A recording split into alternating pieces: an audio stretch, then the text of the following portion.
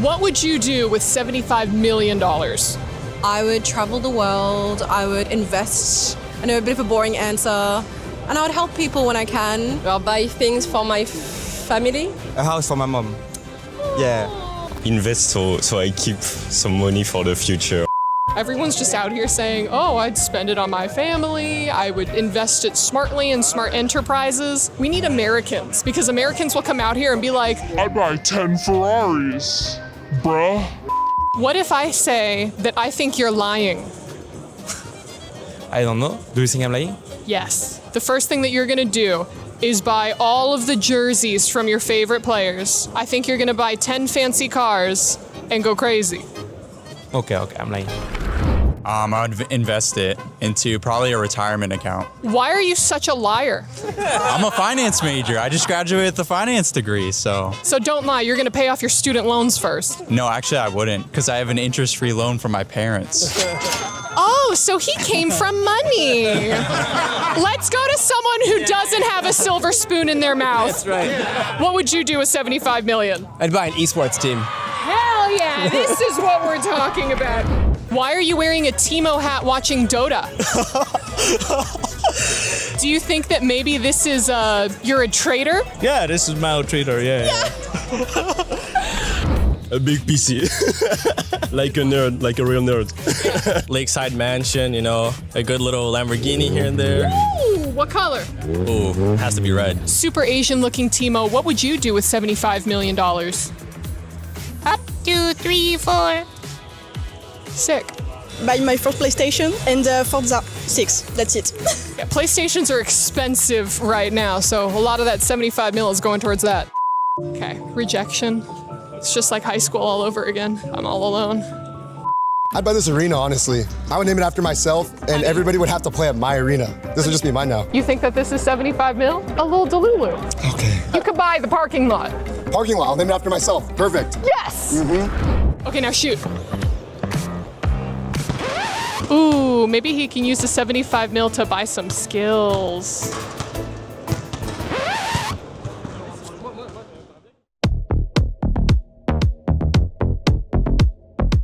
Hello guys, I'm Tatsuri, mid lane from Boom Esports. Hello guys, I'm Gatsu, mid lane for TEC.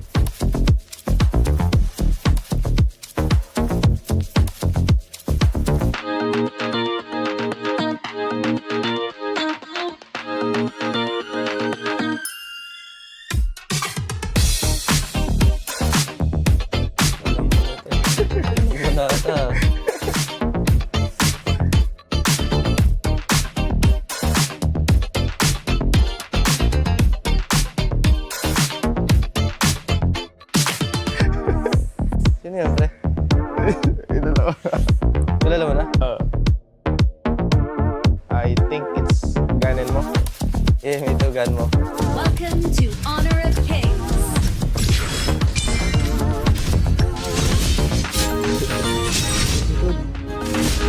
Sorry, Goku. Sino to?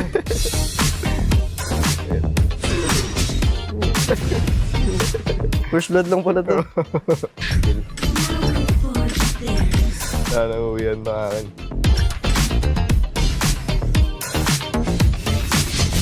Uy, nakapag-top spell.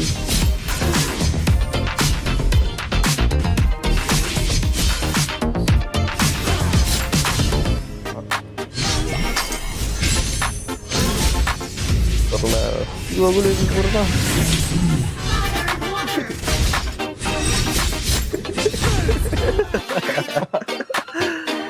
I think for my item choice, it's very bad. But it's good. I think it's good in 1v1 because I have lifesteal. For mine, it is a good Ganma build since Ganma is a burst type of hero. GG. I choose this one. I choose this one.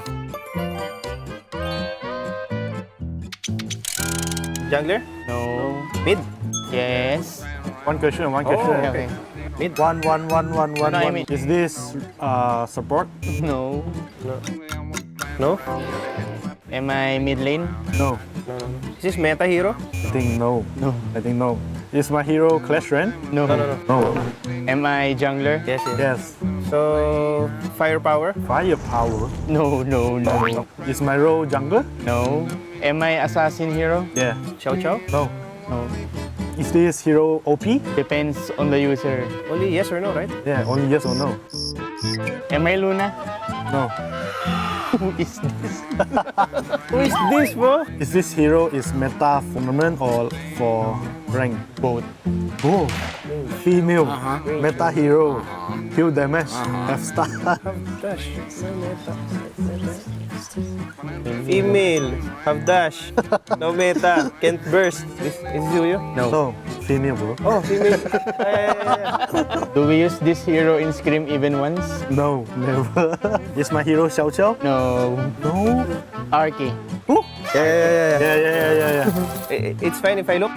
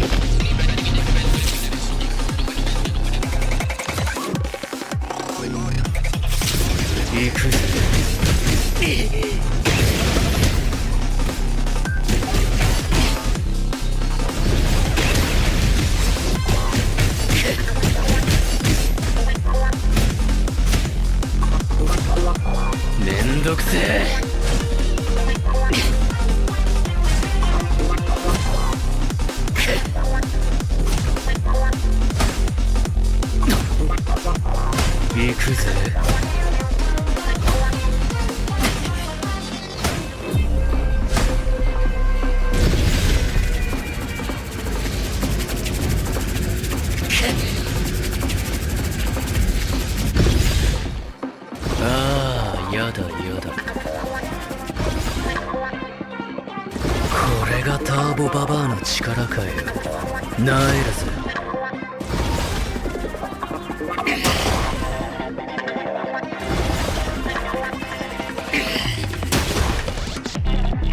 許さねえぜてめえはよ。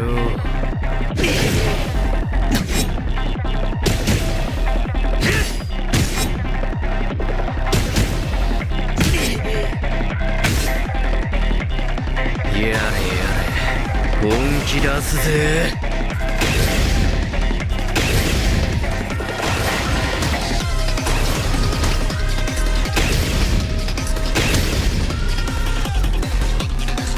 ももちゃん会いたかったぜ。強くならなきゃ。もっと強く。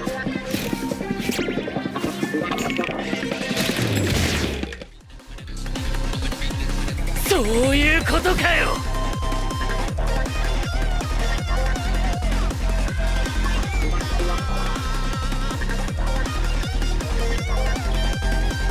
おっと悪い。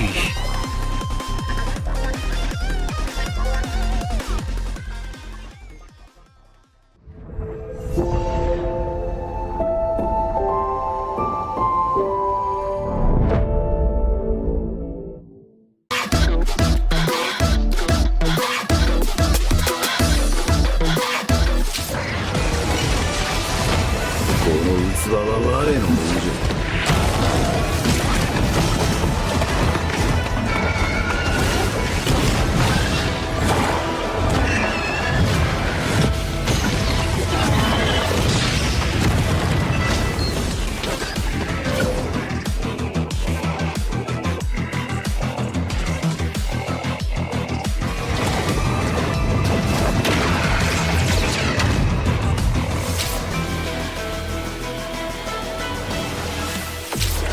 わしのじゃ。強い。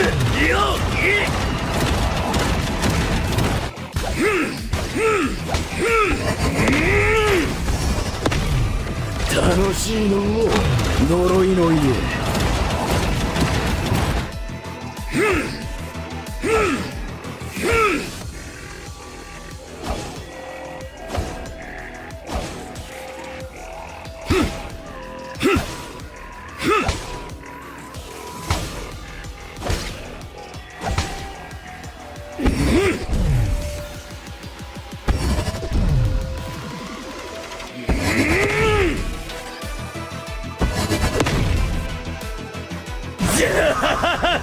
そうかいじゃの。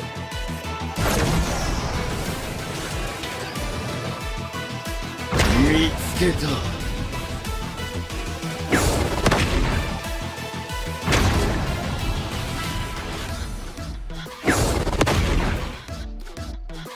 わしのじゃ。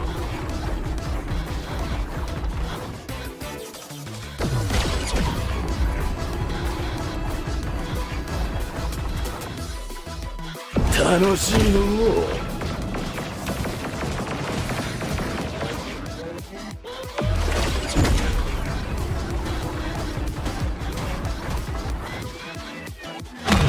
強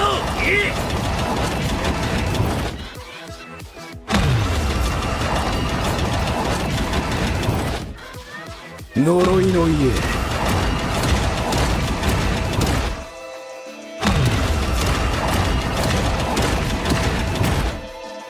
早く戦うぞ。待ちくたびれたわ。無駄じゃ。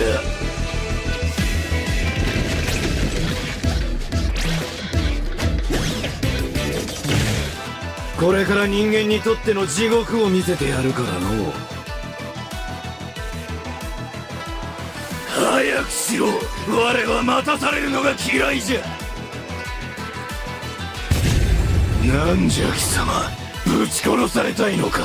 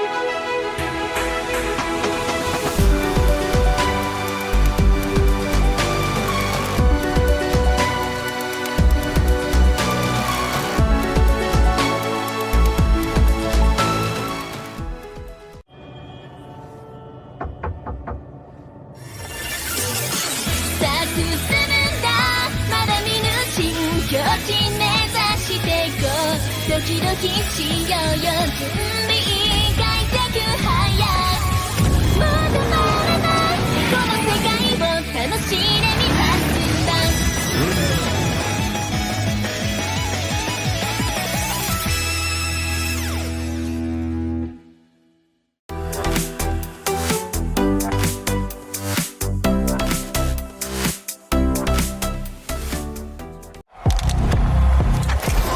He thinks he can come in here and play my game. Let's go. He knows nothing.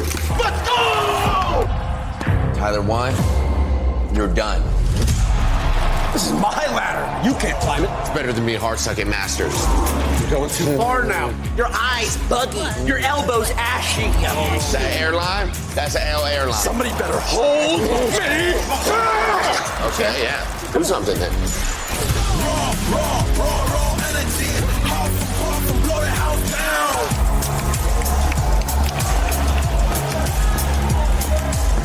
You look nervous. You look short. Everything's good? Mm-hmm. Fight.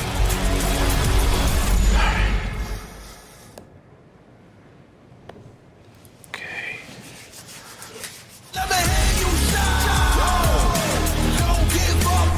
Do you really need the wraps? Yeah, that feels like overkill to me.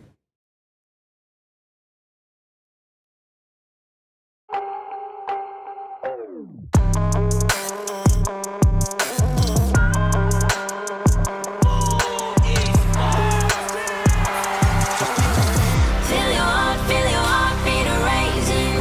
Goes like 3, 2, 1, got you counting down. I won't let this crown be taken. Can you hear it go?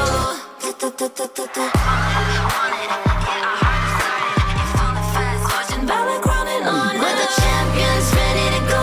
Yeah, we're made out of gold, never letting it go.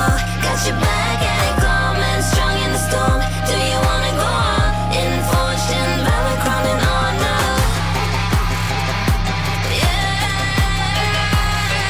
Crowning on us. We're forged in valor crowning on us.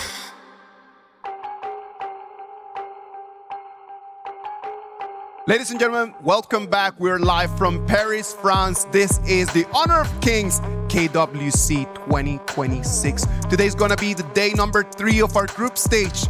All of the groups have already sent one team into the top 8, and starting today, we're going to start seeing the lower brackets. It is do or die. If you win, you can keep your hopes in, and if you lose, you are going back home. I am Isaac Peña. I'm going to be your host for today. And for this first game, we're going to have Sagi and Holler right over here with me. Lads, this is a little bit of a chilly morning right over here in France. How are you guys feeling?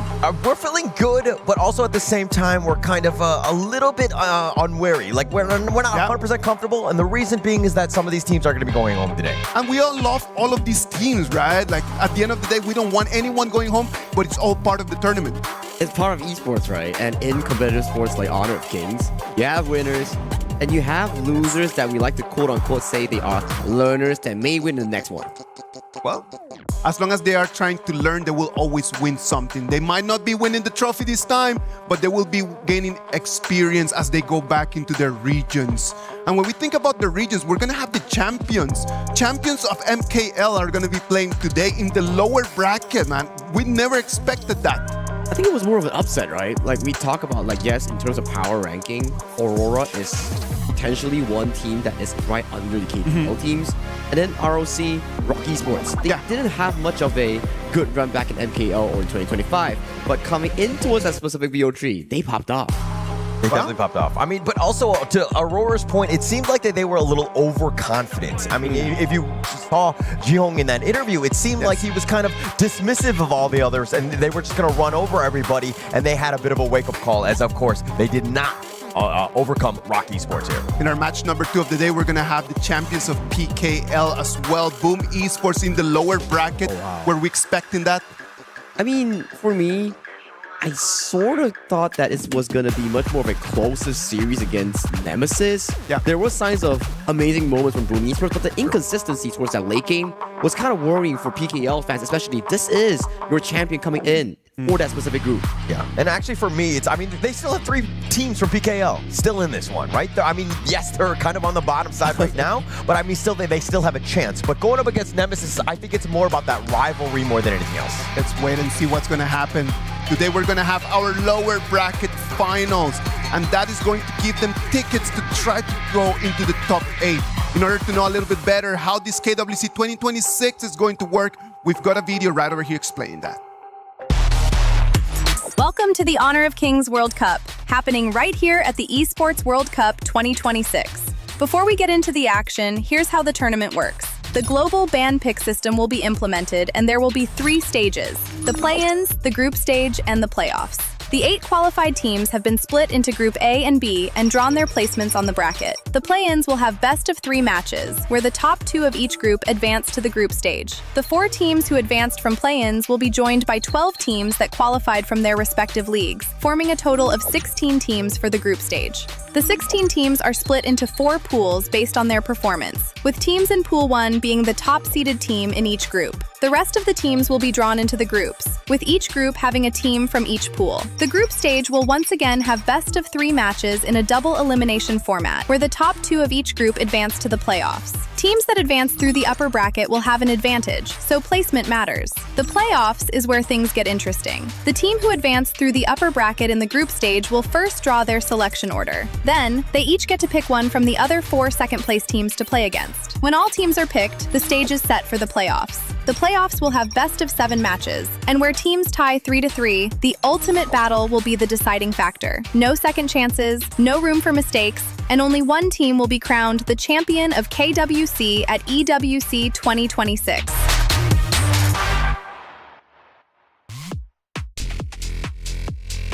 No room for mistake is being left right now. It is do or die.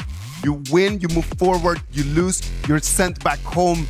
The groups right over there, they were a little bit better because there was kind of like a second opportunity, but all that is something of the past. Yeah, I mean, they had that one opportunity. Unfortunately, they ran into, generally speaking, the top dog in each of the seeds. Obviously, Group B is the only one that didn't really happen, but as we look at Group A, this is kind of formulating based on, I would say, the seeding. AGAL, high expectations. They're going to just move on as they kind of roll through Team Vitality and Blacklist International. Blacklist International deciding dropping down to that decider match, but in that elimination match, the Team Vitality, MIBR, LOS, that one is going to be a fire of a series. It's always the Chalk VR and also the IKL teams going in for that elimination match. It happens every single time. Every single time. It's going to be happening tomorrow. But in for today, we have Group B with the upset coming in from Rock Esports, taking out Aurora Gaming, advancing to the playoffs as a seed number 1 for Group B. Now, the first match later on, Titan Esports Club going against Influence Rage. There's a lot of storyline. We can talk about this later on. And then the winner of this elimination match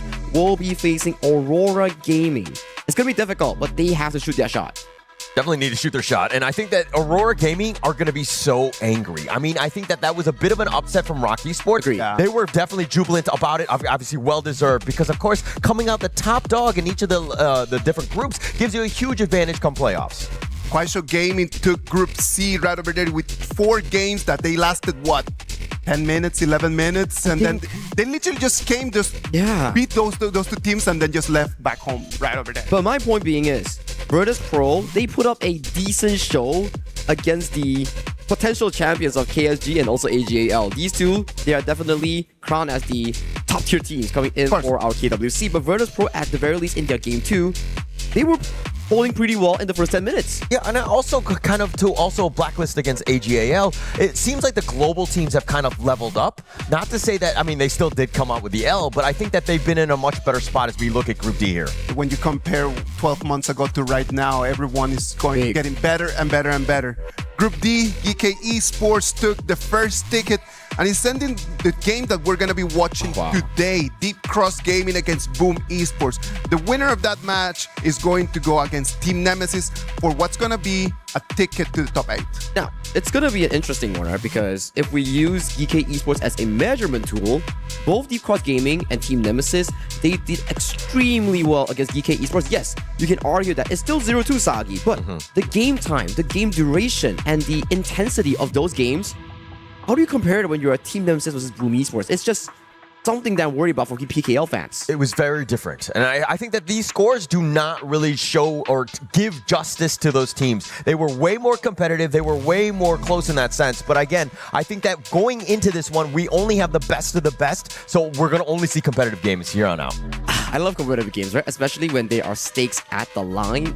If you lose, you're really out. There's just no more second chances. It's your only shot of making it into the top 8. Yes, you're going in a C2, but hey, top 8 is better than top 16.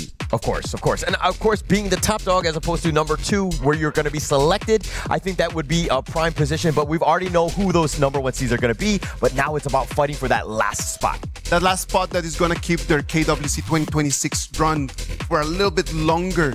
They're trying to fight for everything that they can. They go on that stage, they work against their nerves, and they're trying to perform their very best. Over there in the group stages, they actually, some of the teams showed that they deserve to be here. Oh yeah. But not everyone showed everything they need to show to be in the top 8 though. I'm kind of looking at this more of like they haven't had enough games. Like Titan Esports Club, they played 2 games. It wasn't the, it was very quick for them. They weren't able to kind of warm up, if you will. But I think in this series, it will hopefully they'll have that time to really just settle down and play their game. I think it's a bit of a two perspective, right? Back to your point where TC, yes, they lost very straightforward against Aurora Gaming. That's a lot of information if you are on the side of Influence Rage. You're like, what can I derive from this? This is just a steamroll.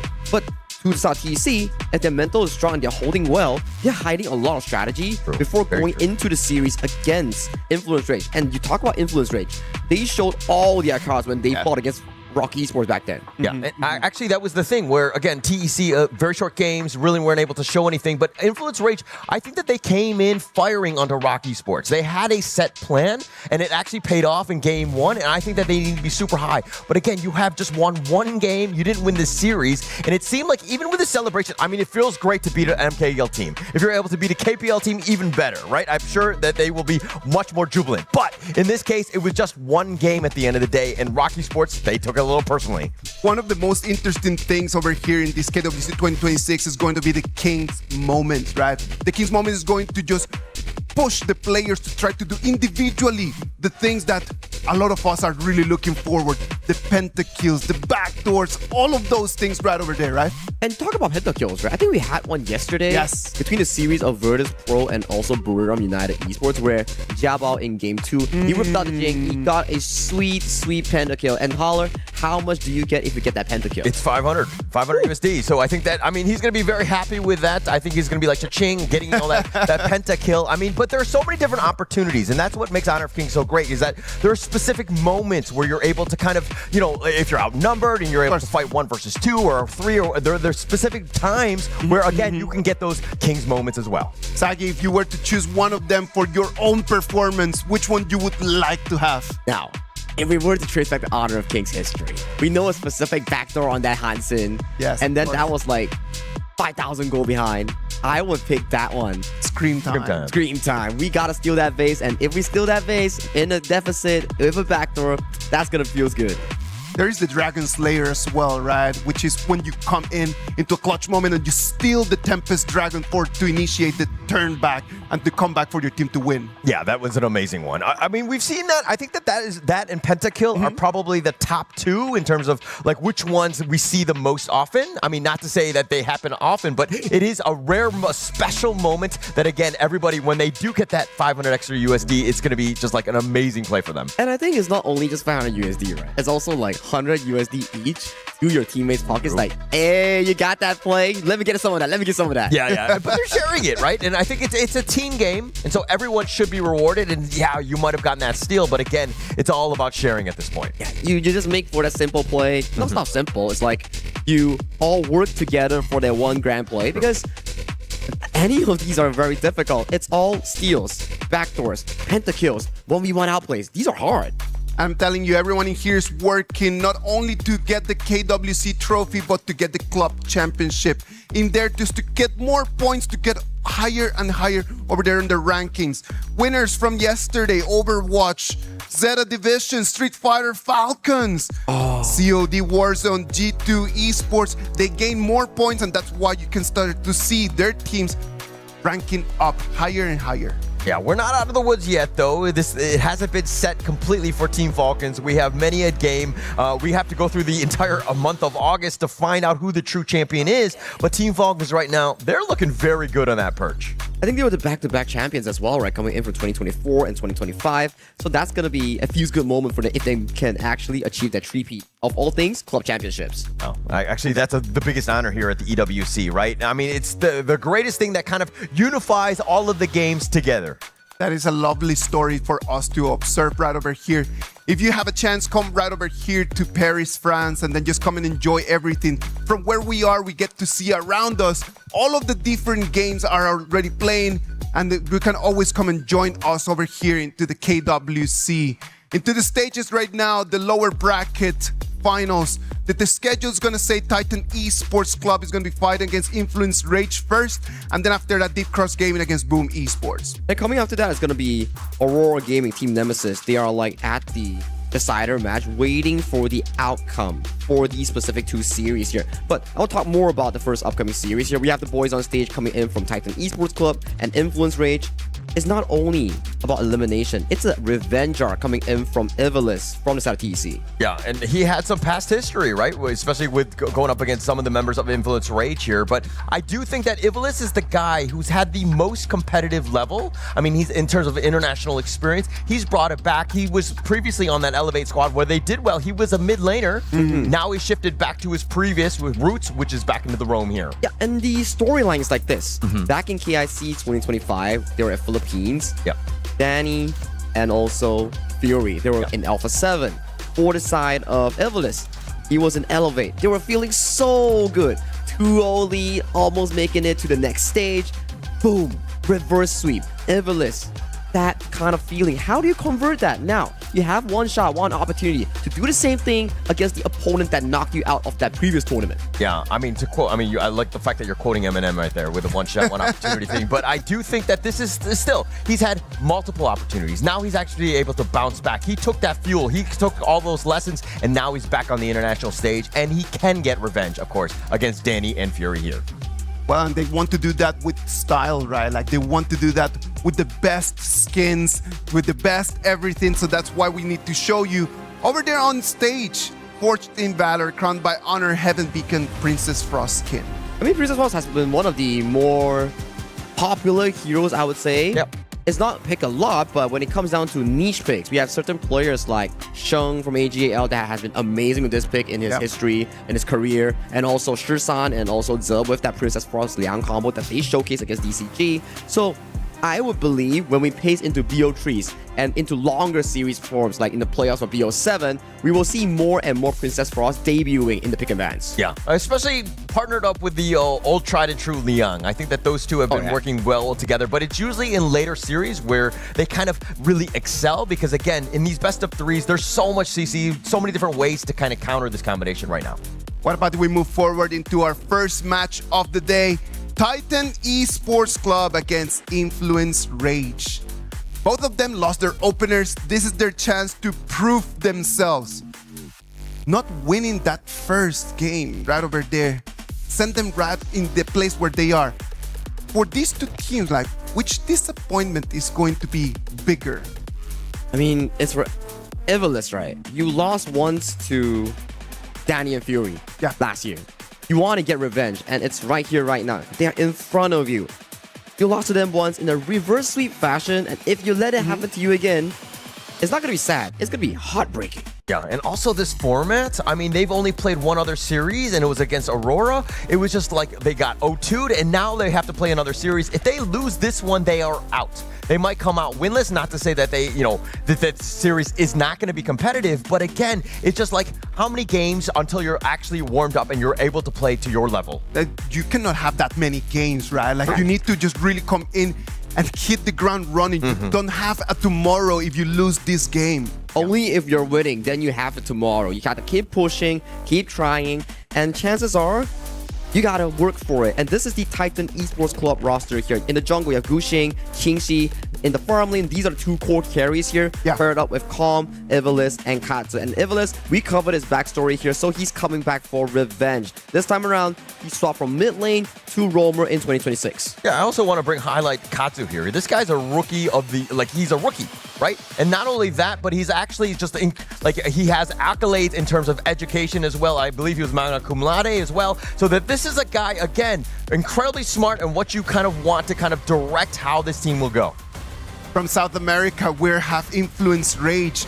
They really want to come in and just continue with their run. We want to keep over here the South American flair. Danny is going to try to carry his team to try to move forward from these lower bracket semifinals into the lower bracket finals. Now, I understand the main story has been about Danny since his last year of top 8 finish and also his KIC performance. Now, coming from play-ins, there is one star player coming in from Influence Rage that we must highlight. Leffy, the boy wonder in that farm lane. He's been carrying Influence Rage on his shoulders and pushing him forward in every single game. Even against the game against ROC Esports, Rock Esports, he's been doing amazing in that farm lane role. The craziest part is that actually he was not the starter on this team when Influence Rage first was formed this year. I mean, it was Elwind, and then they had a little bit of a struggle, and they were always like, okay, we had Leffy as a sub, but he was never given that opportunity. But Leffy, he was not phased. He's been doing this entire life where he's just been grinding games. And actually, recently talking to Danny, Danny was just like, actually, Leffy is the hardest worker in the room.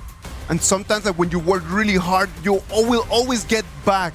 You will always have something back. And if you already worked so hard for this, it is your opportunity to shine right now. Like all of those hours that you've been working in there, please show us something today that is going to allow your team to take the victory. Now, before we actually hop into the pick and bans, right? Let's do a bit of predictions here. Go ahead. Scores.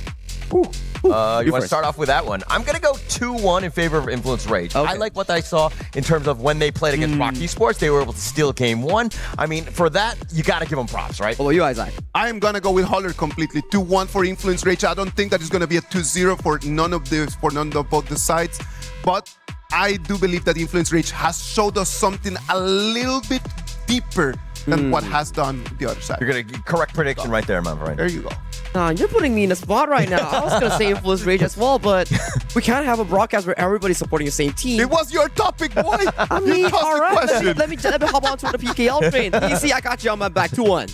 2-1 in favor of Influence Rage. Let's do it. So we're all kind of doing 2-1? No, I want TC. TC, okay. Yeah, okay. All right. Some support for them. Yeah, I was going to say, I can't agree with you. I was thinking about changing my prediction. But my name is not Kindofu. But now it looks like we're going to be going into the draft here. The players are underway. They're ready and good to go here. Now, it goes back to one of my conversations that we had back in the green room. I feel like, yes, the junglers has been amazing for both teams, but since we highlighted Leffy, we must also put focus on Team C coming in for the side of TEC. Yes, Leffy is the late game style carry with the consistent DPS and clutch playmaking. Team C, however, complete opposite. Hyper aggressive laning style. Wants to go on your face with the strong picks in the early to mid game like Arlie and Shicha or Ao Yin.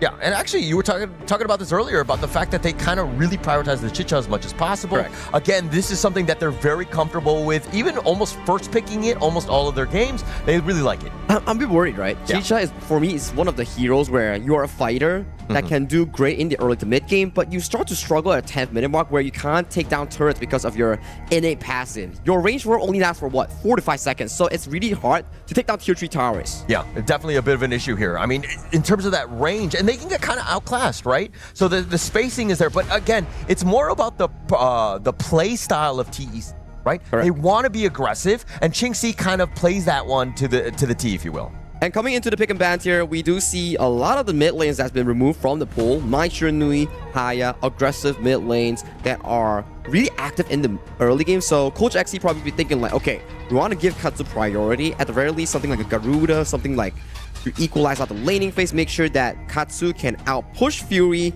and Mena, then assist Qingxi in that bottom lane. Makes a lot of sense there. And I mean, with this Lori in here, we also know that Fury, this is something that they like to play as well. They've been prioritizing this hero quite a bit. They had a lot of success against Rock Esports, winning game 1 with that Lorian as well. Oh, if you look at towards this draft, right? Do we see a Flowborn tank on this third? It's good against the Long because Long doesn't do consistent DPS. It's good against marking the likes of the Guan Yu here.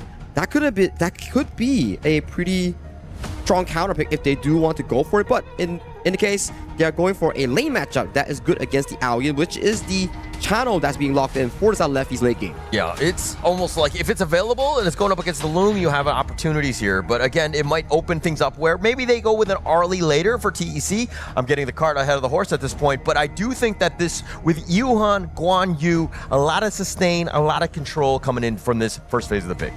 We have to see coming in towards the second phase, right? You have to understand, okay, first phase is about the strong heroes. How do you want to visualize your composition here? What are strong? Can we take it combos? Now you go into the second phase, it's about thinking, what are these strategic bans that can actually limit my opponent's draft or enhance my draft? Something like, okay, Guan Yu, what does it do bad against? Things like the Blowborn Tank, Charlotte, for example, Florentino. Those are the bans that will elevate the pressure coming in from Calm in making those big set knockups here. So for me, Coach Kaiba, he has a pretty interesting draft. It's like, okay, our idea is Fury, you carry. So let's remove all those hard dive heroes like the Jing, like the Nerza, so Fury and also Leffy, they get a comfortable late game later on. Yeah, and actually, I mean, the Guan Yu just creates so much havoc that you just kind of want to limit like the potential jump in from the backline. I mean, you already pointed out the Jing, but for me, it was the Neza. Getting to on top of that Lorien and the Chano, that would have been amazing if they were able to get access to that hero here. I think we saw a few Nezas from the past 2 days of group stage, right? Right. From these junglers that just go like full damage. And if I'm not mistaken, it was Danny that played a game of Nerza that he didn't defend the base and just flew all the way into the enemy's base. I think it was back in play-ins. I think it was. I think it was. Yeah, it was definitely one of those ones. But I think for now, it seems like they've kind of been prioritizing more like an Aguru style, something like a tank type of hero for Danny thus far. So that last pick will be interesting. But oh my gosh, the Luna here. I want to see the Floor 1 tank. If the Floor 1 tank comes out, it's going to be the perfect counter coming in from the side of Team Influence Rage. I feel that the Floor 1 tank just works so well into Luna or Guan Yu that just wants to like run around, dash around, and has insane amounts of mobility. Yeah, and also if you're kind of going with that, you also have a little bit more of an early aggression because you want to play aggressive against the Luna. You want to take away that buff as much as possible. That's correct here. 5 more seconds until Coach Kaiba has to lock in that final pick. It's gonna be the Ying picked up here from the side of Danny. So for me, we have to look at the 3v3 matchup from the jungle, mid, and roam. And so far, after observing, it looks better in the state of Influence Rage to control that mid lane tempo here. So if you are on the side of TEC, you need to find that tempo that win lane priority on towards the side lanes instead. Do you think that that's enough though? Like, because I'm thinking about this lineup. I mean, this is a tough lineup for both ends, right? You're seeing CC galore, you got the Dharma, the Zhang Fei, you know that those are going to be wombo combos, the Guan Yu on the other end, plus the Lian Po. It's about this execution. Like, the team fights are going to be enormous, if you will. It's like a clash of two of the same playstyles because every time we interview Danny's like, oh, we don't like to play slow, we like to play in your face, fight, fight, fight, fight, fight. And what does fight, fight, fight remind you of? Also PKL teams. And when we talk about Titan Esports Club, we call them the Binny Boom Esports because that's just how their playstyle revolves around. You look at them in the face, right in the rear, it's like, hey, why are you looking at me? You want to fight? We fight. Yeah. Actually, easily goated, I would say. It seems like they're almost impatient at times, and they like to take those team fights. And why I think the global teams are a lot of fun to watch. But I mean, going back to that boot camp where they were kind of taught by some of these KPL coaches, I think they were taught a little bit more about patience, right? Taking, calculated risks more than anything. So the Suzo boot camp for these teams is like they were invited by Honor of Kings Esports just to go over there, train for like 2 to 3 weeks, understand how to improve fundamentally. Hence, what they learn from the bootcamp, they must apply it and implement it in their games. So you can't just copy. You need to fully understand what's the teachings. Okay, yeah. I mean, but getting that opportunity, I think, is a golden one, like a blessed opportunity for these teams because they're going to level up. Some of the other teams that haven't had that access to that boot camp, they're going to be a little bit behind, if you will. Yeah, fully agreed, right? And both of these teams, at the very least, they all went to that boot camp. They have sufficient results and jumping right into the game. This will be game 1 of Titan Esports Club going up against Influence Rage in the elimination match of Group B. All right, now with these drafts alone, who do you give the edge to? Let's start with the early game first. Early game, I think it's more over to the side of Influence Rage, and also I do like the draft more compared to the side of TEC.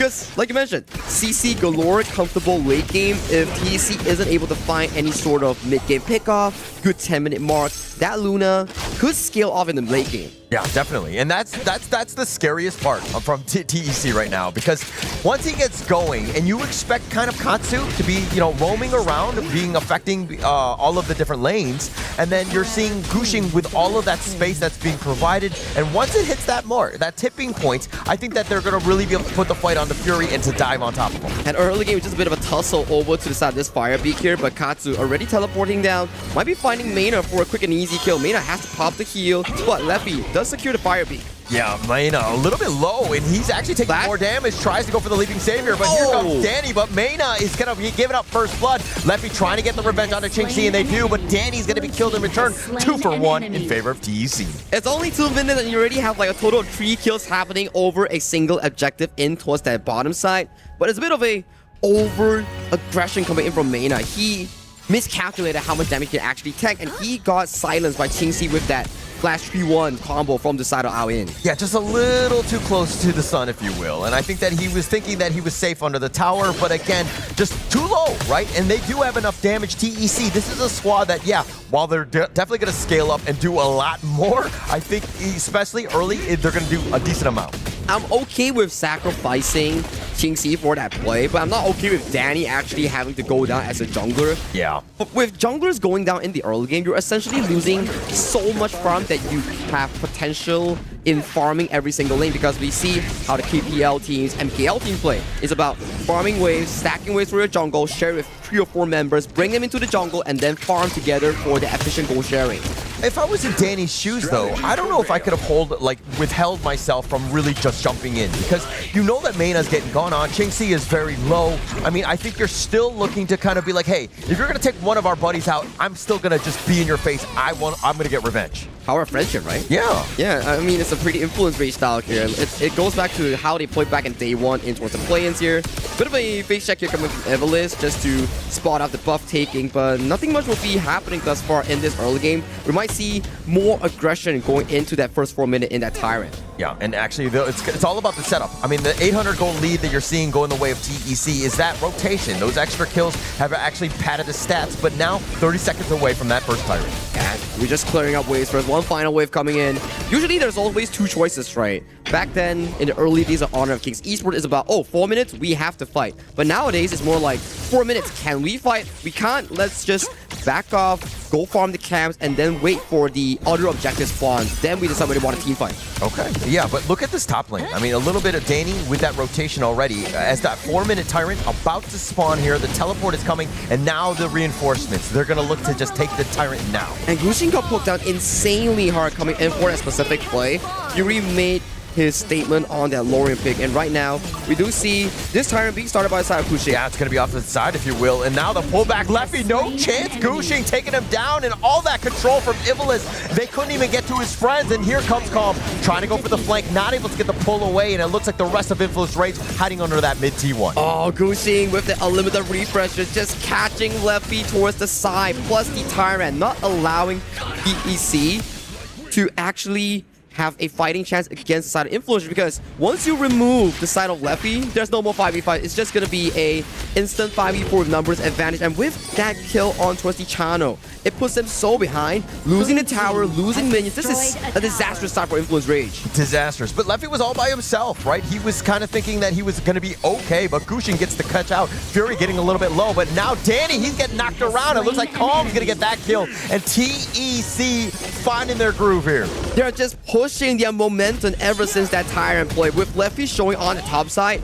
It's numbers advantage for Titan Esports Club in getting this specific Azure Golem plus an additional kill on towards Danny. And Danny right now, he's scratching his head. He's 1-2, losing his buffs, and he is all over the place. Yeah, all over the place, but mainly dead thus far. I mean, he's just spawning in the fountain. He is so far behind right now. Influence Rage have to find a way to get back into this, but TEC, again, full court press. This bottom T2 is under siege here. And topside as well, right? They're just pushing in all 3 lanes, simultaneously choking out the farming space for the side of Influence Rage. This is the thing. When you push a wave, you force the enemy to all show on the map, thus improving your decision making for the next play. Yeah, and it's all about that vision, right? We know how many members were there, and then we can kind of counter-rotate or take the fight if we see that the numbers are elsewhere, right? So this is a great opportunity, and why map control and vision is so key in a game. But it's still okay, right? For Influence Rage, yes, you're losing 3 kills, some towers, but it's still a acceptable 1,000 gold deficit with the top side. But Kushing here gets the low. Tempest actually flashing away. Calm is actually not going to snipe him out. It looks like they're going to let him walk away. Ivalice was thinking about jumping in, but Qingxi with a couple flaming palms, he came a little late to the party. I like the play coming from Influence Rage. If Gushing goes well, if Gushing breaks his ultimate chain, then it's okay. And Ivalice, he has to back up. So this upcoming Azure Golem in towards that bottom side, PEC, they don't have any resource to actually contest for it. Yeah, Ivalice, though, actually had to spend the Tremor Smash just to get to safety here. So Influence Rage with a small little win. Nice little burst ram onto 2. They have the knockback, but Ivalice just so tanky thus far. Danny trying to do some work. Not enough damage to kill Ivalice. Tempest, though, not as lucky. Qingxi gets that one. Oh, that's just the difficult part, right? When you're investing so much resource towards that mid side, you give Katsu and Qingxi just a free kill on towards the top side. Now, Qingxi, we talk about the specific matchup. He needs to match Leffy, and he's doing it so well. Yes, goalie is even, but take a look at the other lanes. Jungle and mid especially, they are trailing ahead by Fury and Danny by not just a bit, it's a lot of gold, almost 1,000. Yeah, almost 1,000 on that one. But I mean, still Danny died twice already. That put him really far behind, definitely putting their team in a tough spot here. But Gushing, he's been left almost untouched. He's been able to kind of dictate the pace of this game with his rotations. Now, if you're on the side Influence Rage, what do you need to achieve in these team fights to realistically bring the game back to an equal footing? I think that you're looking to kind of group up a bit and kind of push. And I think this Overlord will definitely help them because, again, if they take some towers down, it'll really just like chip into the lead a bit. And plus, with the, again, we were talking about the pushing of the waves. Once you force a little bit of a rotation, again, everybody's going to be there for you. That could be the potential case, right? And towards the bottom side here, there's a lot of aggression coming in from the side of Titan Esports Club. Just picking up an easy tier 2, further pushing up their lead in this mid game. But I still think it's actually comfortable for Influence Rage. Yes, that early game was disastrous. Leffy dying, Danny dying, but as long as they can reset themselves, bring the game back into a 10-minute equal footing, then they still have an equal fighting chance. Yeah, have a chance, but they're down about 2k. One thing to take note of, Qingxi actually expended the flash, tried to go onto Fury. The nice little control on with the Umbrella Outburst, and they have the control, but he gets on his dragon. Qingxi with the clutch save there. And now on the side, Gushing, though, he tried to go in. He's going to walk into 4, and Influence Ray says, thank you for that one. Huge mistakes coming in from the side of PEC's jungle and farm lane, being caught up by the CC galore. That's the strength of the Glory and Zhangfei. You initiate, you combo it, and you make them immovable for at the very least 4 to 5 seconds. And with that play, they get that tier 1 tower from a losing position. All right, so you're talking about how to come back into the game. Well, that's how you do it. I mean, you get the Overlord. The Vanguard was pushing, and now with this death ball, it's very difficult for TEC to defend. It looks like they've taken the mid T2 as well. Oh, they are looking so comfortable right now. And this is all before the 10th minute mark, bringing the goalie back into Leffy's pocket. And Fury Mena, so far in the last 2 minutes, they are showing very good performance on that mid-roam duo. Definitely, and definitely kind of a bounce back, right? I think that we're like, okay, they've taken over the net worth lead. Leffy is back in this game, and now TEC are like, okay, maybe we made too many mistakes. The top T1 goes down, but it looks like they get the snipe out. They find Gushing yet again, and just like that, the tables have turned. They are reading his mind so well, camping for the Azure Golem, and with that kill, it's not only about the Azure Golem, it's 10 minutes on the dot without Gushing for the next 15 seconds. TEC, if they go for a 4v5, it's gonna be disastrous for them. Oh, control. Fury gets the knockup onto Qingxi. He doesn't expend his dragon or anything like that, but it looks like Influence Rage.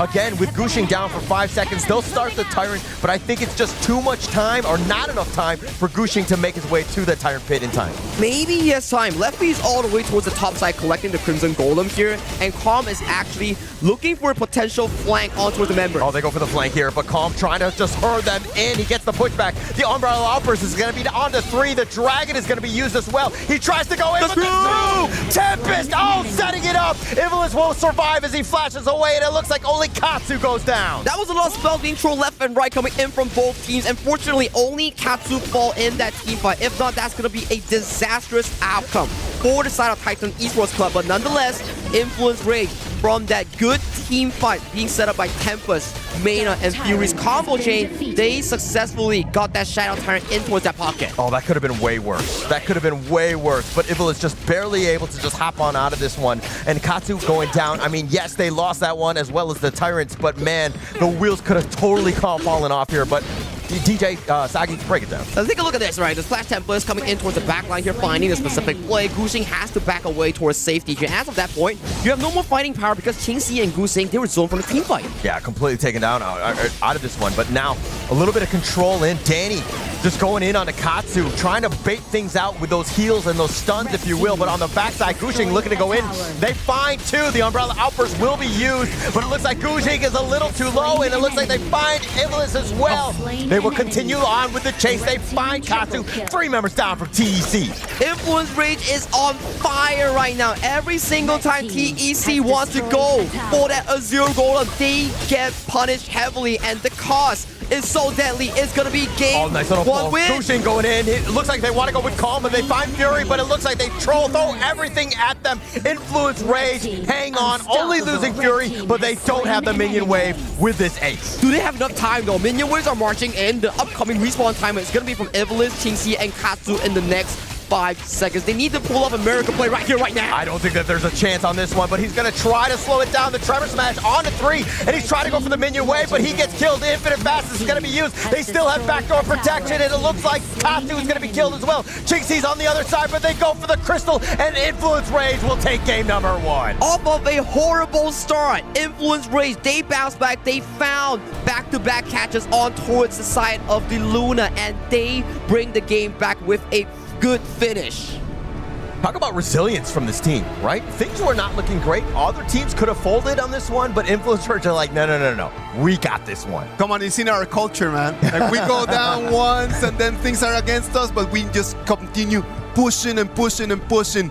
Influence Rage right now just showing that even though this beginning of the game might not be the best, they can always turn things around. And that is the power of friendship, man. Yeah. They were always together. I loved it, right? I mean, they were able to kind of play with one another. Again, the things were not looking great. And the way that Danny was able to bounce back is because he had some help from his friends. Like Tempest was always backing him up. Those two were really playing well together. But you see, I think that's the issue, right? Like, they got targeted at the farm lane very early. And then Danny jumps in to try to save his friend. Instead of just making a 1-0, they make it a 2-1 trade. Still for Titan Esports, and that, I believe, is one of those little details that he needs to understand. If he was going to be the captain and he is going to be the carry of the team, sometimes you just need to let your friends go. That's correct. Sometimes you just need to let them go. Now, I understand that we're looking at a very beautiful KDA coming in from the side of Lefty, 8-1 and 2, but I want to shine focus on towards Fury and Mena. Without these two players from the mid and roam pool, Influence Rage will never see that late game. Fury was landing nasty setups on towards Qingxi and also Guxing in those team fights. You don't want to talk about Leffy's KDA, but I want to. Okay, First blood, he was 0-1 and 0, and then he got 8 kills in a row. Like, I mean, this is a guy that's like, again, about that resilience and able to bounce it back. Hey, give Rovers and Midley some love, man. They were setting up so much. I don't even see them in game. They're nothing to me. Let's talk meta of the meta. DeLorean and Tramfei composition right over there. That is just top patch. Top tier. Like when you go back in a couple years, going back to KWC 2026, what was the meta about that time? Tramfei and Lorian. That was it. That is it.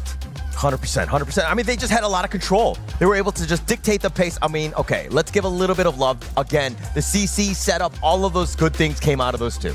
I know. It's like, and later on in towards the replay, we will see very good combinations here. And let's check it out here. Early game. This one right over here, Sagi. Yeah, Mena just being taken down in towards the early game. Then it goes back to your question, Danny, playing for friendship, going in for that specific play. This puts them so far behind, but this is the crucial one. Guxing jumps in, gets cancelled by Danny's skill 1, and he couldn't get any of the refresher. And after that, once the Luna even died once, his entire stall potential gets mitigated in the game.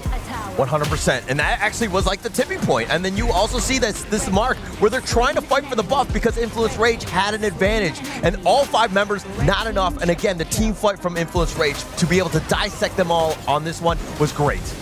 Just beautiful stuff coming in from Influence Rage. They weren't in a hurry. They were playing for the item power specs, and in the end, they set up Lefty and Danny for amazing moments here. It is a keen contribution in allowing them to find these beautiful teamfight moments and resulting in this Game 1 comeback win.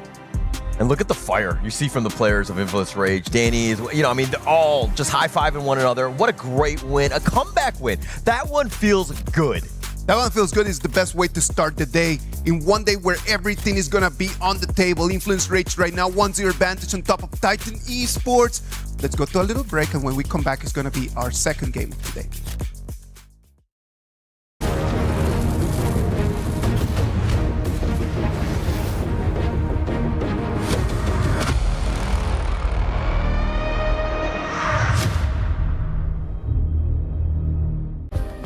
Play is in our DNA. Whenever we let it out, it becomes our superpower. Now imagine an entire city being built to supercharge it. Kadir City, powered by Play.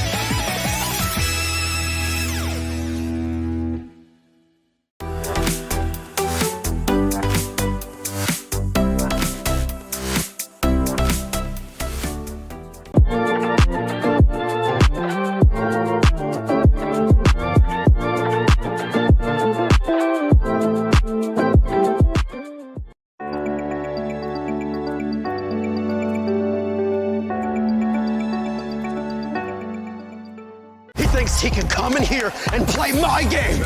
He knows nothing. Let's go! Tyler won. You're done. Raw energy. Half for half, blow the house down.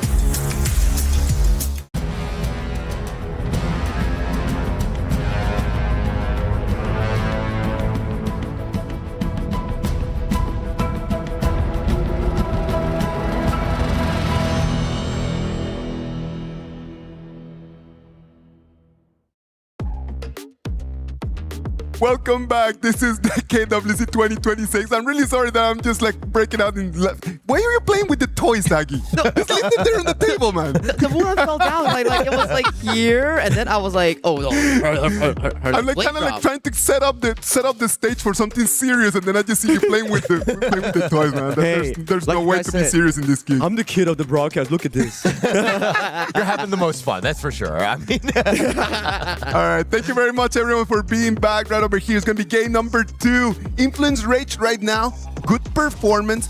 But we need to understand, they cannot just let the game go at the beginning, just hoping to find a mistake from their opponents. Correct, yeah. Because when you get to the higher levels, man, there's no mistakes coming in from them. Yeah, I think that's something they definitely need to shore up is that early game, right? You can't let other teams kind of dictate the pace for you, and then you have to come back. That is a losing situation long-term, especially against good teams, as you mentioned. Gushing over here just kind of like just opened the door for them to be like, hey, do you guys want to come back in? No. Yeah. Because he completely just allowed them back. I think that's the Luna player philosophy. It's like, I want to go for the refresh. I don't care.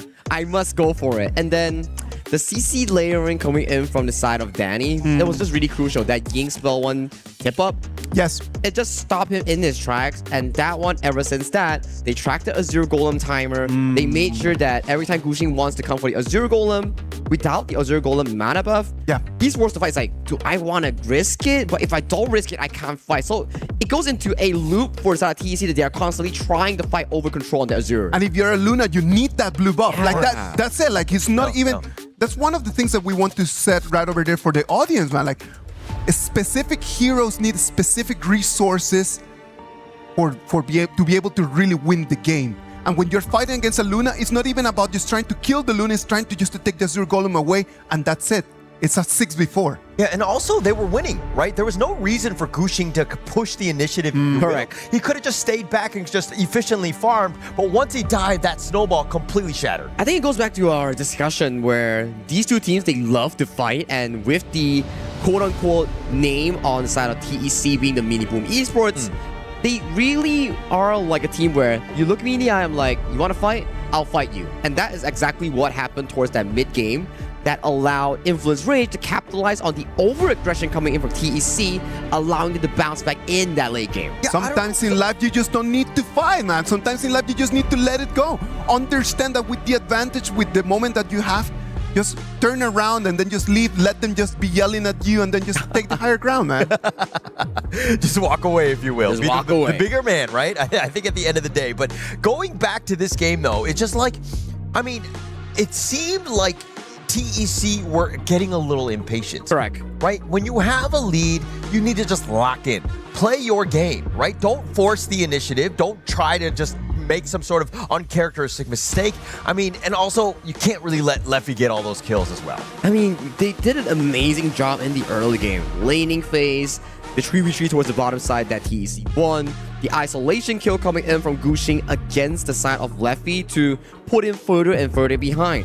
But it's those big teamfight moments that really allowed Influence Rage to slowly claw themselves back into the game. But Holler, before we jump into the pick and bans about the specific picks that I have already done, what do you think about the Clash Lane matchup? We've been talking about all the roles, but what about Clash Lane? I think that Tempest is the type, I mean, you saw some of those truths, really set him up, and again, just made it very easy. Like, some of those, like, if he doesn't go in with them, they might have lost some of those team fights, right? So he was able to salvage some and, you know, really set things up. But going up against, you know, it's not the easiest of matchups, especially when you're going up against, like, a player like Calmir. Yeah, I fully agreed, right? It's just the Clash Laners has been rather silent. They have their pop-off moments, but it's not as consistent as some players that we've seen from yesterday's match, where we have Silence, we have like AG Ran, or some of the MKL players like Xiang or Strength, for example, right? Definitely not. I mean, it's a different level, but I do think that this is still one where it's like feast or famine in terms of just like how well they play. If they're on, they are next level, and they're able to play with some of the best in the world. You reckon we get like a Devara coming in for this specific series? It has been a rather hot pick yesterday, where every single team, they were like, oh, Devara Clash, Devara Farm, Devara Clash, Devara from every single game. Yeah, and I do think that, but Devara's the type where, I mean, if you need some late game assurances, that hero's going to be set for you, right? But I think that for now, when you have a Pei and a Mai, you're saying, hey, we're going all in early. Yeah, going all in early here. So the upcoming mid lane pick for the side of Titan Esports Club will be really, really important. They need something that can actually go neck and neck with the Mai Shirley on the hands of Fury. I think if we trace back slightly into some of the team history for Fury, his Mai Shirley has been pretty tops in some of the teams that he's been in. He's been very good on the Mai, right? I think that that's definitely one of his top 3 heroes, so he's going to be very comfortable on it. Plus to that, you have that Pei, you know Danny's going to find his own set of farm as well. But if we're looking at the other side, they've got the Yukio. This is the known counter in terms of the Pei, but is this enough, or like, what else do you think they need from the side of TEC here? A very good mid lane to combo with the Diadea. So far, if we were to analyze the mid 3v3, I would give it more over to the side of Influence Rage with the heart control, the setup. Even if, let's say, like, yeah, you get the Lorien, it's an amazing, fantastic pick. But Lorien's weakness is the strong crowd control, hard engage, which Influence Rage, they have it in their mid role. Yeah, they have quite a bit, actually, if you think about it. Plus, they'll probably look to add something else. But this Lorien has overall just been a bit of a problem, right? Most teams have been not really been able to kind of deal with the amount of CC, that damage, that orb is just so annoying to deal with. I mean, Lorien is a tough out, if you will. I'm a bit worried right now for the side of Titan Esports Club. That is a beautiful team comp that has been drafted by Influence Rage. A plethora, a ton of crowd control coming in from every single role except for the Pei that can actually maul the entire team. Because if we look in towards the crowd control reliability, yes, you have the Arlie's ultimate, you have the Diadea skill too. But what comes next? You don't have a solid front line to actually stop this horse in its tracks. Yeah, not at all. I mean, well, this is a good attempt. That's nice. That's a pretty good counter, right? The ghost ship will lock that down, assuming that he's able to kind of get the right angle. But this is a good setup, right? TEC understanding that, hey, they're going to run at you. This ghost ship, if they're able to isolate, divide the enemy team, they might have a pretty good chance in those team fights. And Ata is one of the prime counters in towards the Guan Yu in the laning phase, in the team fight, because Ata, he's built with so much crowd control in the skill 1, skill 2. You can break the horse charge. You can also lock him in so that the horse cannot jump over the wall when his bar is not fully charged. So I like the last pick here coming in from the side of Titan Esports Club. They know what they're lacking, a tank. They know what they're lacking, a CC to actually stop the horse. So this is, I would say, a very good last pick coming in from the TEC coaching staff. Yeah, actually, it's gravy, right? I think that last pick really solidified them. They're right back into this. Going into this, I was like, oh my gosh, this is so aggressive. They're going to be in your face, blowing you up, but then this ghost ship is just like, nay. Nice. Nay. Now, I want to talk a bit more of the winning condition coming in from both of this team as we march into game number 2. Currently, we have Influence Rage leading the series 1-0 against Titan Esports Club. One more win coming in from Influence Rage, and they are set to go into the decider match for the matchup against Aurora Gaming. But TC doesn't want that. They want to bounce back, and this is where they come.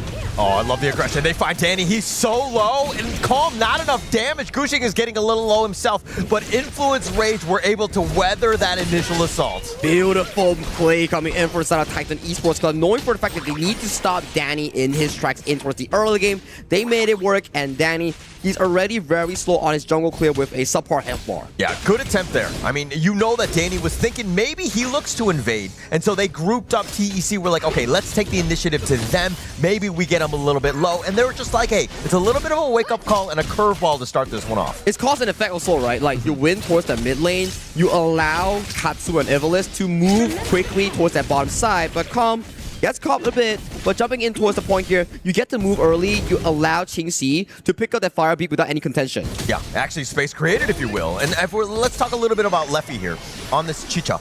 We were talking about how Qingxi really likes this hero here. Correct. But Leffy on this one, is this the perfect farm laner for this lineup for Influence Rage? It's good to see that they have the Chicha, but it's really dangerous because they don't have sufficient damage to actually take down the Bruiser, Gushing, Calm lineup in towards that late game. If we were to talk about late game potential, Titan Esports Club has it over the side of Influence Rage. But if this game is all gas pedal to the max, and Influence Rage keeps finding engages after engages, team fights after team fights, then it goes to them in the first 10-minute mark. Right. So basically you're saying Influence Rage have to be winning at like the 8-minute mark. Correct. Or whatever, right? So that they have a lead, they snowball and get out of control. TC, again, if they're just like, hey, they just kind of, yeah, solidify and they go even, if you will, even in the mid-game, pretty much TEC will win, right? Perfectly said. And if Qingxi gets caught here, it's going to be over. It gets the pounce in, but Qingxi, oh my gosh, the light step all the way on the other side, and I don't think Influence got the memo as he was left behind. 3 members from Influence Rage taking him down. Well, this is support live matters, right? It's like, Evilist is like, hey, well, Qingxi, I'm coming in for you. Let me drop some healing here. Wait, where did you go? Why are you leaving here? Yeah, this is one of those things. We're talking about the power of friendship from, Influence Rage in game 1. TEC were like, hey, we invited Evilist, but then everybody just left the house party. Nobody was there with him. You reckon I jinxed them just now? I was like, oh, Qingxi has to like play towards the mid game without actually suffering any casualties. And then immediately we see like Danny just pouncing on towards him. Yeah, but not bad. Yeah, that one's on you, Saki, more than anything else. But now these boars, I mean, it's just a roam. It's not the end of the world, but still giving any sort of initial influx of gold in favor of Influence Rage, not great. Rage UC completely whiffing on this one. But they got the flash coming in from Katsu, right? That's going to be a spell unavailable going into the Tyrant fight, which will be coming up in the next upcoming minute here. But I want to pull us back a little and talk about Danny.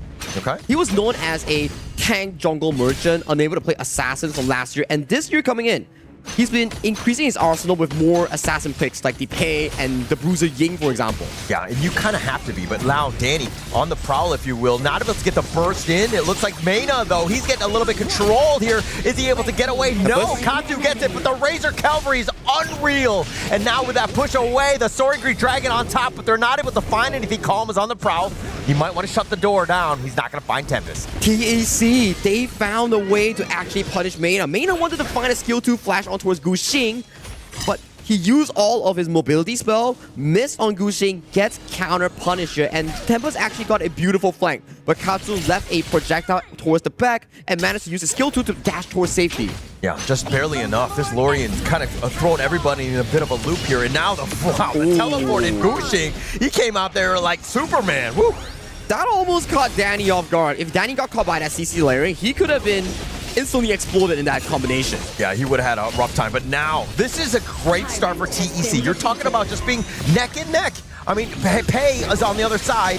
They're going to go early. Nice little play with the Ruinjin. Fury, is he going to be controlled? And Katsu gets the kill. The CC layering just wasn't on time coming in from Fury and also Mena here. A bit of a miscommunication on that combo. They get punished here because it's the same way that we saw what happened on Mena. He dashed in, gets locked in by Ivlis on that 2-2 Diadea, and then Gushing lands the full combo on towards them, and it's a rinse and repeat of what happened just now. Yeah, just being able to control. And the CC from TEC, if they're able to find you, especially Ivlis, you're going to be locked down. I mean, they're squishy from Influence Rage. And this early game lineup has just been completely thwarted. TEC in the driver's seat in this one. It looks like game 1 where TEC has so much control. Oh, nice little play. Nice little control, but Mena, he's going to throw out the Raging Sea, but he will be killed. The Razor Cavalry's on the back, but what can they get? They find King C. Danny running for the hills, if you will. One last shot, he's going to be saved. He's not going to be able to kill him. Oh, he does it. Disperse with that DOT there. 2 members down. And he didn't have enough energy to actually pop the shield coming in from the side of Danny's Pei.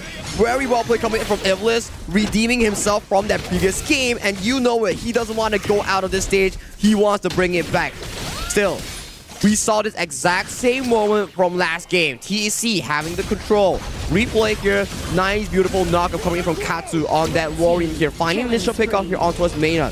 Then the pushback coming in from Tempest toward the backline. Finding King C. And then the DOT. Latching on towards Danny here. Sending him to the grave. Yeah, Danny's just like praying. Oh, if I just had a little bit more HP or be able to get my shield. Not able to do so. And now TEC, they actually find the play. They get the knockback Gushing. Oh my gosh. This is exactly deja vu. One, right? Where Gushing goes down again. We remember, like, okay, TEC in control, then all of a sudden, Gushing walks into a dark alley, he gets taken down, and in towards the mid lane, Calm. He's finding a bit of business here, but Gushing, you cannot afford these deaths for TEC. All right, just a pro-life tip. Don't walk into any dark alleys alone, right? I think that's something that we've learned walking in the mean streets of Paris, if you will.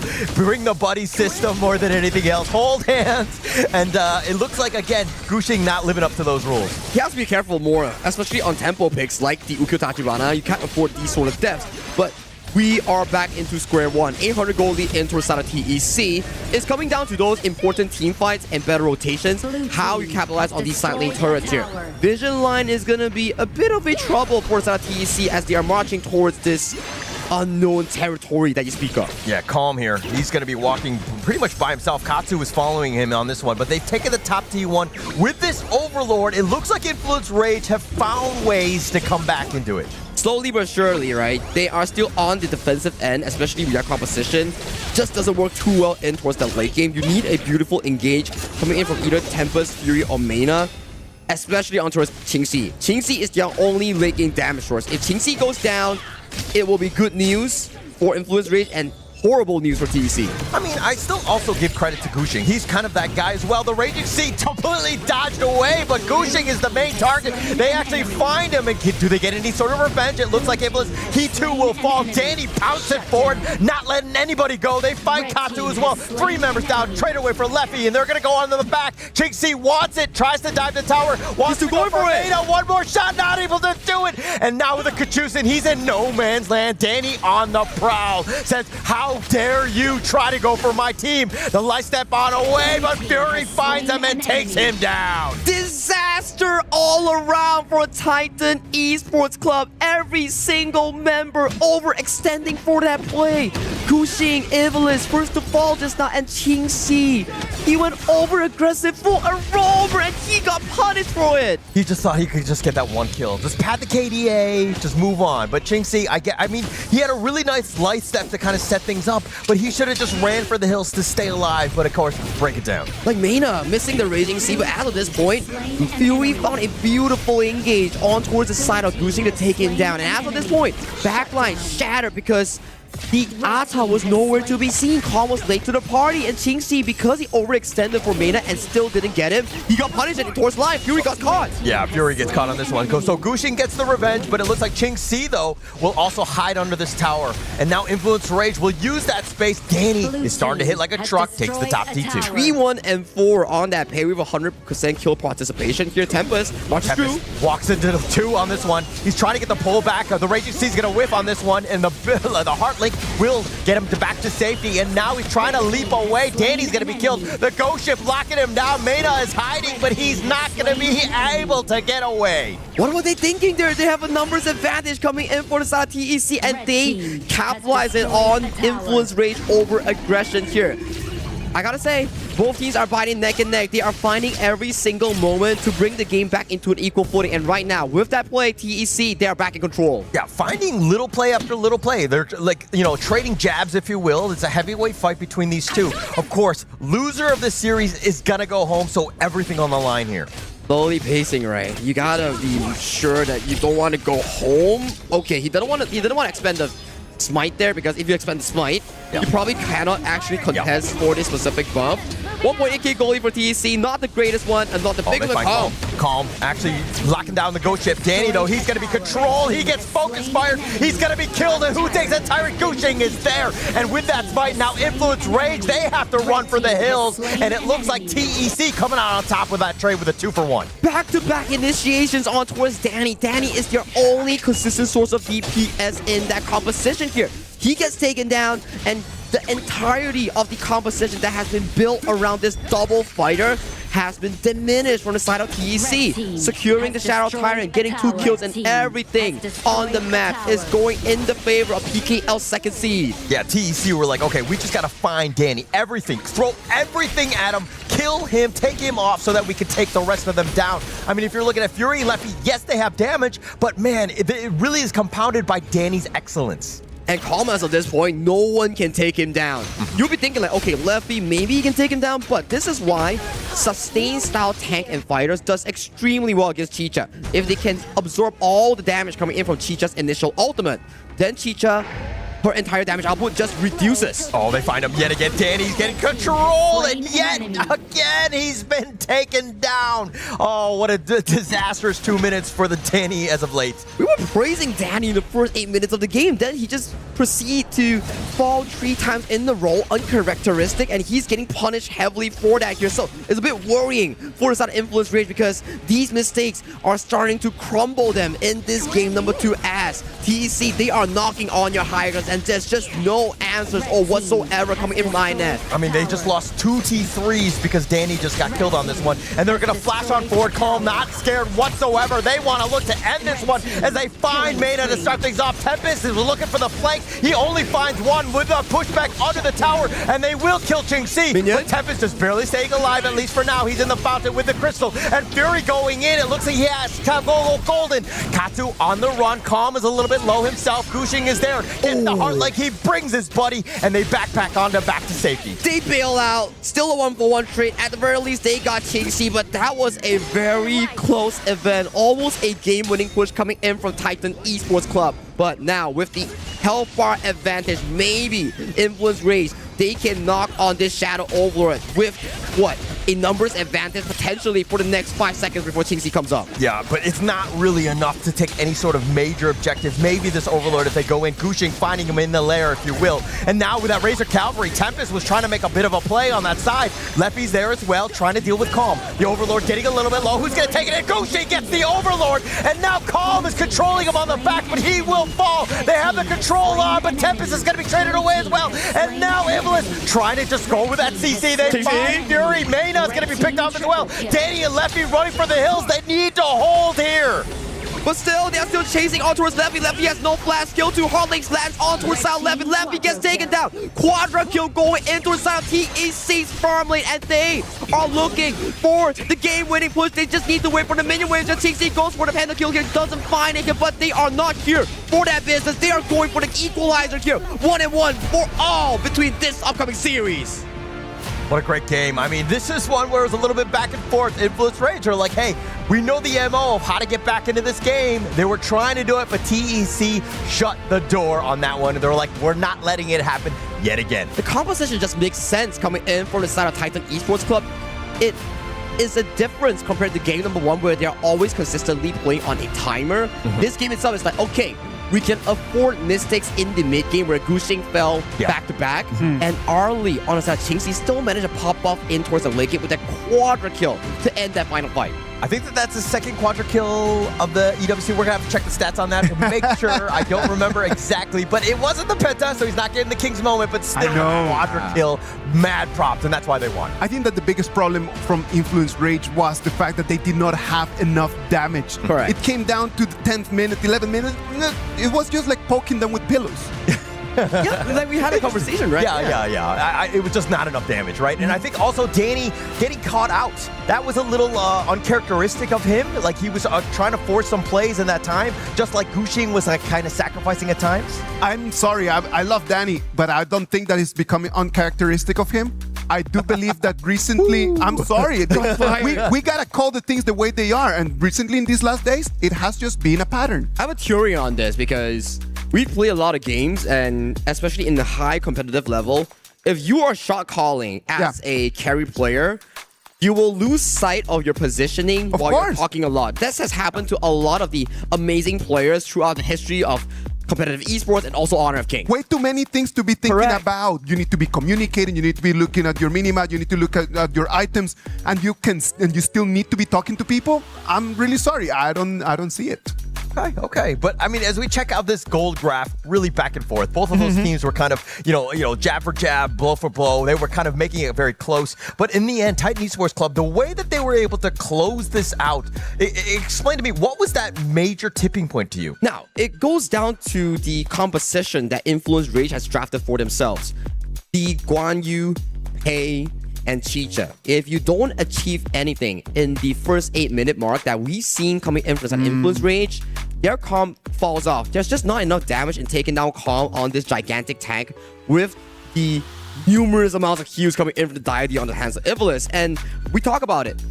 Chicha is a ultimate reliant hero. Once the ultimate wears off 5 seconds, you lose damage, and Qingxi on the Arlie will just out damage you as a traditional marksman. Yeah, this Arlie was just out of control. Qingxi had a great game in this one, but I mean, look at how this is a moment where you're thinking, Influence Rage back in this game. They're doing well.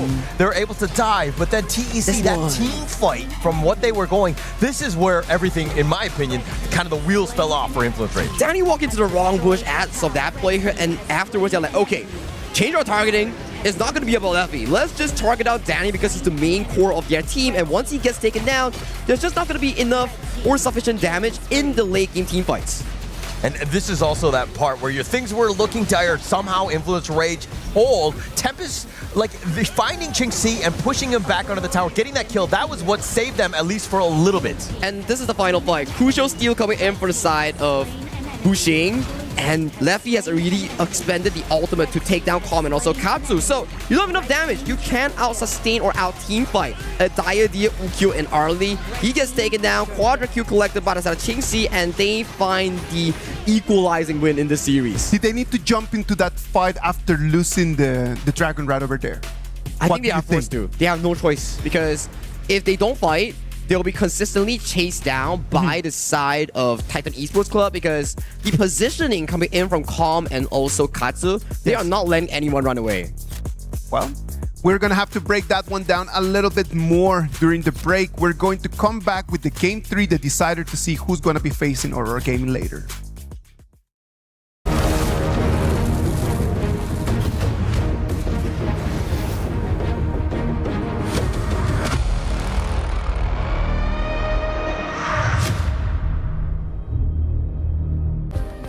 Play is in our DNA. Whenever we let it out, it becomes our superpower. Now imagine an entire city being built to supercharge it. Kadir City, powered by play.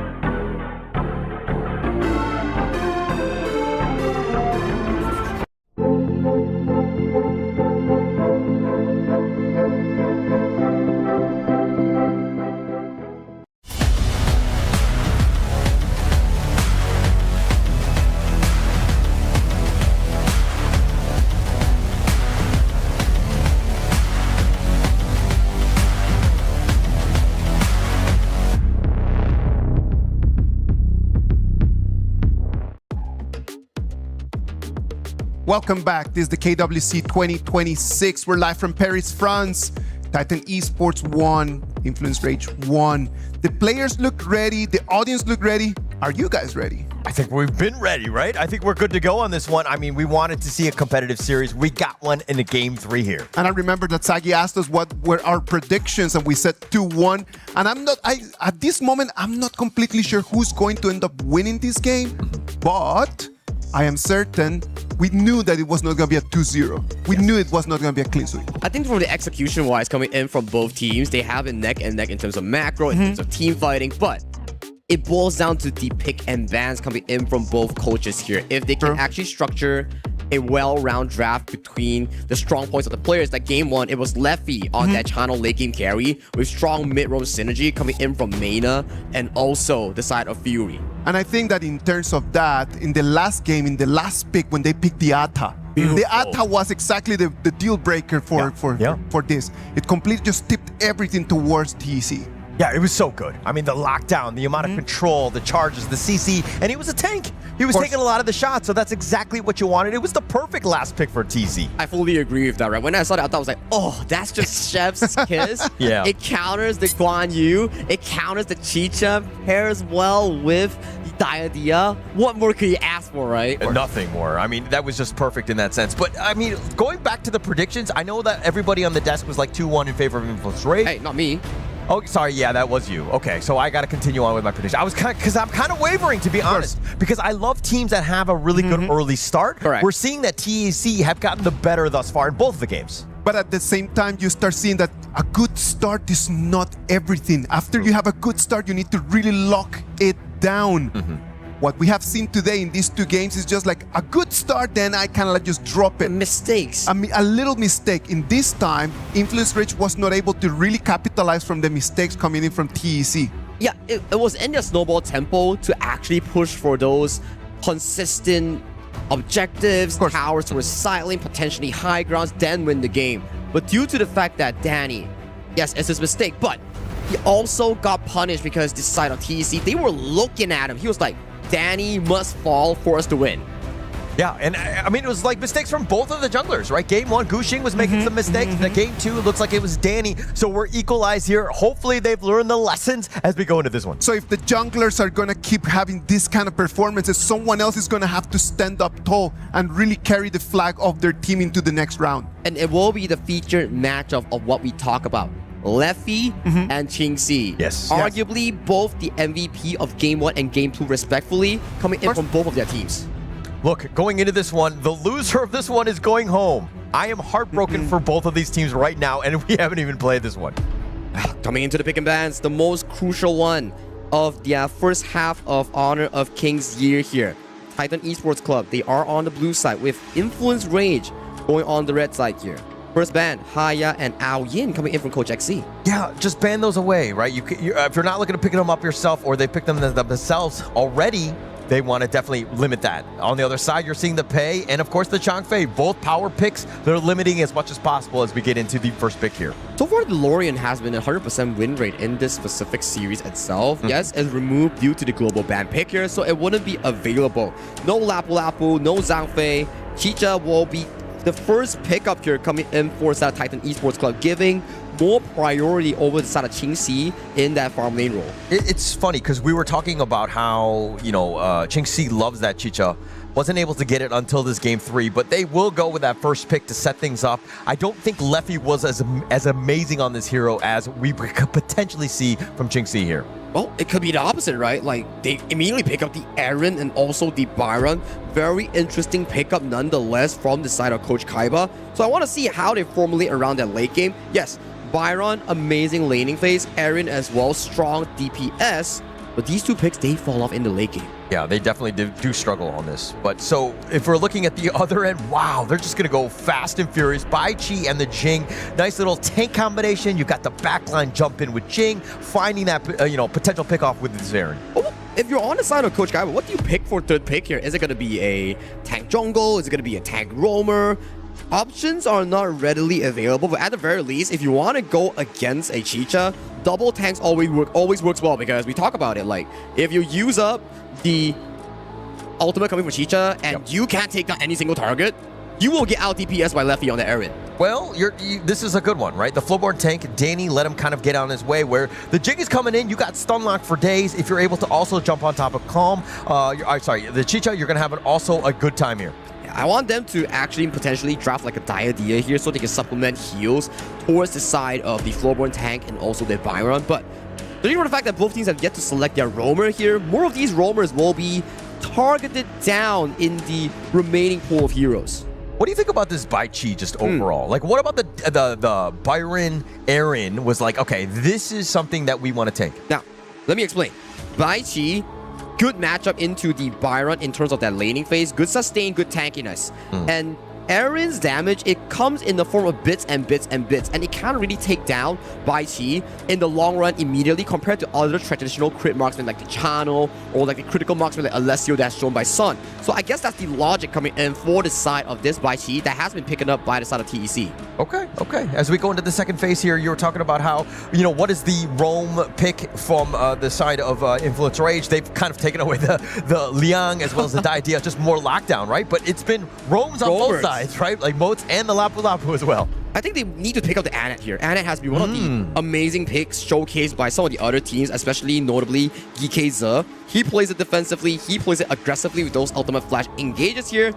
Ladies, what we picked up here, in case if you want to draft another tank roam in towards that specific roamer pool. So it's going to be interesting to see what both teams have in mind for their final pick in towards the roamer. Yeah, when in doubt, just go with more CC, right? Correct. But I think in terms of the damage department, kind of scary. I mean, Aaron is definitely the one, but is the rest of them enough to take down like a Bai Chi that's running at you? He's like, yeah, you can stun lock him for days, but if you don't have the damage to burn through that armor, what are you going to do? I think this goes into the logic why the Ladyzen is selected here. Because of the Destructive Deluge, the ultimate can actually slow him down, remove some of his physical and magic resistance so that the Aaron can manage to take him down. But the takeaway coming in from the Anet is what worries me. What other roamers do you have on the side of Influence Rage that could supplement this specific team composition? You don't have the mid push. You need something to protect the Aaron. So what is it going to be, Influence Rage? What is your last pick roamer? Going to be a very good question. I think that because the Byron of the Flowboard tank, you've already got kind of like that meat shield, if you will. You need something that's a little bit more with that. Okay. Sunbin speed, the heals. And basically, where if the Jing is going to look to dive you have that, sorry, go on. My main worry here, Holler. Thank you for passing it to me. I'm super worried. Okay, Sunbin is good when you have double tanks, but your mid is a Lady Zen. Yeah. And we've seen clips on social media on how Lady Zen suffers in clearing wave. And if you suffer that mid lane clear, your jungle will be invaded by the double smite Jing coming in from the side of Guxing. Yes, definitely going to have a problem here. But this is one that they were looking to do. I mean, in the sense that this is the last pick. Yep. Right? They were expecting this and they were like, haha, this is our trump card. But do you think that that trump card is actually truly valuable as the last pick? If they can survive the first 4 minutes of the game without the jungle just losing control over to the side of the Esports Club, right? Then the Sunbin activates insanely well when she paces her skill 2, the Time Flux, in towards the late game. Because essentially, you have the Byron, you have the Floorborn tank, and judging from the damage that we talked about coming in from the side of TEC, is really round by round. Annihilation comes true, Chicha ulti comes true, Sunbin brings up the healing with that skill 2. Okay. As we go into this game, I mean, for me, it's kind of about Byron here, Tempest, Danny, Floorborn tank, to be aggressive, right? I want to see some invades. I want to just take away as much as possible from Guxing, because if he's left alone, he's going to just do what he's been doing this entire series, is have a good early start. That's the main goal that they actually have to aim for here. Judging from the fact that mid lane has no priority, immediately Lefty and Mena goes over to the bot side, gets the immediate push for the Influence Rage farm lane here. It's a good start, but it doesn't secure them the fire beak as Evelis and Akatsu, they're already here in 8 of Jingxi. Sorry, which of these two squads has the better late game? Let me process it real quick. I think it's 60 to Influence Rage, 40 to the side of Titan Esports Club because of the power level of the Nua towards the late game. Yeah, that's definitely going to be a bit of a problem, right? I mean, if he's able to annihilate somebody, he can find all of those squishies. They're very vulnerable. You know where they're going to be relatively to, where everyone else is because they're going to be so far back. That's correct. And for me, Aaron is not the best late game farm lane, so at the very least, you can take down the front line, but it will take a very, very long while at the very least. So here in the early game, Danny just supplementing a bit of farm in towards that mid lane, has the Crimson Golem still. Information is available for both teams. Yeah, so I think that going into the draft of TEC, Gushing, definitely the guy, right? But that's the obvious answer. I think for me, though, it's about Calm. How tanky can he be? Because if he's nigh indestructible in the heart of your team, pulling everybody, taunting everybody, he's basically going to control everything. I fully agree with you. And then we put a perspective into sort of Influence Rage. It's also quite similar. Tempest, Danny, Mena. This is my core trinity that I'm looking at. If these three can actually combo well, that Sunbin is going to make these two tanky boys I would say invincible. Yeah. I mean, that heal, that sustain, plus they're able to kind of accelerate, get onto the backline from the TEC side. If we're talking about them, they are also very squishy. Calm is pretty much the only guy. So much stakes at hand, right? This is the final game that one of these teams will be potentially playing in the KWC 2026. They lose this, it's back to the drawing board, back to qualifying from their own region. None of them want that. They want to advance further. Yes, you will meet Aurora Gaming, but it's better than just losing in this series. Yes, I mean, but losing this series, you're going home, right? I don't want to go home with lessons. I want to go home with a trophy and more money, if you will. It's about the bag, right? You're coming in for the dignity and for the bag. One of it is Chalk BR's, one of their hope, and one of it is Influence Rage.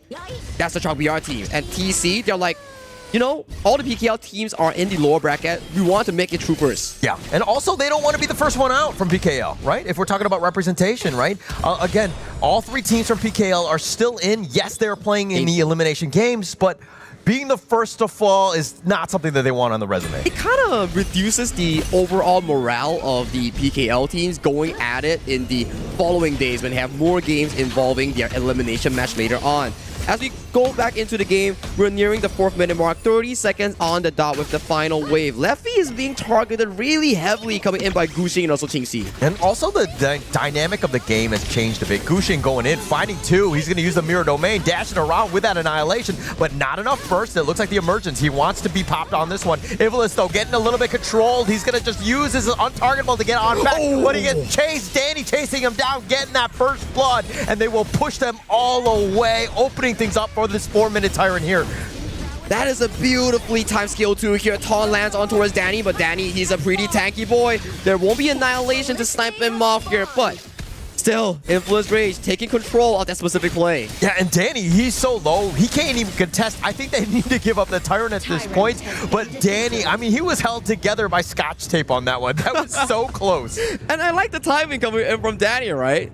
It was at the last possible second of the Anet ultimate, the CC immunity, then he latched on with the skill 2 bash, follow him right into her flash range and find her in towards the backline here. That was an amazing stuff coming in from Danny, and he has already completed a Dragon Rage. In the mid game, this is going to be Danny's tempo. We talk about it. If you let Mena scale into that mid game, this is going to be a difficult part for TC. Yeah, and I think that Influence Rage understand that as well. I mean, this is where they've been prioritizing it. This net worth is like 50-50 at this point. Calm is being pressured in this top lane. His Tempest is looking to just chase. But with Gushing there, the pull back on. They get the rake, but here comes Mena and friends. They get the nice little stun up onto Calm, but he's under the tower. Just tanky boys flexing their muscles against each other here. We see a bit of a side swap coming in from both teams. Qingxi gets that bottom side, and they do a handshake. Lefty gets that top side. Yeah, taking this. They're trading tower for tower, but Qingxi's all by himself in this bottom lane, and I think that he's going to be very happy. And Ivlis, look at this, like the scouting that he's doing. Yeah, Ivlis is like one of the roamers, the Anat pick that actually engage when your team is available. We saw that from Zer, right? The ultimate flash coming in from the Anet is like a good pre-setup tool that allows Calm to come in later on. Yeah, and now back into this mid lane. They're looking to Danny hunting, finding at least Calm for this one. He goes on 1 versus 2. He knows that reinforcements are underway. The creation blocks, and they have Katsu with a decent amount, but Danny now getting a little bit controlled. They have a little bit of the silence. Qingxi's on the side.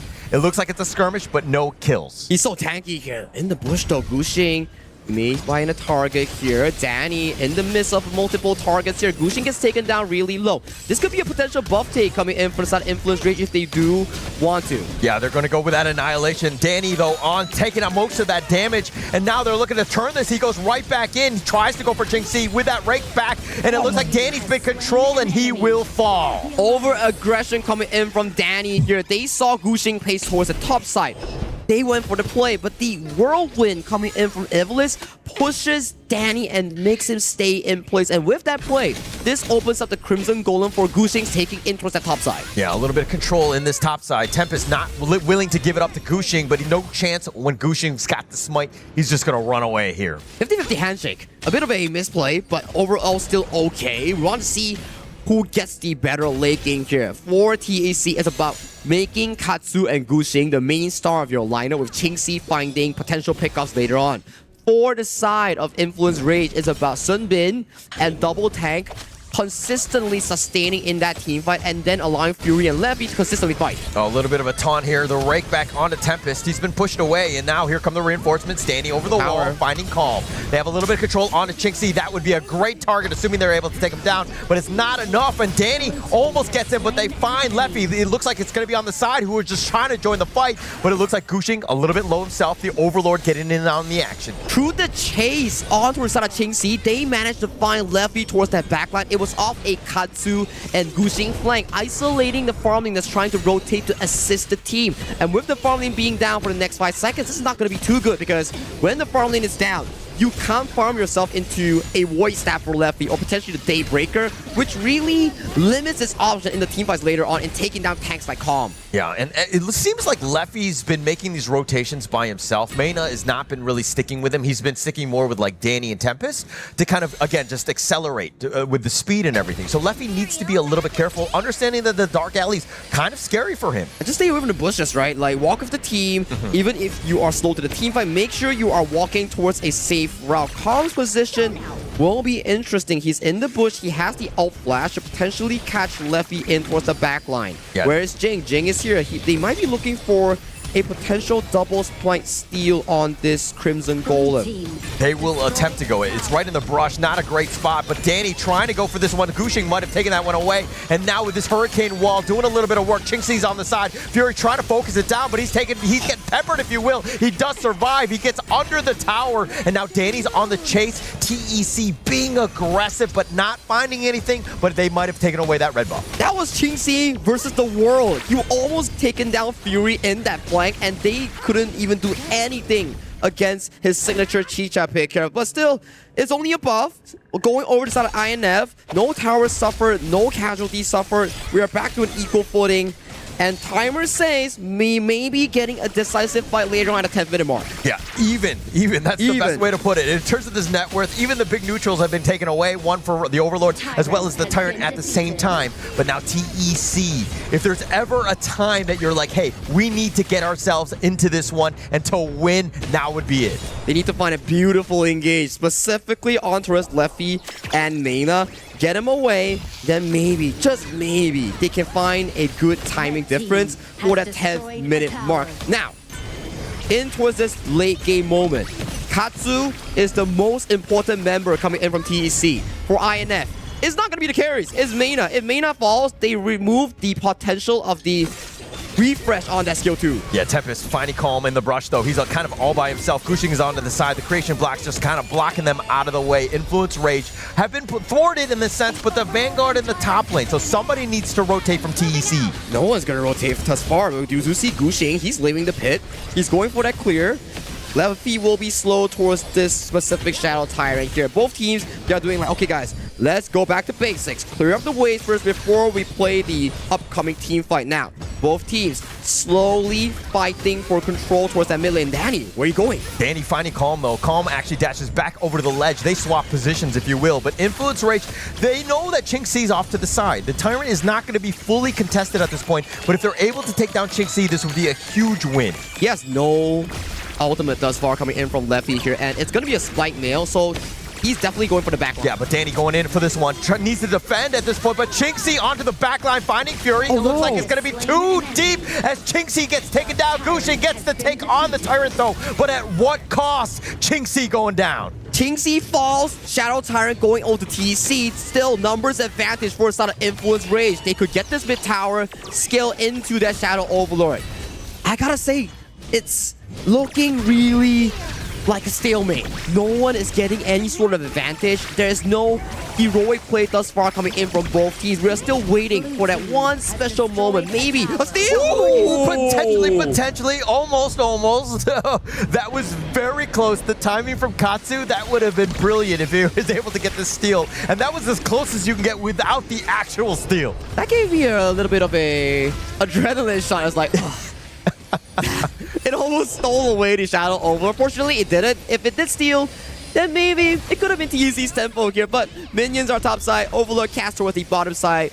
Rotation coming in from the side of Influence Rage. They want to protect this and usher Leffy towards that bottom side. Yeah, but also, I mean, the Overlord was taken, but it looks like Gushing was able to take the bottom T2. So it's a little bit of a trade, not the worst thing. Danny looking to dive. He's under the tower. Fury? And off to the side. Fury's going to get blown up. The stuns are real, but Danny get focus fired. There's just too many of them, and it looks like Influence Rage down 2. Oh no, they showed all their vision towards that mid lane. Leffy and Tempest was on the map, and they were like, I want to defend this over, but there's just not enough members here. Immediately, Gushing isolates, then jumps on towards Fury. The cavalry arrives, takes down Danny. This is a heartbreak right now because the control relinquishes here. Let's check out the replay. Map.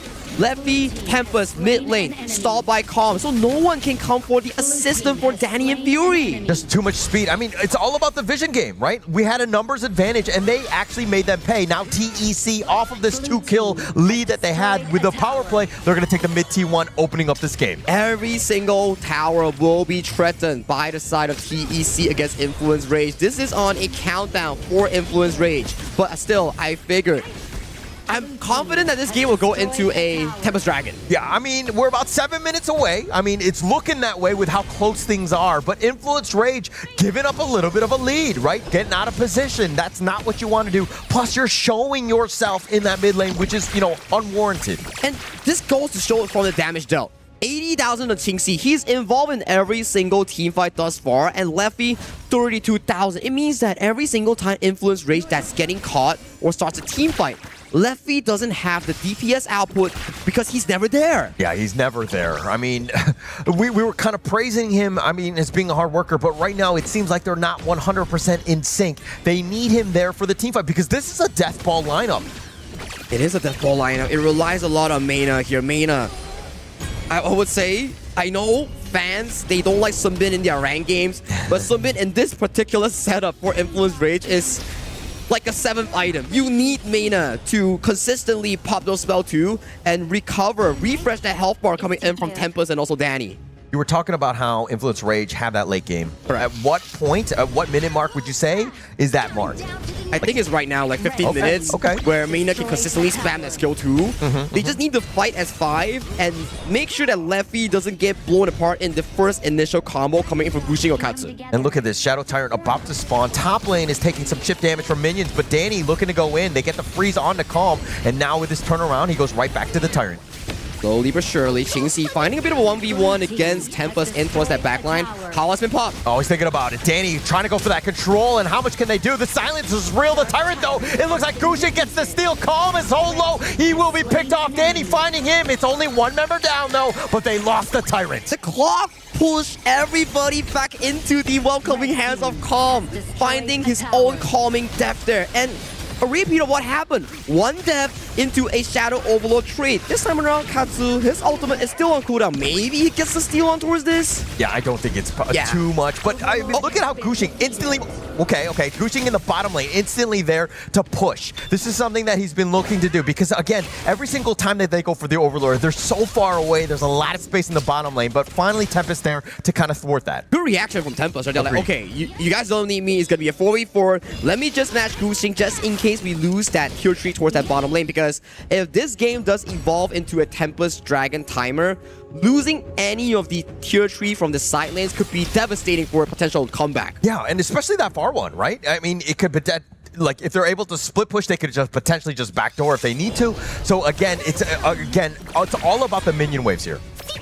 We do see Overlord coming in from all 3 lanes. It's not going to be a repeat of what exactly happened. Gushing, where are you? Gushing looking to dive in. He instantly just gets on out of that. There were just too many members of Influence Rage. They've been using the buddy system. All of them are holding hands as they move around in this jungle. And Leffy is stacked with those defensive items here. 1 Blood Rage, 1 Sage Sanctuary. Probably has the money as well for the Destiny. Yeah, it looks like Calm just too tanky. They don't want to risk this one. But with these Vanguards, look at where Qingxi is. In the top lane, he's going to deal with the Shadow Vanguard all by himself. Very smart, right? There's just not enough tower pushing capability from the side of Leffy. If he walks too front forward, Katsu with those creation blocks will catch him off guard. Qingxi might be in a bit of a danger here. Oh, he just barely canceled it. Qingxi is on the run. The prowl is on. They've called the police, if you will, said, hey, we have an invader in our jungle. They have a little bit of the silence, but the Smite Veil is going to just keep him on back. The rest of TC are joining up. It should be the end of this, but Danny not able to find the catch on Evilus. Very good haul coming in from Evilus to disengage Qingxi towards safety here.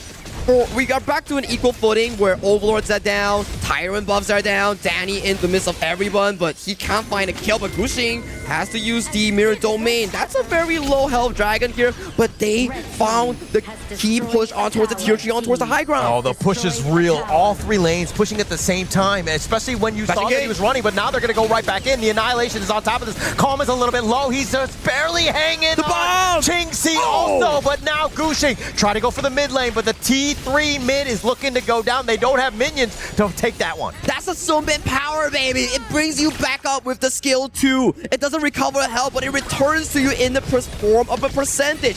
And with the tier 3s coming down, that mid lane turret is long gone. The next upcoming Tyrant, if any of these teams take it, especially Influence Rage, they can remove all tier 3 towers from the side of TEC. Influence Rage right now, they are so close. I mean, both of these teams right now, it could go either way, but I think there's a slight edge for Influence Rage as they're putting on this full court press. That composition just makes so much sense going in towards that late game here. If Mayna survives, Danny and Tempest will be raid bosses going in towards that team fight. And Qingxi, his damage will be suffering right now, but that's a very peculiar flank position on towards that backline. This could be a game-changing moment for the side of Qingxi here. If he can find a backline, oh my god, he's going to go in for this. He tries to go right on top of Fury with that Annihilation and with Calm's damage. That is going to be enough. Mayna now running for the hills. He's not able to find it, and they get the pick off as well. And now Evilus, he's going to be taken down, and now with this Sage's Sanctuary, is he able to stay alive? Qingxi fighting 1 versus 2. It doesn't look like that's enough. Leffy is doing too much work. Off to the side, Katsu, he's trying to stay alive with Gushing, but it looks like they find Tempest, who out-heals him. And now Gushing, he's all by himself here as Calm is going to recall on back. Can they potentially end the game though? There is a 30-second death timer. 1 wave towards that bottom lane. Gushing just freshly uses ultimate. Potentially INF. The safe route is to just remove all the outer turrets. Wait for your teammates. Then go for the Tempest here. But they are potentially looking for that game-winning push. It may be a potential endgame moment. Yeah, the bottom T3, but they're going to make their way to the mid lane. They're going to take them all down. I think that they're going to disengage. Qingxi was up in about 5. I don't think they had enough time. This is the smart call by Influence Rage here. It's a very comfortable situation right now. They got the Tyrant, they collect the buffs, wait for the Primal Born to expire, then threaten the Tempest Dragon with the 3 pushing waves. For TEC, they need a miracle, some steal, some King's moment from Katsu on that Nua. I mean, it's not just about the Tempest Dragon steal, but if you're able to get some sort of pickoff. But TEC looking to waiting on the prowl, if you will, but it looks like Calm is getting control, just way too much CC. Yes, he's tanky, but at what cost? He will be backing off Influence Rage, not able to find the true pick. Slowly. It's going to be a reset moment coming in for both of these teams. For TEC, they only have 1 shot if they want to contest this Tempest Dragon. They need to clear out the side lane first. Calm is being controlled a little bit on the side as well. Qingxi actually flashing back to safety, if you will. He needs to group up with his teammates. Danny, he's so tanky as well. He's just taking most of the punches, but now the Tempest Dragon is up. How do they proceed? There's a lot of minion waves crashing on towards the cross map here. Katsu has already showed himself on towards the top side for INF. It's their call. Do they want to start this? Leffy, hands on towards the Tempest Dragon for the initial play. Yeah, this is that moment. The Tempest Dragon is going to be started. Qingxi is within the wings as well. This is a golden opportunity if they want to go for this one, but they're backing off at this point.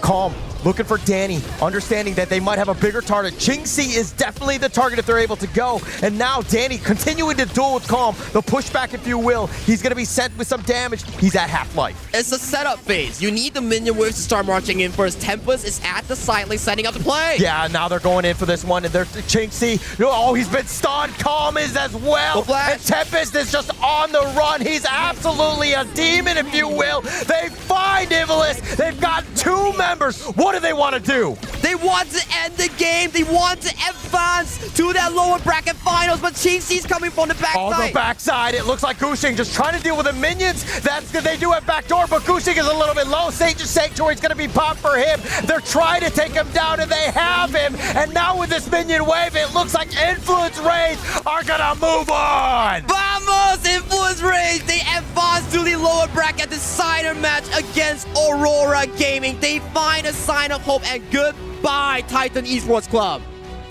Sad day whenever you have to say goodbye to a team, but my gosh, Influence Rage in this one, this nail biter of a game 3, finding ways, the opportunity to get themselves in. And I mean, it is a sad day for TEC fans, but man, that team played with their hearts on their sleeves. They delivered a splendid performance coming in for both teams, but it's the draft of all things, that Sunbin final pick. This is towards the viewers here. This is how you draft Sunbin. You need double tanks, and this is a perfect showcase coming in from Influence Rage on that Sunbin. Influence Rage is gonna move forward toward today afternoon's match against Aurora Gaming. Congratulations to Influence Rage. The Choke BR second place are still alive in our KWC 2026. On the other side, thank you very much, Titan Esports, for coming in. But right now, their dream of the KWC 2026 championship comes to an end. A lifeline, if you will, for Influence Rage. Really well played. You know, I mean, they dug deep for this one. They knew things were going to be on the line. Everything was going to be competitive. But being able to just overcome, and I think that this comes with the experience of this team. They've gone through a lot of heartbreak. But to get themselves here and to win that pivotal game 3, again, just shining when you need to. Heartbreak. Yes. Yeah. Shattering moment, not only for the heart, but their keys later on. It's going to get crushed by the machine later. Yeah. I mean, just that's the whole point of EWC, right? Having that moment. The key is definitely something that is, again, part of all of this. Lads, let's look at the hero picks right over there. We can all agree that it came down to the Sunbin pick. Agreed. Let's break that down because we don't get to see a lot of Sunbin picks through the KWC 2026. In these patches has not been a very popular hero. So I really want people at home to understand a little bit about the mechanics of that specific. Now, Sunbin skill 2 is a movement speed buff. And it's not a heal, it's a rewind of a percentage of your health loss after the movement speed ends. So what happens? Nuwa, Chicha, Jing, these heroes are combo reliant and burst reliant. If your enemy doesn't fall after your initial combo during the Sunbin skill 2, means you've wasted all your spells and they can fight against you instead. The ulti, how does the ulti work? Because just being able to silence a lot of people and allowing the power, the speed boost after with your second ability, it can become a combo as well. And silence is a very, very strong tool. We have stuns, we have like roots, we have different crowd control. Yes, suppression from Liang Donghuang is the utmost strongest one, but when you come down one more step, silence stops you from smiting, from using items, from using skills. So that's a very strong tool as well coming in from the side of Sunbin. And you know exactly where they're going to be, right? When that fight is happening. And it's such a large AoE where, again, it was a very tough spot to be in. And they actually paid with their lives. Mena had some amazing, time lapses. Of course. And I think that the pick opened the doors for Influence Rage, but it was not enough just to have them open. You need to go through them. And the way that they played in here, sometimes I just felt like they jumped in a little bit too quickly. I felt like they were tossing too many abilities onto the Paitsi because Paitsi is just extremely tanky as well. I think they are on a knife's edge, right? They are forced to make plays that just counters out the timer where we talk about it. The better late game goes in favor for the side of Influence Rage. So if you're on the side of Titan Esports Club, you are forcing yourself to find moments. That's why we see in multiple occasions is 3v5 on the front side with Qingxi and Gushing finding the flank angles here, which to their attempts, it worked out most of the time. But it's just that the scaling coming in from the Sunbin is just too darn strong. Yeah, and again, you were talking about the fact that this lineup was all late game. Correct. Right? Once they hit the late game, it was way more difficult. It looked like TEC were doing things that were a little uncharacteristic, especially with aggression by Qingxi. We gotta just talk about that. About just like the times of the game. As time passes, that Sunbin strat was gonna become stronger and stronger and stronger. What about if we go to Mara? Mara got Danny right over there on stage. Let's hear from them one more time.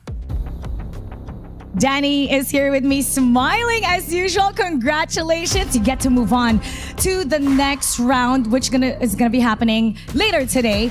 But we want to know your thoughts because in game 2, your opponent was really targeting you. They were making it very difficult. In moments like that, how do you adjust to that pressure to make sure that you could still make an impact and have it not ruin the entire match? So yeah, about the game 2 was not very easy for me play. I mean, our champion is really OP, but was kind of hard to play against their composition, and they are playing like really good. But I feel we were doing great in the game. We were with some advantage. We are doing good the rotations. But after we lost, I think our mood was kind of bad after we lost, and then I just said to them, guys, don't keep pressure. That's fine. We just need to see our mistakes. We know what is our mistakes about half map, about some pickoffs. So we just need to pay more attention in the next time, and we're gonna win for sure. And that was a really great pep talk because we saw in game 3, you got it all under control. Now, your next matchup, because you've won, you're gonna be fighting once again in match 3 today against the MKL Spring Champions Aurora. You took off one game from Rock Esports, right? They defeated Aurora. Now you face them. You said that your play style, your identity is very aggressive, but now you're going to be going up against Aurora that's very methodical. How are you going to approach that one, and what would you like to say to them?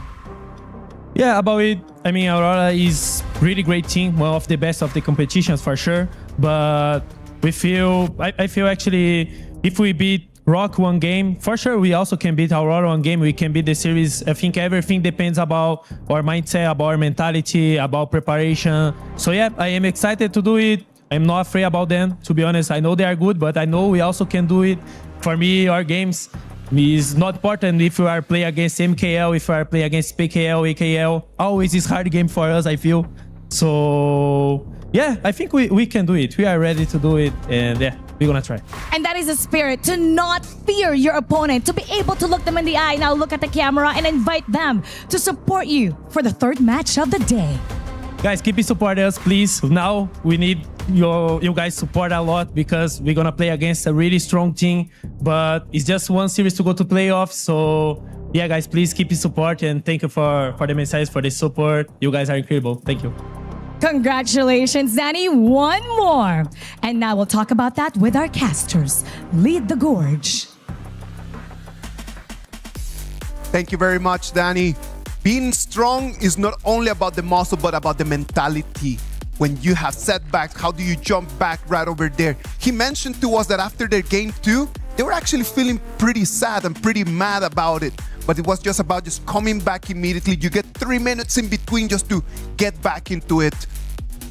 Influence Rage, if they played the way that they played right now, do you think that they have a chance against Aurora Gaming? I think so. I mean, the only thing that they need to shore up is that weakness in the early game. They can't let Aurora get going, especially early. If you let Aurora just take a little advantage at the beginning, it's just gone, right? Yeah. Because as Mara just mentioned, it's methodical team. They're able to just really push and just build through. I think that's the specialty coming in from some of these MKL teams. They are much more aimed and also calculated in some sort of their plays, but nothing is zero. You'll always have a shot if you're competing in a tournament.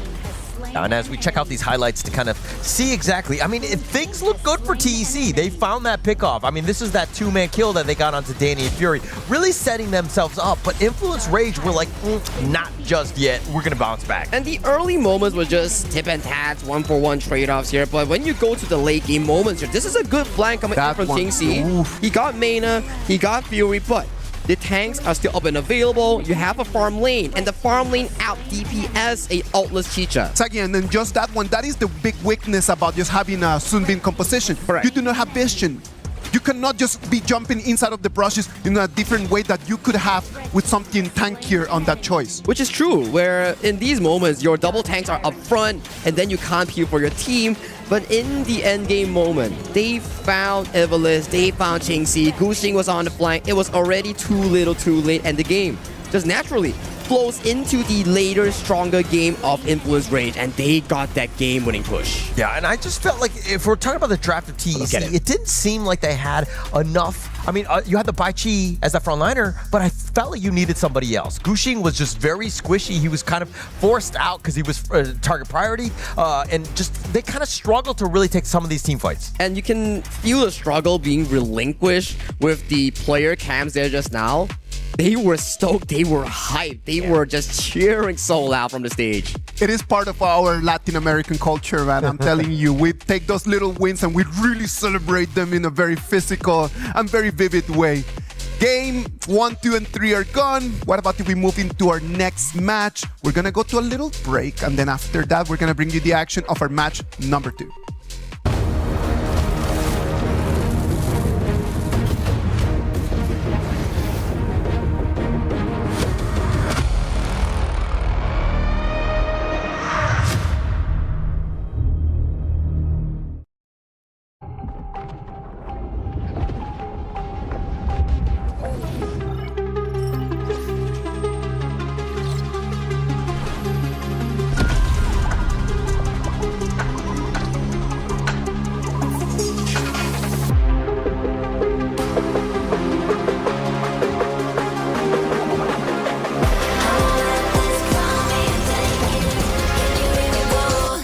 We're the champions, ready to go.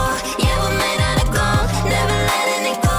Got your back, yeah, they coming, strong in the storm. Do you wanna go up in fortune, Valor, crown and honor? Yeah, crown and honor.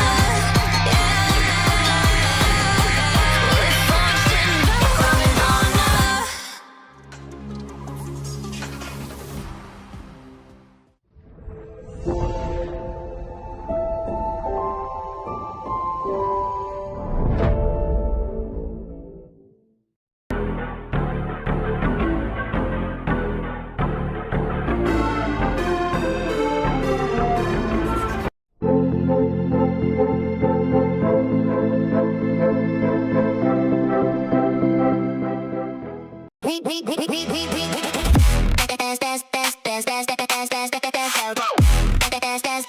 We book Esports World Cup.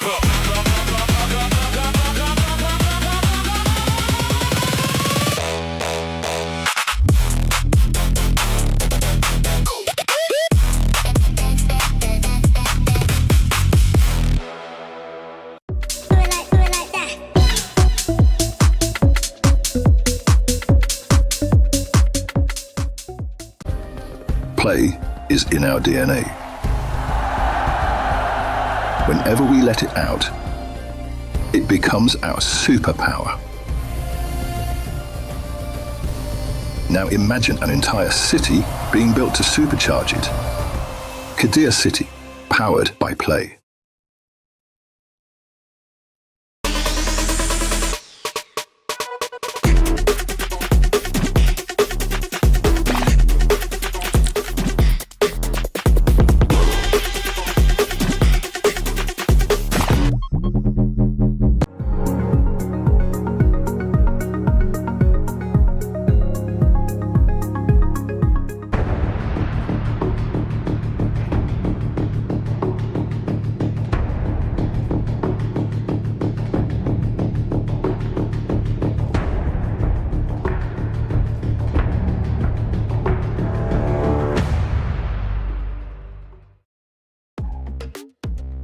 Welcome back. This is the KWC 2026.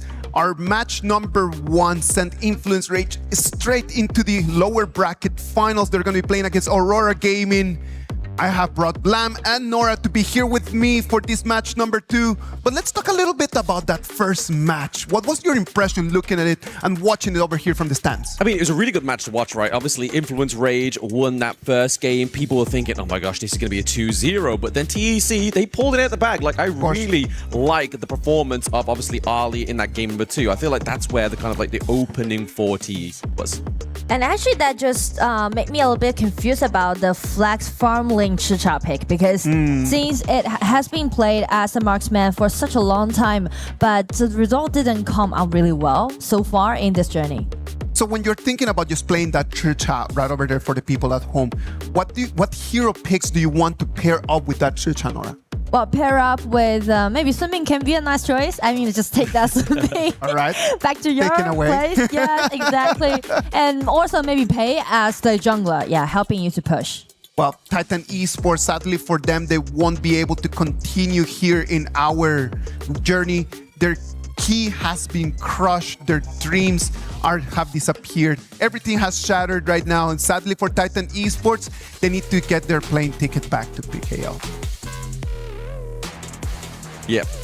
Unfortunately for the side of TEC, it's going to be another PKL representative falling out of the competition, right? And I mean, it's a unfortunate evening if you think of that way, Isaac. Of course. Is that they have Boom Esports up next. That could be a potential another PKL representative leaving the competition. So this is a grand warning for the PKL region. I hope that all the people, all the fans from the Philippines are right now just pushing for all of their Filipino teams, right? Like, I really hope that the fans from the PKL can be just really like cheering for all of them. The more PKL teams that we have left in here, the bigger the chance it is that one of them is going to make it to the top 8.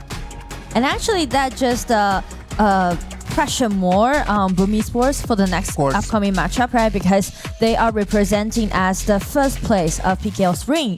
So I guess it's kind of just bring them the momentum to, okay, we're gonna do something. And that's gonna be our match number 2 of the day. We're going to have Deep Cross Gaming against Boom Esports. The AOV champions against the PKL Kings. It's win or go home. It's going to be a redemption arc for these two teams. Yeah, and I mean, for Boom Esports, obviously, they're no, like, stranger to the lower brackets, right? That's exactly how they got their win in PKL. But Deep Cross Gaming here, we are still looking for that identity, right? Still looking for that member that's going to be bringing a up performance for the series. Deep Cross Gaming started in such a great momentum, right? Like, they start building momentum, they win their play-ins, they come in and then they're just swept away by GK Esports. Is it because of their skill, or is it because GK Esports was just way better than them? I feel like it's because of their skill and also their discipline. All right. As you mentioned, like, they played really well in the play-ins because they put a lot of like individual heroes to play out, to outplay or take it in that way. But in the last games that they played, it feels like the connection is kind of missed. I mean, like, the communication is definitely not there prepared for the things that they want to do. So that might be something they need to sort out for today's matchup. Ethan, Clean, God, Wushin, and Son are gonna try to prove to everyone that the redemption arc is real. They're gonna take that little loss and they're gonna move forward.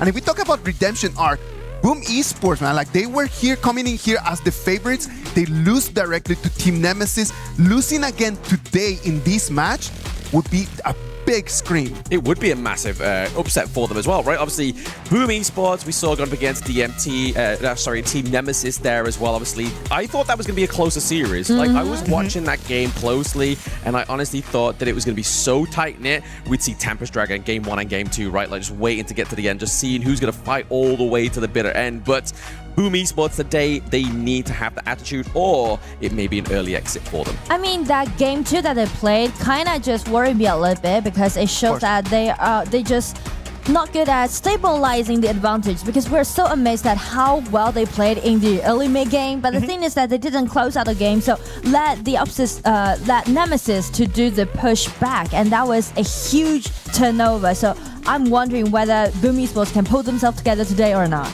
And if you already just saw the games from today, it was exactly the same, right? Like just having an early advantage does not mean anything if you cannot just really solidify and really take the victory. So it needs to be important. Which of these players right over there on stage, right behind us, needs to stand up today to be able to carry the team, Blam?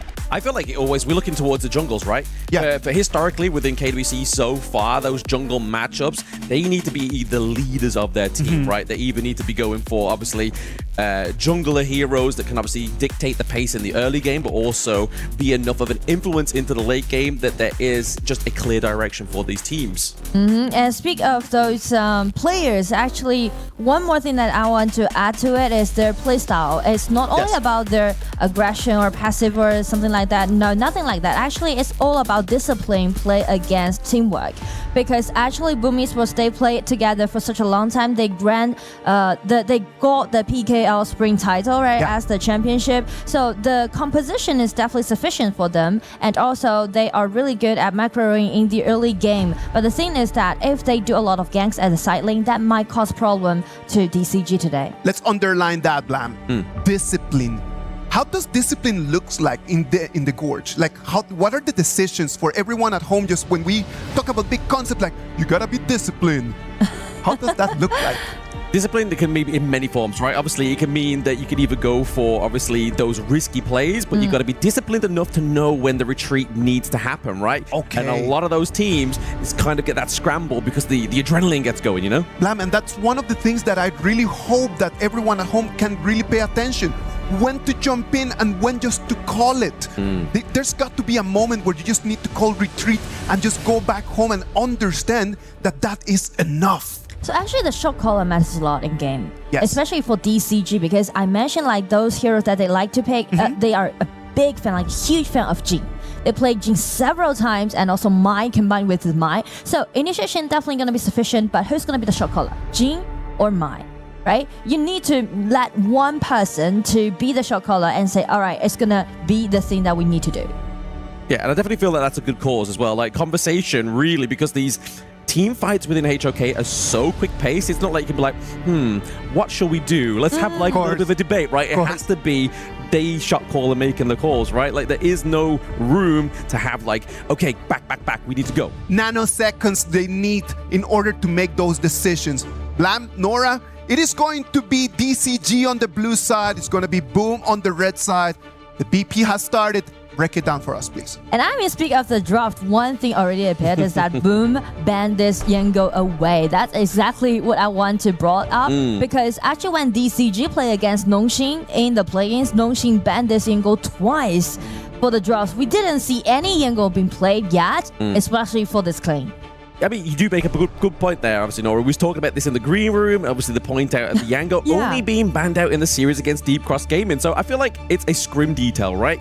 Clean here is obviously a player from obviously HOK, so Yango would be a possibility, and it clearly is some kind of pocket pick for him because no other team have gone for that desire yet because it's only a best of 3. We're looking for comfort picks, we're looking for those big carry picks, and if you look to the side of Deep Cross Gaming, they go for the pay. They go for the Xiao Xiao. So early game, we got late game, and obviously then complemented with that front line of the Lapu Lapu. And also mention about those comfort picks. Yukio is definitely going to be the comfort pick for Carl because Carl is the core player on the side of Esports. Not even mentioned he got a Yukio Penta back into PKL Spring. Yeah, it's a very impressive stat to have, right? And then it's going to be lined up with obviously Tatsuri on the Lorian here as well. We're playing a AOV hero up against AOV champions of their own regions, right? Obviously a GCS. The Zhangfei Lapu matchup we've been seeing quite frequently as well. Just Titan go up against Titan front line. Needs to be the anchor for both of these two teams. But latter part of the ban phase here, Clash Lane is the heavy focus. Guan Yu doesn't really want to be given over to the side of Deep Cross Gaming. We know Clean has had a good performance on that hero. I mean, yeah, definitely Clash Lane matters a lot, and since Dharma and also Charlotte has been banned away, including this Florentino, little choice left for Miggy. But the way that how Boom Esports do the draft just give me the feeling that they won't go for some marksman that is immobile. For example, like Irene or like channel these kind of hero. Yeah, I mean, like you said, running down the clash lane here, heroes terms-wise, obviously we do generally see the Devourer come through when we have the pay as well, right? Have that double marksman comp, but then your front line really suffers. It then becomes a big heavyweight for Shin to just carry that weight, right? Like, that's a very difficult situation to be in. Boom Esports, they go for the Eren. We've been seeing a lot of Eren Chicha matchups as well. That could be a potential here for Deep Cross Gaming. Yeah, from the bans that they did away this Byron, also Guan Yu already created a really comfortable setting for this Eren pick, and also allowing them to build up a winning lane at the bottom, because paired up with the Zhang Fei, they're going to be very stable at the laning. But as for DCG, they really need some assassins on the top. I mean, some warriors who can jump into the backliners. So I'm looking for some hero like Fatigue. True. Yeah, I mean, he has not been banned out here as well. He was obviously one of the stellar picks of yesterday for Chami 1, but it looks like it's going to be the Nurtza into the clash lane here for the side of Deep Cross Gaming. We saw a phenomenal performance here from Virtus Pro yesterday. Obviously, it was in the jungle, but it's still the same hero. It's still the same situations that could come across here. And Sun likes the performance here on the Flowborn Marksman. We have long range to kind of outpoke the Eren and keep safe away from that ultimate. Yeah, I mean, like Lapu with this Nerja is kind of just give a huge threatening felt towards this Ryan, but it's really rare to see Nerja played as a top laner actually, because usually, as you said, it will be played as a jungler. So as a top laner, Nerja need more time to farm up, maybe about like 8 to 10 minutes. Yeah, interesting. We have Global Ult going against Global Ult here. The Lu Bang, just more magic damage going over to the side of Boom Esports. So you know for a fact that the tanks onto the side of Deep Cross Gaming, they need a lot of magic resistance, right? Like, physical may not be the problem. Depends on how the automation for Eren can go, because it can go 2 of 1 paths, right? You can either go magic damage Eren, or you can go for the like attack damage, crit damage. I feel like Lobon is kind of like a counter pick towards this Nerja, but not for the laning, but only for the protection that he can provide during the team fight. So it's gonna be a very clear thing for this game 1 is that whether Irene is gonna be alive or not. Yeah, that's gonna be the big depender, right? That's a lot of burst damage to lose, isn't it? So obviously, if we look at Lorien, Lorien generally has a lot of burst damage as well. So for Boom Esports identity in this one, that backline is crucial for those team fights, crucial at picking off not only tanks, but the squishier heroes. And obviously, taking off the squishier heroes is going to be a bit more of a challenge, but it means that the rest of the team fight is just then going to crumble and help you in that means. But actually, you know, that just made me wonder, will Danny take the pressure? Because speak to the last matchup when they play against Nemesis, I feel like CC from Nemesis to the farm lane totally outplayed Danny, to be honest. Because like from the laning to the team fight, actually Danny didn't really stay in a stable way. But this time they're giving the ball to Danny in game 1 in the lower bracket. Yes, but I mean, it's the same kind of display of what we saw yesterday, right? If you're going to give over like a big pick or something that's going to be comfortable for your enemy team, you want to be able to try and survive it in game number 1 rather than getting halfway through the series and be like, okay, they've got their best picks now. This could be a problem because we could be leaving the competition. But if you can survive it in game number 1, it means game number 2 is going to be a little bit more of a sigh of relief, you know? Yeah, best of 3 is such like high tempo format. But right now, obviously in this game, just trying to create that early game state here for both of these two teams. Maybe trying to go for an invade here. Godwoo, very early on. This is something you have to do with the pay, right? Yeah, it has been 1 minute, but since the positioning of the blue buff didn't go well on the side of DCG, so it's going to be cause some trouble. No, it's causing trouble, but I mean, the trouble is going over to the side of Boom Esports, right? But Godwoo kind of having to dash out in the wrong situation here. First blood does go over to the side of Boom Esports. The elder brother, Miggy, is keeping them all safe. Shin falls as well. That is going to be a double kill already for the first seed of the PKL. We saw not quite as promising performance as when they played against Team Nemesis, but now they have shined, and Deep Cross Gaming are like, no, we cannot allow you to get those 2 kills. We need to get something for ourselves. You can feel the tension, right? Because like it's only game 1, but it's the lower bracket. A lot of decision has been made on the side of DCG trying to do those early invasion. But the thing is that, as we mentioned about the positioning of that blue buff, actually just cost them too much time to take that down. But I do like the way how Ethan just used this the flash and also the skill 1 tried to make some consolation effort. Yeah, I feel like at that point when you kind of already lost so much, you kind of have to do like a play of desperation. The risk may be high, but the reward at that point kind of just hemorrhages that bleed of the gold so far between these two teams. It's not like 1,000, it's only a few hundred, but you don't really want to let that snowball, right? Yeah, exactly. And also you mentioned about discipline this time, and I do believe that Boom Esports is quite disciplined team. Because as you can see, they just move in groups, a lot of group hunt that you can see, right, from their gameplay style. And already you can see Lorian's position is kind of guarding this blue buff for Yukio. Yes. At the same time, obviously guarding the blue buff at the side of DCG. You saw Clean there, just kind of like waiting around, trying to get a bit of intel. You know, that this is the good thing about having that tank in the clash lane, right? Kind of acts as a second roam. You're able to like, right, okay, can you just go and check this for me? Cool, get back into your lane. And because the wave clear of these two heroes topside, you're not really like having to be like, okay, he could really clean this out quickly. I have to go back. You have that time on your side. Tankiness means the priority of river control. And since we're looking at the lanings, actually Danny is playing really well so far, right? Due to those HP trade, we can see like Sun just fell behind a little bit, and Shin is coming for help. But I mean, like to the laning performance, Danny is improving, I guess. Definitely, he's having a bit more of a comfortable game. Like maybe just yet the first match of this KWC just had too much kind of like gravity towards it. You know, like sometimes it can be a lot of pressure for these players because they are quite young. So now that the fact they've had their first go, they're in the lower brackets, they realize what's at stake here, and that is tournament life. So it really kind of just, it either makes players or breaks players. Wow, speak of that, I feel like DCG is trying to make something happen at the bottom, but as for Boom Esports, they're playing really aggressively on the top side. Just playing the split map, just trying to get that pressure down to the bot side here for the side of Boom Esports. Just means that that Tyrant is going to be a little bit easier to get, but Draw has to use the Unbridled Outburst just before this very important moment. The Tyrant is now getting assaulted here by both of these two teams. It looks like it's going to go over to the side of Boom Esports. Sun falls down as well. That is an extra bonus here. Clean comes through with the Skyfall just to be here for his teammates. I mean, like, Boom Esports, they got everything that they want. Got a kill at the bottom, and also with this Tyrant, it's just going to be so dominating from now on in the big game.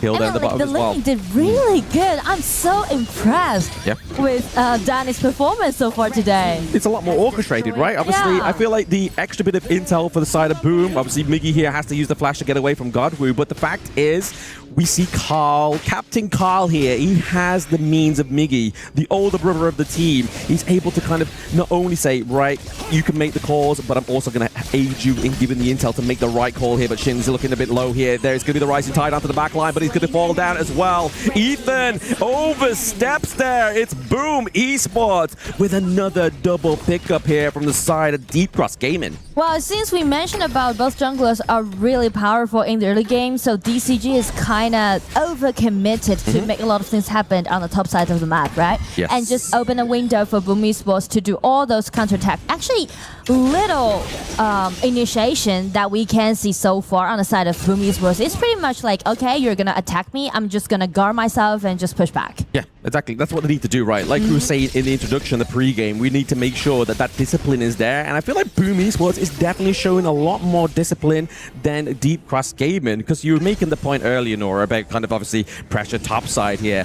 But really for DCG, the reason why they want to get topside clear is it means that Clean is just going to be a little bit more available for this team, right? It then puts a bit more pressure onto Miggy, and Miggy right now, I feel like he's having a lot of impact as well as Carl. Yeah, I mean, like both top laners in game one, they are holding the same responsibility. Actually, Clean is going to dive right into the backlaner, aiming at this ring, but since he suffered a lot during the laning, so actually the item is totally not enough for him to do that insta-kill upon this ring.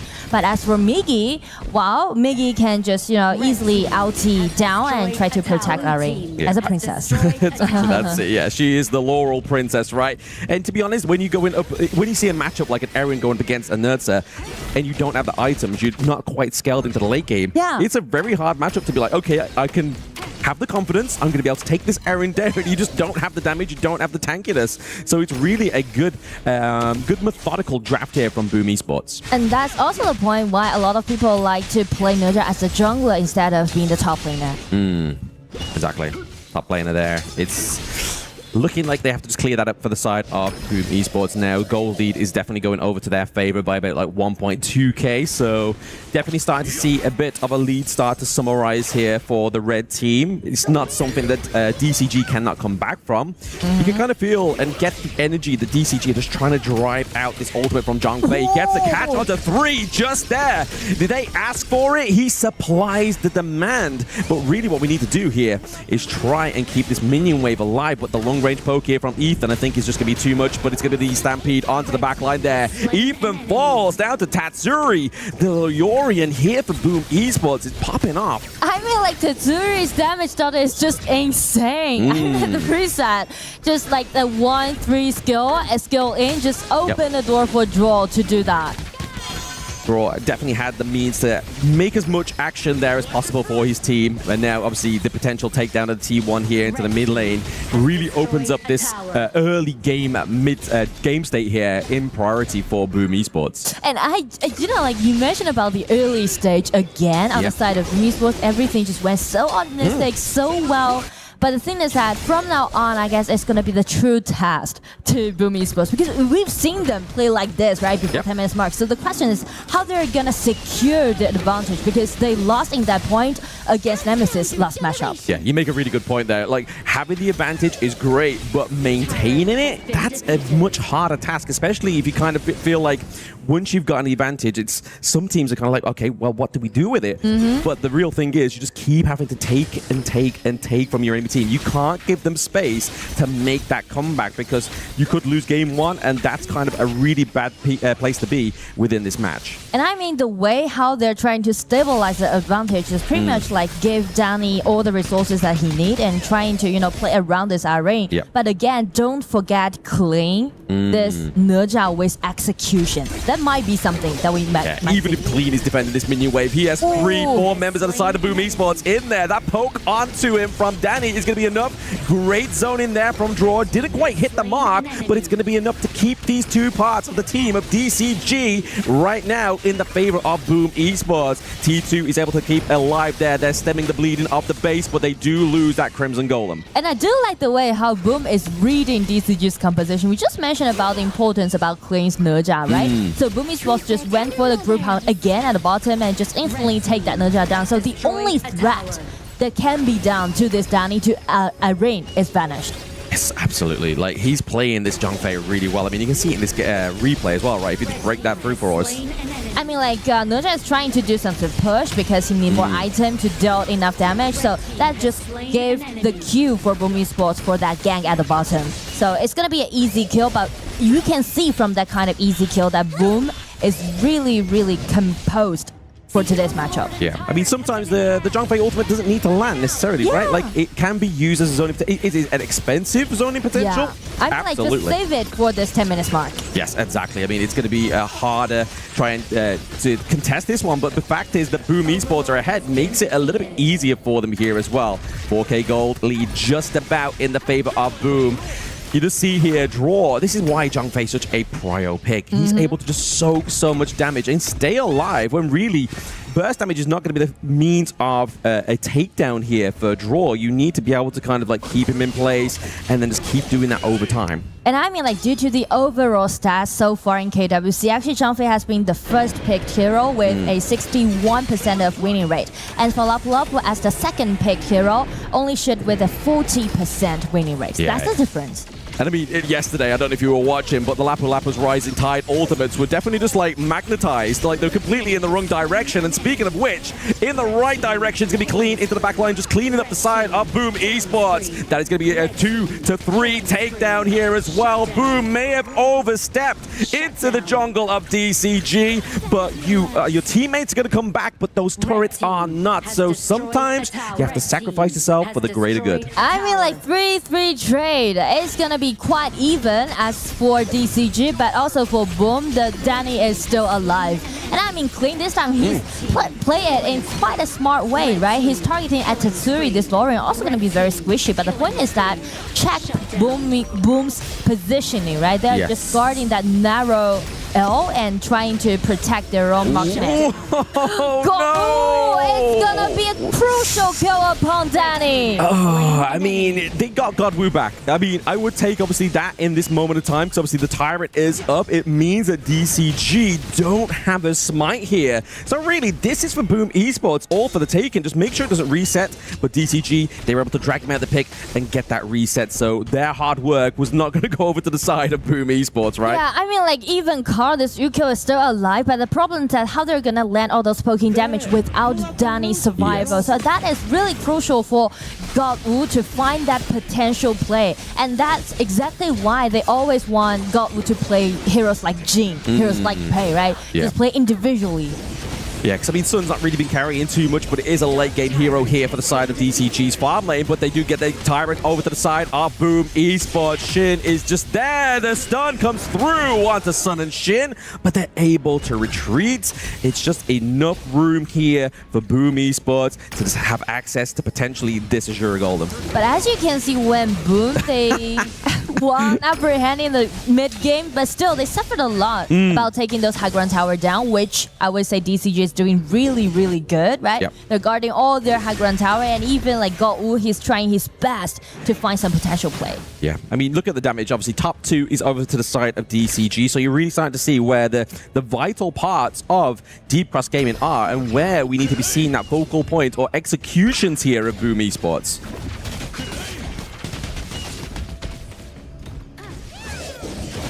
Getting in. Lonely minion wave there just gets taken out by the side of DCG. There's going to be no assault here because obviously back to the point you were saying literally moments ago, Nora, just to bring the tension back onto the gorge here, is that higher ground turrets. The effort of Deep Cross Gaming here has definitely been a commendable one, right? Exactly, and because of the items, because they're scaling up, so actually they can try to push back around their high ground tower. He already break out his ulti, but still high ground tower. Oh my god, the damage! Iris ulting with Lorian. Shato just vanished on the battlefield, and it's gonna be clean getting in, but it's gonna be a 1v4 Splendid. Splendid just get away from that execution and survived on the side of Boom Esports. Yeah, I was about to give them a bit of a jab, you know, like Draw, he used that Unbridled Outburst a little bit too early. Like, there could have been a bit of a better setup, but the fact is, they got what they were looking for, right? They got the T3 top side of the map here as well. Miggy's taking too much damage from this crystal, uses the Splendor to keep himself alive, gives time for the minion wave into the top side of the map to actually make it through to the crystal, and boom! Esports take their first game victory in KWC 2026. I feel like coordination is what we can see from game 1 on the side of Esports. We know that actually they struggled a lot in the previous matchup with a 0-2 loss against NMSS, but this time, as we are seeing them play today, I feel like they're ready to make comebacks. No, they're ready to make comebacks. The way that Danny was playing in there, it's the real key of why Boom Esports is able to take that victory. A 1-0 lead right now that could mean that the PKL champions can still be alive in this tournament and play for their ticket into the top 8 to the afternoon blank. Yeah, absolutely. Definitely I wouldn't say dominant.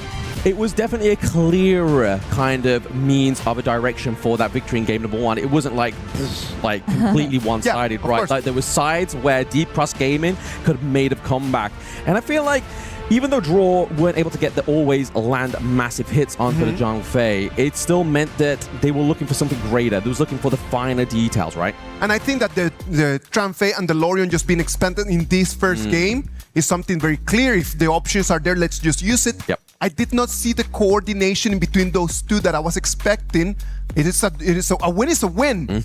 But if we want to just look back and just refine the little details, that's one of the things that I'm really looking forward for later. And I would say for DCG, and I mean like the coordination, right? You mentioned about the coordination again, and since they're picking out this Nerja as the top laner, I don't really think it's gonna be good for them to, you know, make a lot of things happen in the early game. Usually the only potential play that you can look forward to is from Godwoo's Pei. Yeah, absolutely. He had to have that setup, right? And he really struggled with that one. I mean, yes, Godwoo tried to go in with the early level invades, which we know a lot of kind of like competent players in the jungle do. Denied. But the risk is great, and it was denied, like you said there, Isaac. It was a hard one to watch. Oh, come on, man. Like, I think that in terms of that, Boom Esports was so much better at just controlling the jungle resources. So it just completely denied the tempo from the Pei. And if the Pei does not have any tempo, if the Pei does not have an advantage, as time passes, this hero becomes smaller and smaller and smaller, Nora. Yeah, I mean, like the alarm is definitely set for heroes like Pei, and so does Yukio actually. You know, that's the point that how you're gonna see those two assassins play against each other. And on top of that, actually, I would say Zhang Fei played very well in that case, and also with this Miggy's Liu Bang choice, that is really clever. You know, like double protection for Danny. Not even mentioned to Danny, definitely improved a lot from last matchup. Yeah, like I do have to obviously coin back to that one. Miggy has been one of the players within obviously the PKL that like to go for like these, not as conventional, like kind of meta picks, but he is able to adapt to the draft when needed, right? And I feel like that pick there, the Liu Bang in game number 1, which is obviously, like we just said, not really seen often, was the perfect piece. And I mean, those unexpected but useful hero picks is definitely what you need when you're trying to get through the lower bracket. All right, Blam, Nora, this game number 1 has been a great presentation just to see exactly what Boom Esports has been working before. They lost their first match and then they wanted to bounce back just to demonstrate why they have a crown on their heads. Now, let's go for a little break, and when we come back, we'll see if Boom Esports can take game number 2 and move forward into the 2 days of lower bracket finals.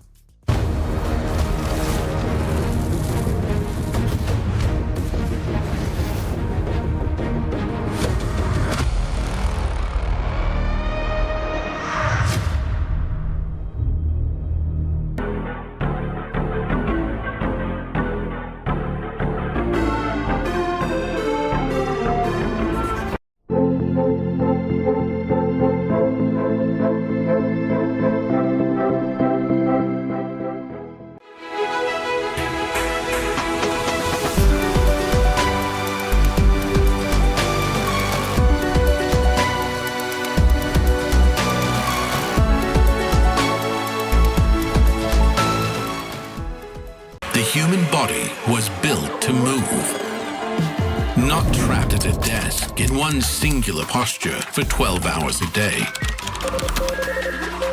It's time your chair evolved. This is Secret Lab Titan Evo. Ergonomically engineered for you, gamers, hybrid workers, artists, backing your every move. Play is in our DNA. Whenever we let it out, it becomes our superpower. Now imagine an entire city being built to supercharge it. Kadir City, powered by play.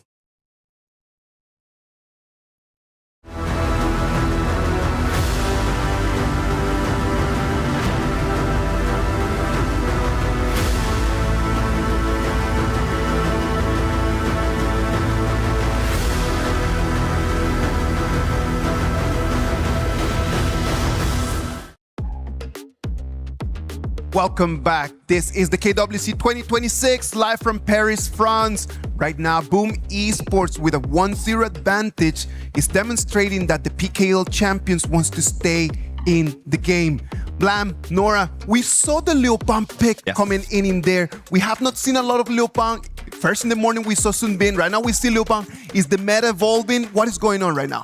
I would say it's either a stance of the metas evolving or the teams finally just bringing their identity to KWC 2026, right? Because obviously the first few days play-ins is a very small but short burst of actually qualifying, so you just want to go for pocket picks, meta picks, but now it's kind of like, that's not always necessarily going to work, whereas an identity from your own region is definitely going to be your strength. Now, in terms of that, for the people at home that would like to know, okay, this Liu Bang pick, that looks really nice. What is the strat with the Liu Bang and how to play it, Nora? I mean, actually, people usually play Liu Bang with Jin as the top role, but this time they are just trying to protect their marksman using Liu Bang's ulti, protect the extra shield to the marksman, and also he can easily TP down. You know, TP matters a lot in this patch, in this game actually, because the map's rotation. If you got some skills with TP, for example, Da Qiao, right? We've seen that before, and also Liu Bang, and also Ne Zhang, which might be more prevalent from now on. Okay, so the TP is very important. We already saw it with the Nerja. We're gonna see it with the Liu Bang. Nora mentions about the pick with the Jing. Because of the shield and because of the sustain. What other hero could be a good combo over there? You go first, okay? Let's see if you're going to say what I'm going to say. Because you mentioned about Jin, right? Jin go is like DCG's Jin is really great, and I'm really looking forward to seeing them taking out that Yango pick. Because I haven't seen Yango yet. And also, speak of those unique heroes, actually DCG is the only team that played Alessio before so far in KWC. So yeah, I was like... But teacher, I'm going to answer the question. I want to see Musashi with it as well, right?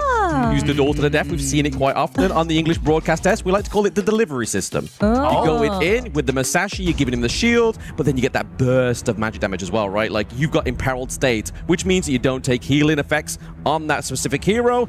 And burst damage is from magic as well is also going to be very tough. Well, let's wait and see if we're going to be able to see that Liu Bang pick coming in later on with different heroes over there in the jungle, just to start seeing new combos. And as time passes and as day comes in, we're going to see a lot more strategies. Today and tomorrow are going to be our last 2 days of the best of threes. And after that, we go into the big games with the best of sevens. Best of seven. So this is kind of giving me the feeling that everyone just trying to prepare for the deep hero pro that they need to play if they get into the playoff, right? Yeah, best of seven. All these teams are no strangers to this format as well, right? They've all gone through vigorous, whether it be scrims, whether it be international stage or regional leagues, they've all come to that point where they're met at the victim of the global ban system sometimes, right? Obviously, global ban means that you can't pick up those heroes once every series, but the enemy team can choose it or you can deny it again. But then if you get to that penultimate game 7, it becomes a blind draft. That's where the real fun begins. That's where the coaches really start to shine within HOK. I mean, I'm always going to be very thrilled when I see the ultimate battle happen. But anyway, this is a best of 3. And speak of an open pick, I would say Chicha this time going to be my one of the vying point. But the thing is that how both teams flexing this Chicha is kind of different, because DCG like to play Chicha as a top, but as for Boom Esports, they like to play it as a marksman. Yeah, absolutely. Like, again, we're just talking back to that point of identity as well. I mean, like I was saying before we went to break, Miggy is one of these players within the clash lanes that likes to go for different picks. We've seen him on like Yao into the clash lane as well, right? So when we see targeted bans into the clash lane, I feel like Miggy's one of the only players for me, regardless of regions, that can be like, all right, bet I'm going to play something and you're not going to realize that this is one of my favorite picks to play when I don't get what I want. And speak of you don't want to get what you want, is that Boom Esports ban away this Yango again on the blue side. And DCG on the red answered with Florentino. All right, I'm going to just ban away those mechanical heroes, and also with this play. Aoying, yeah, it's going to be quite a safe pick actually. Aoying is sharing quite a high winning rate so far. It has been picked 20 times with a 65% of winning rate. That's a good win rate, you know? I mean, we're 4 days in now currently. That's a strong win rate to be having, but it comes down to obviously his independence, right? Obviously, thanks to that ultimate and the ride the win once you get to level 3 or level 2 means that you can kind of just push them away. So you do have multiple layers of CC and escape there, but all this banning of Yango, we keep talking about it, but I'm really excited. I just wanted to see it come through to see if it's actually going to be at the effect of what DCG really think it's going to be. Like, is it that much of a threat, Nora? I mean, at least they need to make sure that DCG can get into the playoffs. I mean, like, speak of best of 7, that might be a choice for us to see the Yango shining on the stage. But in this point, they are trying to play some safe cards with this Guan Yu, and also Haya with Anat is definitely something that I want to highlight, because a lot of teams actually just improved with that Zhang Fei Haya pick or to this Anat with Haya, because Anat's ulti allowing the immunity and also with the flash get in is not only gonna be a nice pushback measure but also a good initiation. I feel like the Motsu's a good call out though to the Annette, right? Because obviously, yes, you have that CC immunity, but what are you trying to stop the CC of? Is it the cannon blast? Is it the think inside the box? And I feel like Motu is a good means of trying to exhaust that before a big team fight or a big potential like counter engage. And also, outing with this mods at the bottom, well, definitely got them a promising winning lane at the bottom. So I'm kind of worried about what kind of heroes that Sun is going to pick. Not even mention to Boom Esports, they definitely did their homework. They banned away this channel, which some played really well. And also this Jing, right? We mentioned a lot about Godwoo's Jing. He's playing this Jing as a godlike. Yes, Godwoo Jing is definitely not going to be coming through within this game number 2 here. But we obviously do have clean on the Guan Yu, which was obviously respect banned in the last game. But we look over to the side of obviously Boom Esports. Like you said, they're banning out some picks for the side of Sun there as well. The Chano is generally kind of like a late game here. Ooh. But what we don't quite have just yet on either of these teams is that late game potential, right? Obviously, Boom Esports do, but the side of the Cross Gaming don't. And now they lock in the Ali. That's a good counter in the lane against the Lung, right? And I feel like on the side of DCG, we're looking for a potential Musashi pick, actually. Musashi can do really good in this game too, but if they really go for that Musashi pick, which means Sun will be under a great pressure in the early game. But as for Boom Esports, definitely the poking damage is sufficient. They need some tankiness. On the top side, maybe Arta will be a decent pick. Yeah, or Limpo. Yeah, I mean, yeah, absolutely. We obviously have the Guan Yu for the side of Deep Cross Gaming, but they need a bit of frontline. But no, they're going to go, you know what? Let's go for a little bit more CC, right? Like, if they really think this Annette's going to have that much of an impact, we're going to give you even more chances to flush that ultimate out. You have the truth mantra here now on Miggy. Miggy has a fantastic performance in history onto the Dharma. And we're actually seeing this along again. I think it's like the second time we've seen it so far within this competition. Obviously, the more damage he takes, the more damage he deals out. Yeah, I mean, like, they actually played this duel for Boom Esports. Dharma with Zhao Yun. That was the first game that they played against Nemesis, but they didn't win against in that game. So this time, let's just see if they can make something different or not. I mean, if you're looking at the draft of Boom Esports here, who do you think Haya's prio target is to take into that Mirage? Like, because normally it's a tank, right? Normally you take a tank away, so that front line's a little bit more dismantled. But to the side of Boom Esports, they don't really have the front line that's like Big Zhongfei or Lapu Lapu, right? What would you say is the target they're looking for here? I feel like the only person that she might be able to drag him in will be this Zhao Yun or Dharma. It depends. Because the thing is, it's nothing to do with what kind of target that Haya wants to pick. It's more about how his enemy is going to counterattack him. Because outing with the ulti available and like mods, the Garuda is quite like long poking damage hero, so it's going to be a little bit hard for Haya to get attached to them. Yeah, absolutely. We'll have to see how Ethan does in this one. He had a bit of a 50-50 kind of performance in that last game, right? Obviously, Xiao was able to kind of like stem the bleed in that early game double kill pickoff, but can he do it this time? Obviously, he does have a great wave clear with the Haya, but I feel like also Tatsuri does as well.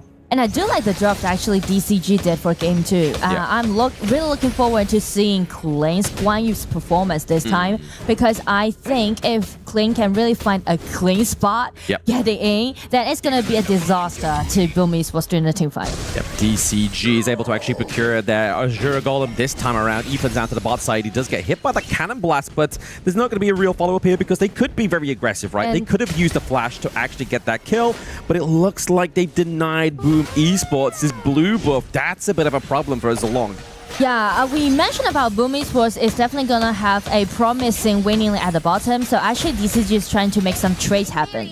They just let Ethan to do the swap and just let him to clean up the waves, and that's enough for them. Instead, they're trying to make this invasion happen, and they succeeded. I mean, the clear identity here is like you can see how aggressive Sun's rotation is, right? They're just pooling all those early game resources over the Sun to enable the Sparkforge Dagger, the Doomsday, that early power spike you see from Ali, or at least the power spike you want to retain as quick as possible.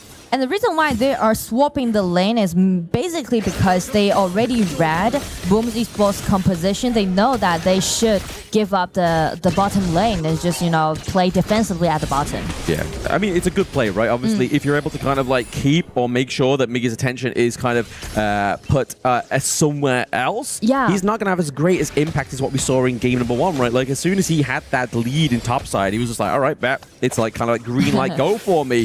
This means that Gorge is mine, but the Invincible Warrior is being cursed here onto the side of Tatsuri. But there it is, the Wings of Judgment as well. Both ultimates used, but nothing to gain. I mean, like, Kaiser might be the most powerful hero so far, from 2 minutes to 6 minutes with his ulti available. Because Boom Esports, the damage dose is kind of slow. You know, a lot of poking damage can be seen from Boom Esports comp. So that's not going to be a big deal to this Kaiser. Oh, forcing out that flash. I mean, you had to, right? There's just too much CC for you to be like, no, I'm not going to do it. I'm just going to sacrifice First Blood. But when you sacrifice First Blood, you're sacrificing an extra little bit of like a neutral objective point in a way, right? You get that bonus gold. And right now, the gold is very much, pretty much at a kind of like knife's edge between these two teams. It's quite even so far. Yeah. Well, as for DCG, they're definitely well prepared for that 4 minutes mark. But for Boom Esports, I'm looking for some dragon trades actually, because even though they got a winning lead at the bottom, still, speaking of the Tyrant,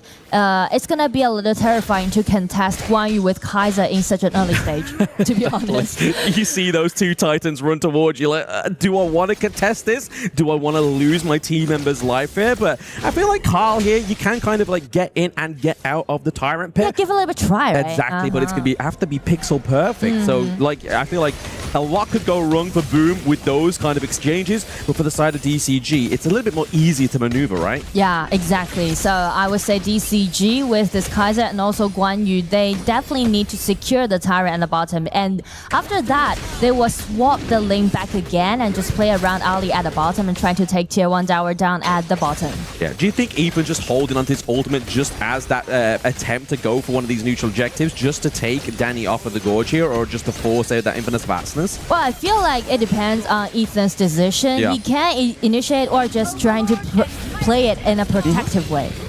Right. 4 minutes is on the Gorge here. We do obviously have the two teams going around the Tyrant. They've already started on the side of Boom Esports. They may have just gave up a free one here for a while, but it is going to be the takedown. Actually, for Sun, they use the smite, but it's going to be the last hit that goes over the side of DCG. This is going to be another hairy 80 seconds here for the side of Boom Esports. I mean, like Boom Esports, because of the damage we mentioned about, it's not that sufficient in the early stage, so it's kind of be a little bit troublesome for them to contest DCG in this turn.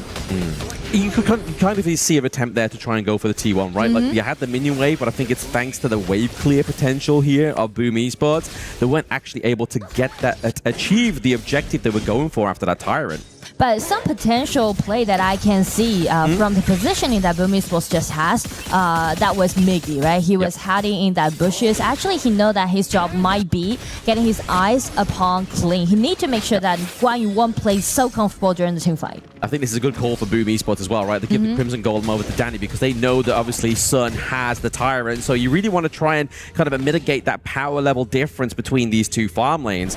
We do see obviously minion wave into the mid lane. It's not going to be much of a problem here for DCG. The wave clear potential is crazy. The Annette ultimate comes through, but the CC, oh, and the flash as well. That's an expensive kind of 2-for-1 there for the side of DCG, right? And that's only for the river control actually, because Annette, even though she has such a great immunity or like being untouchable, but the thing is that she's kind of squishy with his HP bar. Oh, they gotta be careful here. That T1 takedown. I feel like this should have been what DCG did literally like 30 seconds ago, right? Yeah. It was all set up for that means, but now you can kind of see the shifts happening top side of the map here. We're putting a lot of pressure on to the clash lane, so clean is freed up a little bit more easier for them.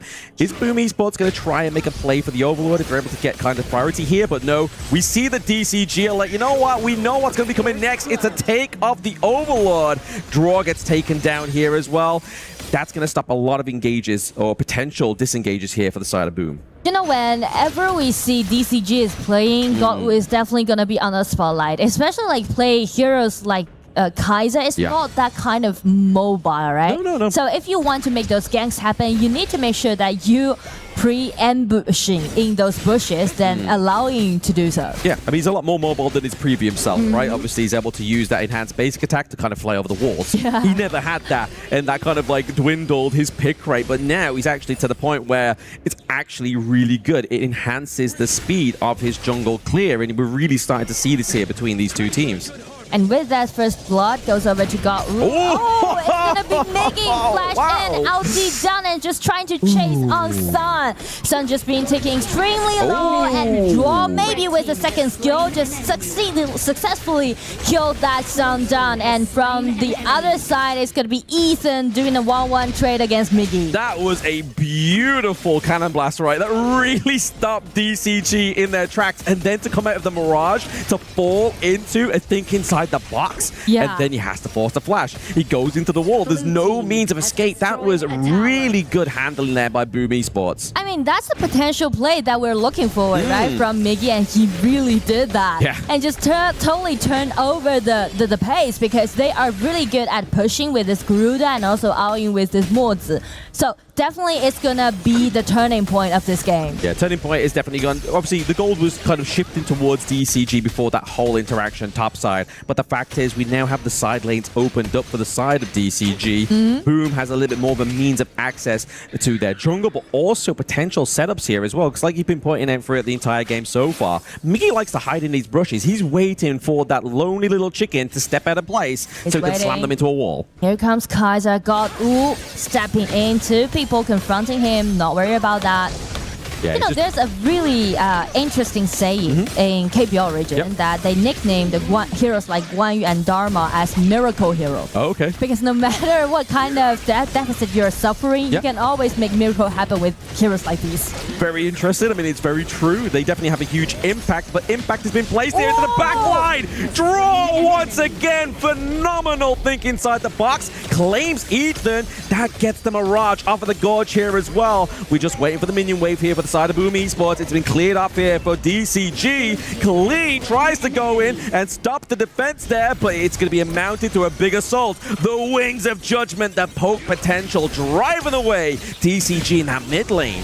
I mean, like, beautiful combo we just saw made by Draw and Danny. I mean, that ulti flash, you rarely see Mozi can successfully make this kind of things happen in the battlefield. Yeah, absolutely. Like, to perfection. To perfection. I have to give props and tip my fedora to Draw there. That was a great play and definitely put Boom into a more greater situation, right? Like, we were kind of shaky in that early game, was thinking, right, it's looking a little bit too close between these two teams. In a moment's notice, it could go wrong, but it actually went wrong for DCG. Yeah, I mean, like, DCG, you can see, actually, we called about the miracle hero, right? Just check Clean, but Clean is always coming in front of Boom Esports formation, so that's going to be the problem. He needs to make sure that he's at the back. Yeah, at the back and then ready and waiting, right? Just going for that prime moment. All aided and abetted by that flash. But right now, we're getting into that game state, the mid-game here. Neutral objectives are going to get a little bit more beefier. We have more potential of pushing these waves with the Overlord. We haven't seen a single Overlord takedown just yet within this game too. But we're seeing Godwu looking to try and change that narrative right now. And it's going to be Miggy trying to contest with this Kaiser first, and Clean is trying to find a nice spot, and he was spotted by Miggy again. It's going to be a contest. It's going to be Mozi breaking out his ulti, and so does Jing. This and that, and the dragon goes over to Gau. But while Boom Esports let them go easily, it's going to be Miggy chasing this Gau, and Gau with this tankiness can just escape away. Yeah, very good objective handling there from the side of DCG, but I have to give over. We talk about the point of discipline, and I feel like the theme of this whole game has Boom within 24 hours understood the whole means of discipline, and that right there, that play, they didn't chase. They said, right guys, unfortunately we didn't get it, we need to go for something else, and that is going to be the Tyrant here for them as well. Really enhance their damage into this next team fight, forcing out Carl there. He doesn't have the flash, but he's able to skip over the wall thanks to this Long's kit. I mean, like, I do like the way how Boom is trying to, you know, handle the situation. Actually, they're not that committed into one team fight. They're just testing, and just trying to securing their advantage in the mid lane, in the mid game. And that's something to do with Boom's playstyle and also their journey back in PKO. We mentioned that actually they were beaten into the low bracket and make their comebacks with like 3 consecutive wins right into the final. and find the one who beat them into the low bracket and made that revenge happen. And right now, it just made me feel like they're trying to create the same story as they did in the spring PKL. Yeah, it's very rare to find a team that's able to kind of like, with the backs against the walls, they bounce back off the tightrope, they come in with a good 1-2. And speaking of which, it's going to be a 1-2 into that T2 top side of the map there as well. Once again, Boom are restraining and denying a team fight here. They want to play the macro. They want to go for the objectives. But DCG Clean is looking to open up that bot side of the map here as well. Just contest the jungle there, but it's going to go over to the side of Sun on DCG. And here comes Boom. It's going to be Mickey again. Flash with the ulti. It's going to be Guan Yu trying to save his precious marksman next to be Haya. Getting one against solo at the bottom. Danny down the kill. They're waiting for that Mirage to come back. Tatsuri goes down, but there's a lot waiting at the door for Ethan. The takedown as well.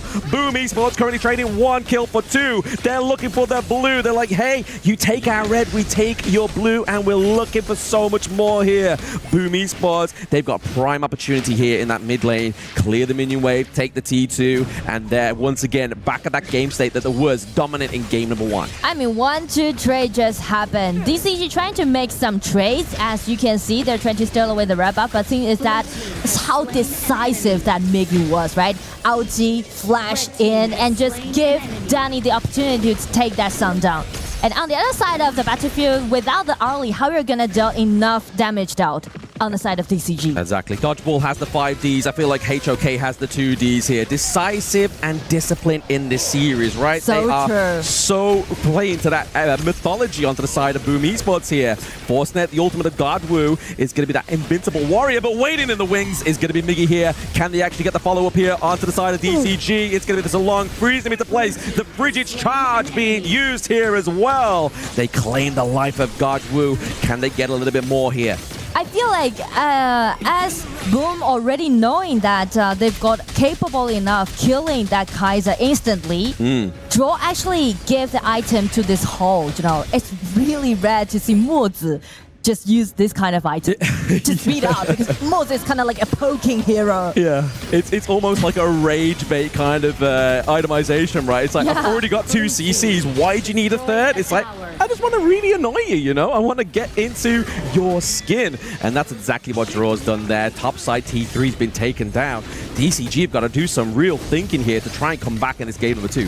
Well, I mean, you can see like Clean is trying so hard, trying to, you know, get at the back. But the problem is that check Miggy's positioning, right? Miggy is doing all his best to make sure that the vision is totally clean for Danny and also for Tatsuri. So that's a problem for DCG. They relied a lot on this Guan Yu's coming, but we haven't seen even once that they made the combo being realistic so far in game. Yeah, I feel like the Guan Yu's impact's yet to be felt here onto the Gorge, but there could be still time there. We do see the Maroon Sky Mirage into the brush there. The L brush is where the Shindig is going down, but there is going to be a split on 2 fronts here. Godwoo is paused for a moment. Danny comes into the backline here just to try and save, but he may be in a precarious situation. He is. That's not where you want to be. Sandwiched between everybody on the side of DCG. It's gonna be a 0-3 trade. I mean, like DCG, they just put the battlefield into totally chaotic way.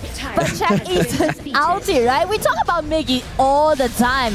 And as for Ethan, all right, you're gonna guarantee your vision control. I'm just gonna take you away. Yeah, I mean, to be honest though, I mean, it looked horrible for Boom Esports there. 3-0 trade, but they got the Vanguards into the base. They've able to chip away the T3's territory there. The health in the mid lane, the health of the base is not looking too great. I mean, like, it's quite comfort to see Boom already stabilize their advantage, but still we are amazed by these kind of team fights, right? It's really chaotic. And after Heya did that solo to this Dharma, Shin, the Annette flash in with the ulti, guarantee that rest of the teammates is available to take control outside Haya's ulti. Yeah, it was very, I think that's probably one of the best ultis we've seen so far for Ethan in this game number 2. But is that going to be enough? Is one good ultimate going to be enough here to keep DCG in this series? I feel like time will only tell here. Godwoo is just making sure he's keeping those Azure Golems to himself here. We are seeing a bit of contest into top side of the map for Boom Esports Azure Golem. But I feel like we need to make sure we're tending these side lanes, because that's where it could potentially go wrong here for the side of Boom Esports. But they're looking for that mid lane, right? We've had that play happen before. We see the Clean is looking for a prowl. And also Kaiser breaking out his ulti, soak in as much damage as possible. All of Garuda's poking damage are actually all being absorbed by Godwoo's Kaiser. But as you mentioned, DCG, if they want to turn over the whole game, at least they need to make 2 more times of those team fights that they just made. Yeah, exactly. They even need to kind of get their lanes in check and then go for an incredible team fight that's definitely going to go in their favor. Or, I don't want to say it, but we could potentially be seeing a Tempest Dragon game, right? Like, this game is a lot more closer because it all edges on that team fight. And speak of the team fight, DCG with the vision control and also the map control create the more opportunity to do so. But as for Boom Esports, they got a winning lane at the top side of the map. Ooh, okay. Carl's met clean here into the bot side of the map, but it's going to be Ethan taken away. Danny once again. The dance with the devil is happening right now, but Miggy's there. Just going tip for tap for Sun. Sun's doing a lot of damage, but he's coming out of the Mirage, and everyone's there to greet him. And the think inside the box is losing the impact that Boom Esports had in that early game. Carl is on the run, as well as Danny is in the infinite vastness. The double kill goes over to Clean. Can they keep themselves in check here, just to make sure that the base doesn't get attacked? Another beautiful team fight just being played by DCG. Only one more to go, allowing them to push all the things back. And just check how deft that Sun was playing around with this Arlie. She's just like dancing. Yeah, absolutely dancing, putting the maple dance to a correct label here for Arlie, the hero. But you saw the hesitation from Carl there, right? Like, he was going towards the Shadow Overlord. His blue was up. He's like, right, okay, I'll go for my blue, and then I'll come back here to defend the base. I'm not going to go for that undisciplined play, because discipline is what's kept them in this game number 2 so far. But speak of the discipline, as you can see, they are everywhere in the team fight, trying to targeting at this Haya, but just kind of like scatter their own composition, right? Yeah. So you can see like Danny is trying to find his own spot, but no one's actually guarding him. Yeah, exactly. That's the problem. If you're not guarding Danny, the damage then becomes mitigated, right? Because then you're really hoping that Tetsuru is going to do enough damage pre-fights, so he kind of whittles them down in terms of like lower health bars. But then, like you were saying, if the focus is onto Danny, there's nobody then to follow up the takedowns there. So DCG have definitely reacted within the series, and you have to give them props to that. Well, I mean, one more team fight like that to go, well, allowing DCG to push it back, but Boom Esports, they're setting for this might be the last team fight. Yeah, they're setting the stage right. Obviously, we're into that 19th minute, right? We are literally 48 seconds away. Sorry, my maths did not math there. Calculus happening. But we are waiting for that Tempest Dragon to come through here now, right? Obviously, they are just putting the pressure on with the Vanguards they have right now. I feel like the way that they've taken it and the time they've taken this Overlord has been pretty much perfection here in terms of a good assault onto the base. DCG is pressuring on the top because they're trying to equalize the high ground tower and let them to contest with the Tempest Dragon, which will spawn in the next 30 seconds. But well, Boom Esports allowed that to happen. Kaiser into the front line there as well, using the Invincible Warrior, but they're able to keep alive that T3 into top side of the map because, yeah, make a good point there, Nora, right? Obviously, the Tempest is spawning on the red side of blue, right? And where they have that advantage is where that T3's gone. So really, if they're able to play for this Tempest, Boom Esports are naturally at an advantage here. So that's what Boom Esports might do in the future play, is that they're just gonna kite, right? They're just gonna kite in DCG and wait for their super minions on the top side to pressure more on DCG.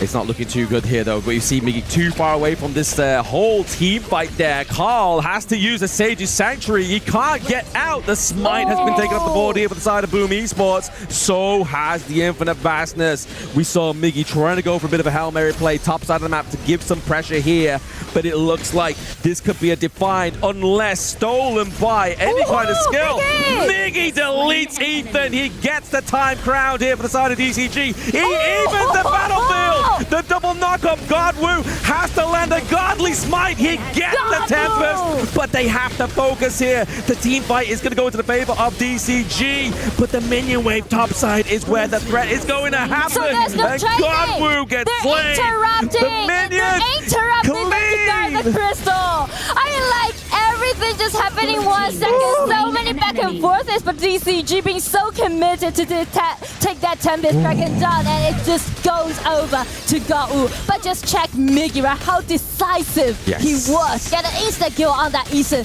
and also just still chasing in. And that knockup with the Tempest Dragon really do a favor to Boom Esports. Shin, Godwoo, pretty much 15 seconds until they come back here. It's still low elf bars onto the side of Boom. Mirage is being taken here as well. The wave clear is essential. Haya is in her own mind here. But DCG clean onto the back line, cleaning up.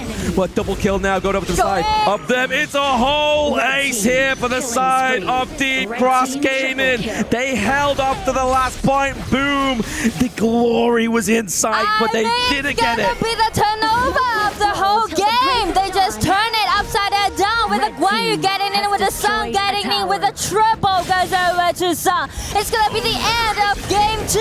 DCG holding the power, making the pushback. Game 2 goes over to DCG. The lower bracket is heating up, Nora. That was a beautiful game number 2. What looked like a decisive win there for Boom really fell apart where discipline started to show. The cracks, the urgency to run and finish that game really made sure that discipline was running thin, and that's where the tables turned there. And DCG knew what they were working with. Wow, I mean, I'm still in that game, you know. I'm still in that last team fight because we mentioned about DCG. There's only one more team fight to go, and they do it around the Tempest Dragon side. Well, let's just push back over there into that last fight. Like, Boom Esports, they go and fight and contest the Tempest Dragon. Okay, good decision. You come in, you cannot win it. All right, you decide to fight. Good decision. We push forward. We get the high ground turret. Good decision. Get out. You do not have the ability to take a fight right over there. Everyone is just going to be all together, and they do have the Tempest Dragon buff. So you're going to be receiving the lightning damage as well. Exactly. You already came in. You already took a bad situation. You turn it on your favor by just being able to take that turret, go back, protect your buff, take some resources, and then just wait and try to shield this.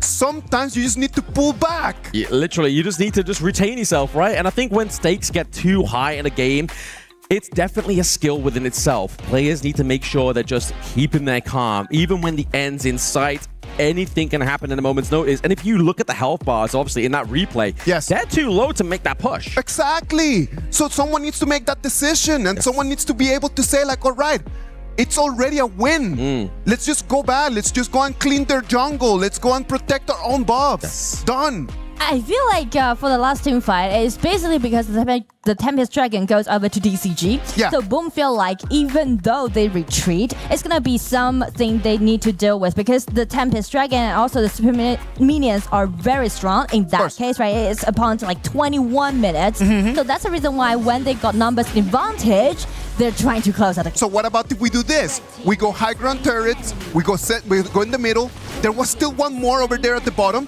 Let's just go and shield it and let's get that done so we get super minions and then we can actually level the game. I mean, like just like what you said, right?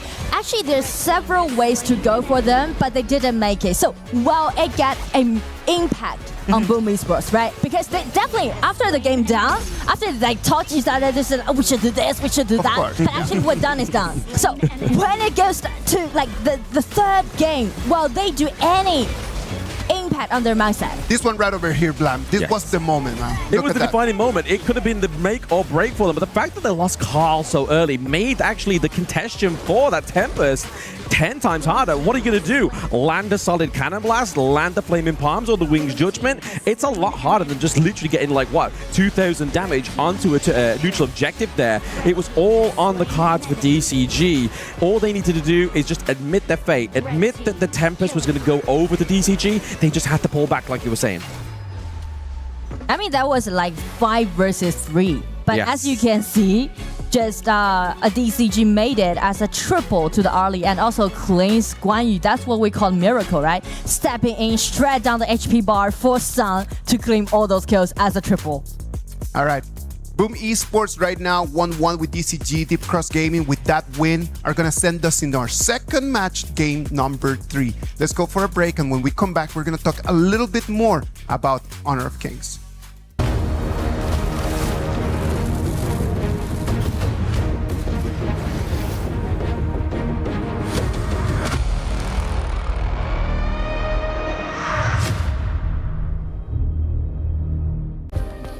Play is in our DNA. Whenever we let it out, it becomes our superpower. Now imagine an entire city being built to supercharge it. Kadir City, powered by play. We were there. For every click, every clutch, every respawn. We were there for the years of grind. And we're here. Now. The proud founding partner of EWC. Powering the biggest event in gaming. Shoulder to shoulder with the world's best. Making history. Greatness deserves a stage. Lenovo Legion. Reach your impossible.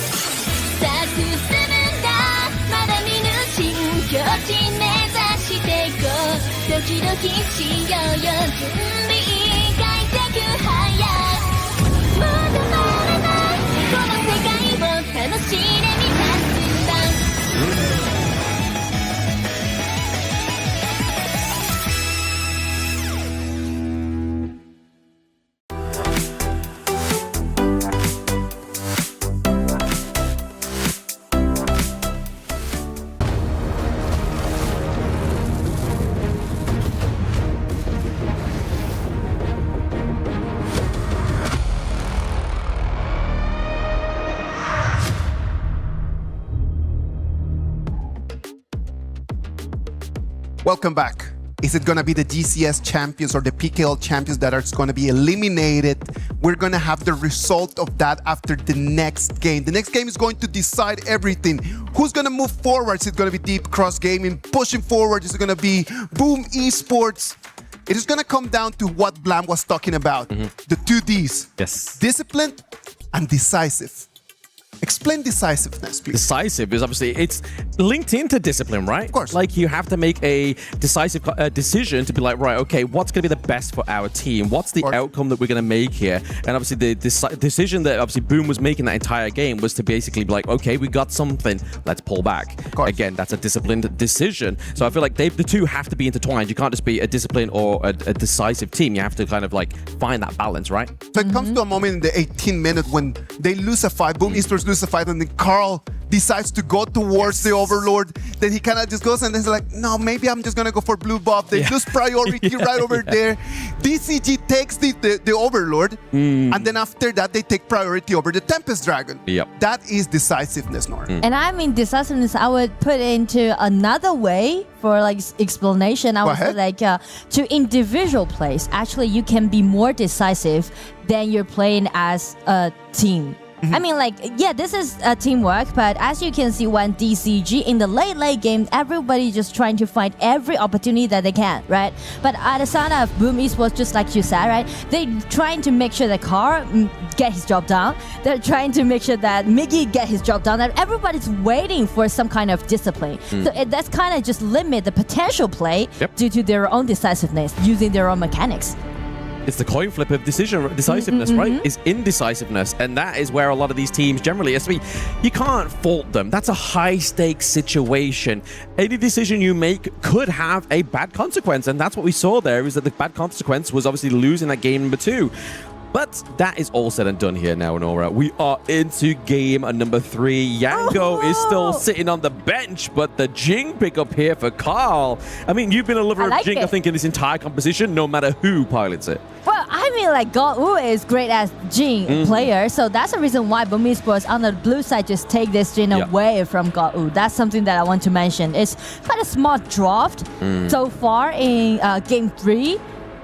But do you mean, like, you either give the Jing over to Godwoo or you're giving over the Aoyin to Sun, right? Like that is like an equal trading. They both come up with some great plays with these two picks, but it's going to be that crowd control pairing, right? We have the Princess Frost and the Liang. Again. Now that Guan Yu's been completely taken off, that counter to these two duos, they've got to try and find something that's going to work against that. Well, I mean, if Guan Yu has already been used, then maybe it's going to be a Xiang Yu or Sun Ce pick on the side of DCG. They're not in a hurry because those are not prior picks, right? So they just give the ball to Ethan play this Lorien. The problem here is obviously we're seeing a lot of burst potential here for these two for DCG, right? So yes, she may have control, but these are squishy heroes nonetheless, right? So that burst damage may be able to be too quick to delete the fact of that crowd control to hinder any teamfight potential.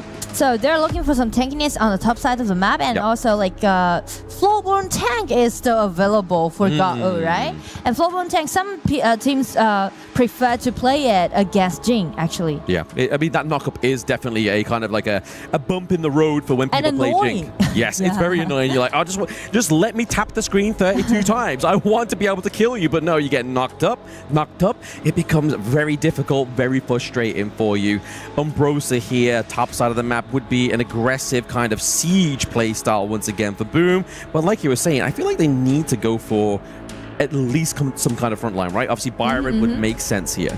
Yeah, but they go for this Charlotte, which means Byron gonna be an open choice for Boom because Boom also needs some vision control. Or if they want to confront with the Charlotte, maybe it's gonna be a Fatigue on the top. Yep, give a homage over to Blacklist. Obviously, Blacklist piloted that one yesterday. But for me, I'm starting to see a bit of a trouble here for the side of DCGs. The fact that there's a lot of late game, right? Like, if Boom are able to finish this game early, that's a problem because these heroes are not going to get online in time to actually have the maximum impact.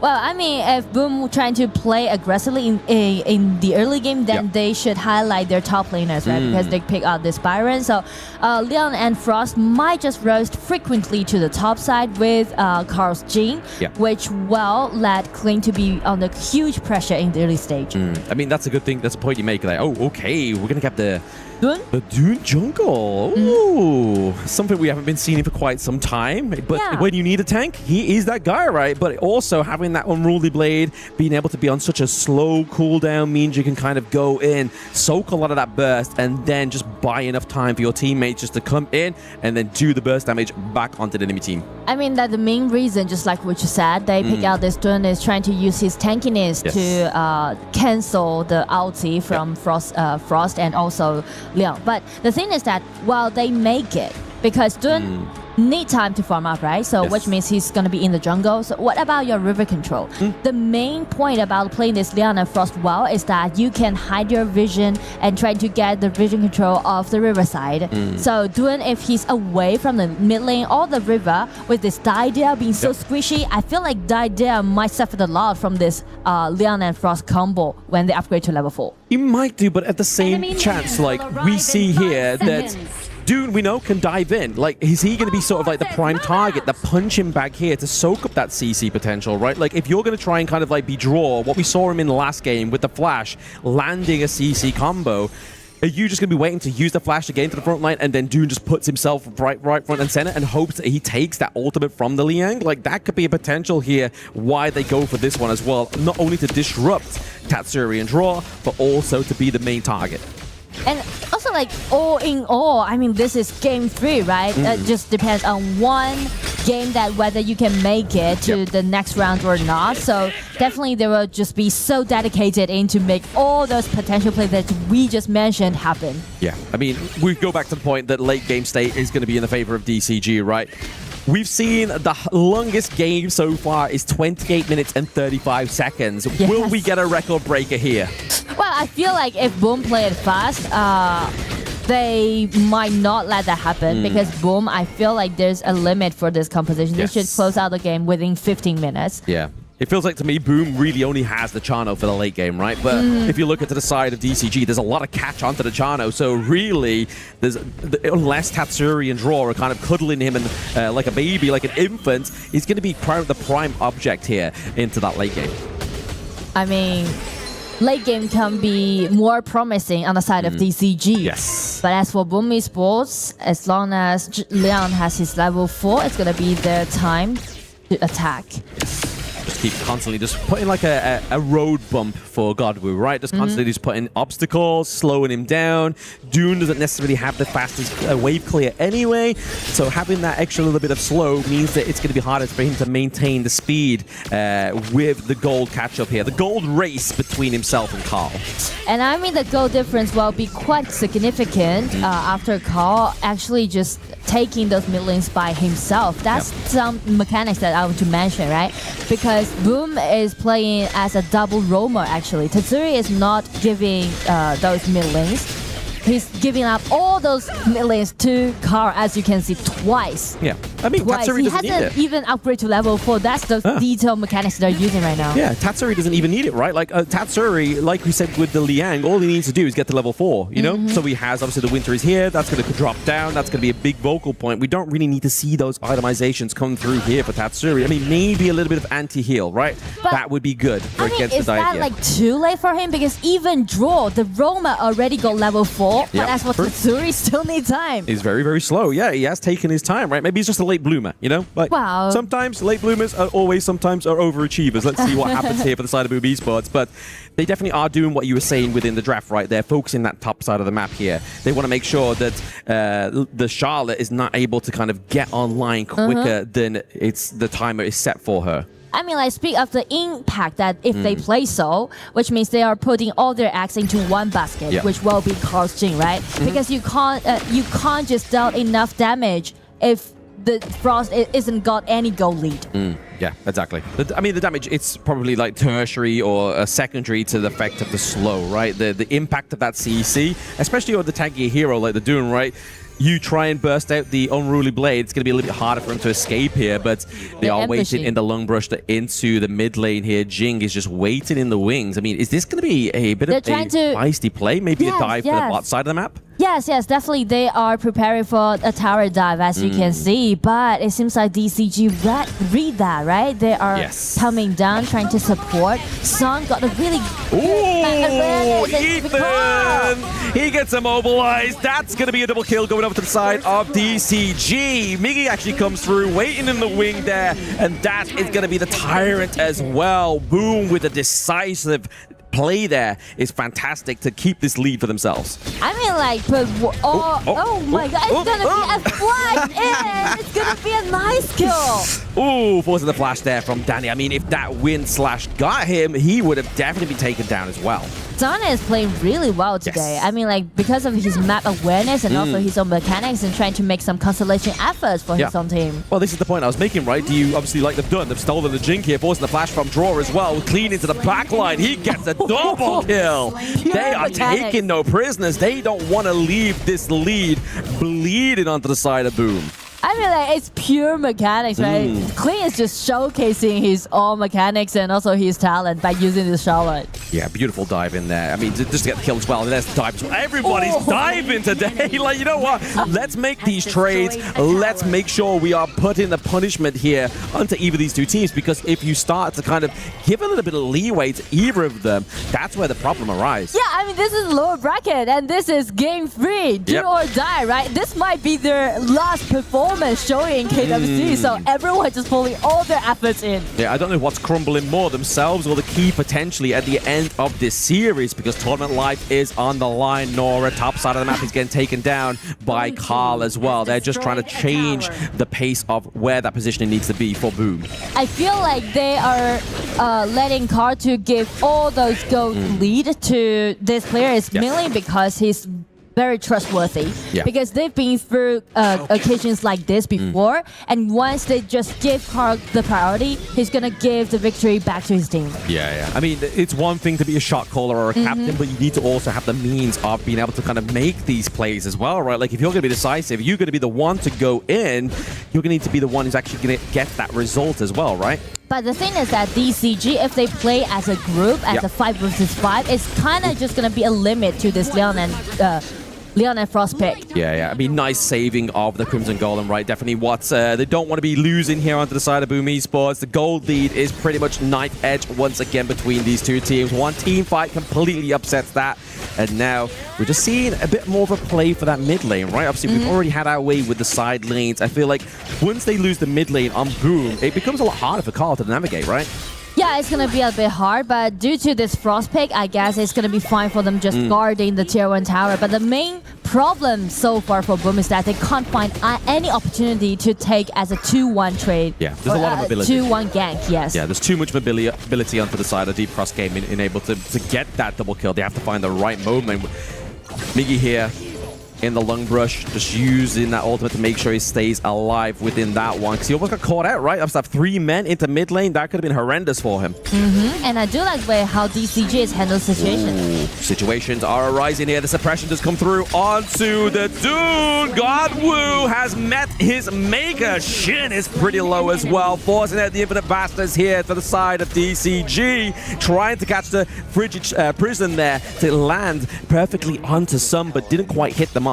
I mean, what Godwoo is trying to play is that use his tankiness to observe, to trade for the Frost and Leon's duel, right? But the thing is that Boom, they're playing it really decisively. You can see like they just got control on this Dune and got insecure and checked Miggy's positioning. With the flash, with the Pierce guy, he actually did that as a 1 versus 4 on the other hand. Yeah, I mean, Miggy's the guy to do that, right? Obviously, the Byron pick, you're able to kind of 1v4. You have so much sustainability. And the burst damage not quite yet online for the side of DCG, using the ultimate here just to make sure that they keep that minion wave come through. Between Tatsuri maybe getting caught out here. He does escape with that flash. Taken extremely low, and once we look at the goal difference, Jing already should with a 2,000 goal lead in the mid game.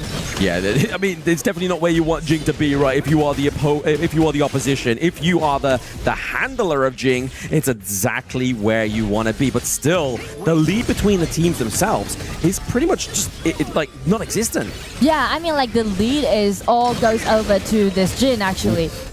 Because we mentioned that Frost just give up all his goal lead, so that's what matters. Yeah, I feel like the main objective of the backline of Boom Esports is to stay clear of clean, but also not get hit by the wind rush. But it's going to be the unruly blade. That is very risky, but it's also going to be the Orbs getting the takedown onto Tatsuri. Another one. But before that call comes in, there is not enough low elf bars, but can he do the job? Sun is here. He gets out of bounds of the Mirror Mirage. It's too late for Carl to help, but it's so decisive that DCG just played, right? They just being so brutal because they know that speak of those 5 versus 5 team fight, DCG is definitely capable of doing that. Yeah, and the problem is what starts to arise here with Tatsuri, as soon as that flash is taken off, that's kind of like just when DCG need to make that play, right? Because he's not going to have any means of viability, especially if Miggy falls as well. Exactly. And as long as DCG just move in groups, right? Yeah. Each member of this team can actually just use those knock-up and disrupt Leon's ulti. So that's the trick if you want to play against this Leon and Frost trick, pick up the team fight. Yeah, especially if you've not got Guan Yu available, which is obviously what they used in game number 2. So it's definitely a good cause. Maybe take that into your ranked games if that's going to be the counter that you need against the Liang or Princess Frost combo.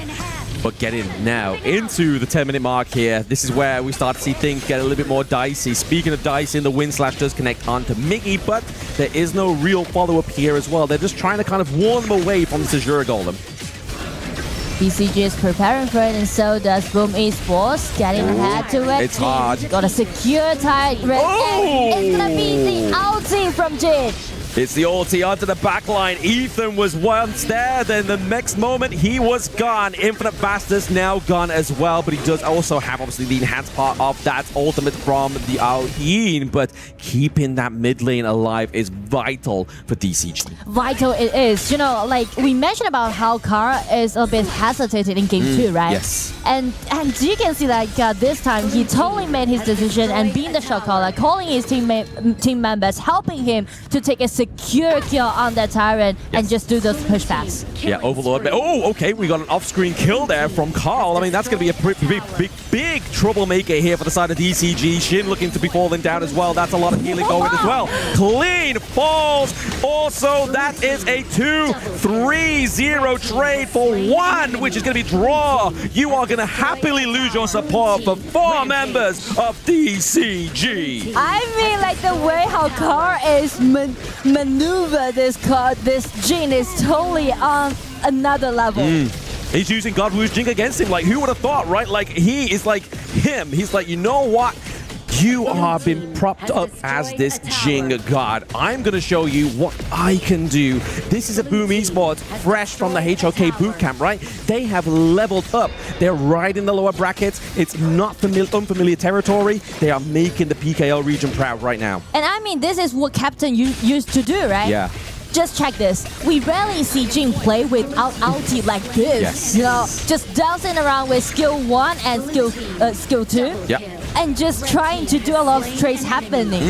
Exactly, just trying to catch a lot of strays there, just trying to get a lot of damage onto the side of DCG. But now, is this the point where Boom start to fall once again? Because we're getting to that game state where we saw in game number 2. They had the lead, it's just they fumbled the one decision. Rather than being disciplined, rather than being decisive, they kind of just threw it all up in the air. The tension got to them, I feel. I mean, like, fairly speaking, in this game, Carl is already being dominating enough to do a lot of insta-kill upon this Aoying or this Lauren. So no longer relying on Leon and Frost combo, actually. They just need to trust Carl. With this 406 KDA, it's impressive. 100% participation, killing participation. He's totally leading the game, I mean. Absolutely. He's all over the gaff in these team fights. And when it comes to these neutral objectives as well, right, like some of the players may not know, but Jing almost has like a double smite, right, when she has that mirror, you know? So it's hard for something like the Dune there, so slow, to actually disrupt that and get the contention of that Tyrant. So now T3 is going to be the last one to fall here for the side of DCG. This could be the setting of stage for Boom Esports to climb further into the lower bracket. They are coming in here with a wind slash. It's going to be even into the back line. He's just trying to mitigate any kind of damage from Chano. Down goes Danny, but it's Miggy. He has been separated from the herd just to take down Ethan, but also draw falls as well. Shin, Sun, Godwu, Clean, still alive. Are going to be enough to keep the base intact. I mean, like, Jin is doing good, but DCG, both Aoi and Charlotte just being so good in this team fight. I mean, like, Kling just got in with a skill 2 directly targeting as Danny and just denied Danny at the first time of the team fight happened. Yeah, I feel like that's a problem as well, right? Like, obviously, the replay, what happened here, it was a big, obviously, engage, but the fact that Ethan, he kind of set the motion here for the fact that was able to split apart Boom. We saw, obviously, him die for Danny. Then it kind of mean that Miggy had to go in and try to save him, but now we are back live. Just a tit-for-tat here going on before the Tyrant. We are seeing everybody kind of formulating around this Tyrant. Reset happening is probably a good thing for DCG because of that Jing. And because of the high ground tower, they're already taken down, so the super minion also gonna do the favor. So this time, Boom Esports trying to distract DCG first, take away this red buff, denying from Sun's Aoying. You got Chano here just kind of doing one man's job right to the Tyrant. That's a good way. That's a smoke and mirrors there. That's a nice play from Boom. And also, this is some improvement that we can see compared to Game 2 that they made. They have definitely made improvements, right? Obviously, there has been a little bit of like indecisiveness, but it's kind of just like, it's jittery, it's excitement, right? And that's the one thing that obviously sometimes blunders the decisiveness of teams. But oh my goodness, that was like one skill onto Ethan. He pretty much lost a whole half of a health bar there. Pausing the minion wave down to the bot side. DCG are making a good claim to this crystal. They're trying to guard the crystal, but the thing is that how they're gonna guard themselves from this Jing.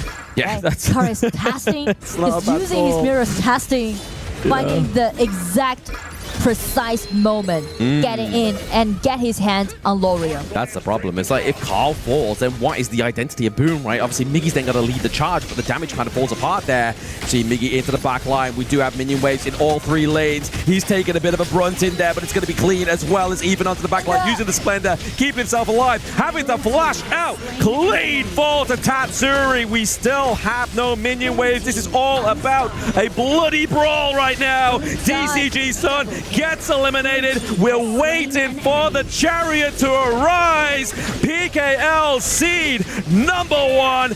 Boom Esports ready to cut the wire and click Boom! They ride into the upper brackets and the lower parts. They almost aced their opponent, and it's gonna be the comebacks making by Boom Esports again. You know, this is the story about Boom Esports. You should never lose your faith towards this team as so resilient as they are. Yeah, absolutely. I mean, we're propping up obviously like Chuck PR, how like buddy they are, right? Like when they win, right?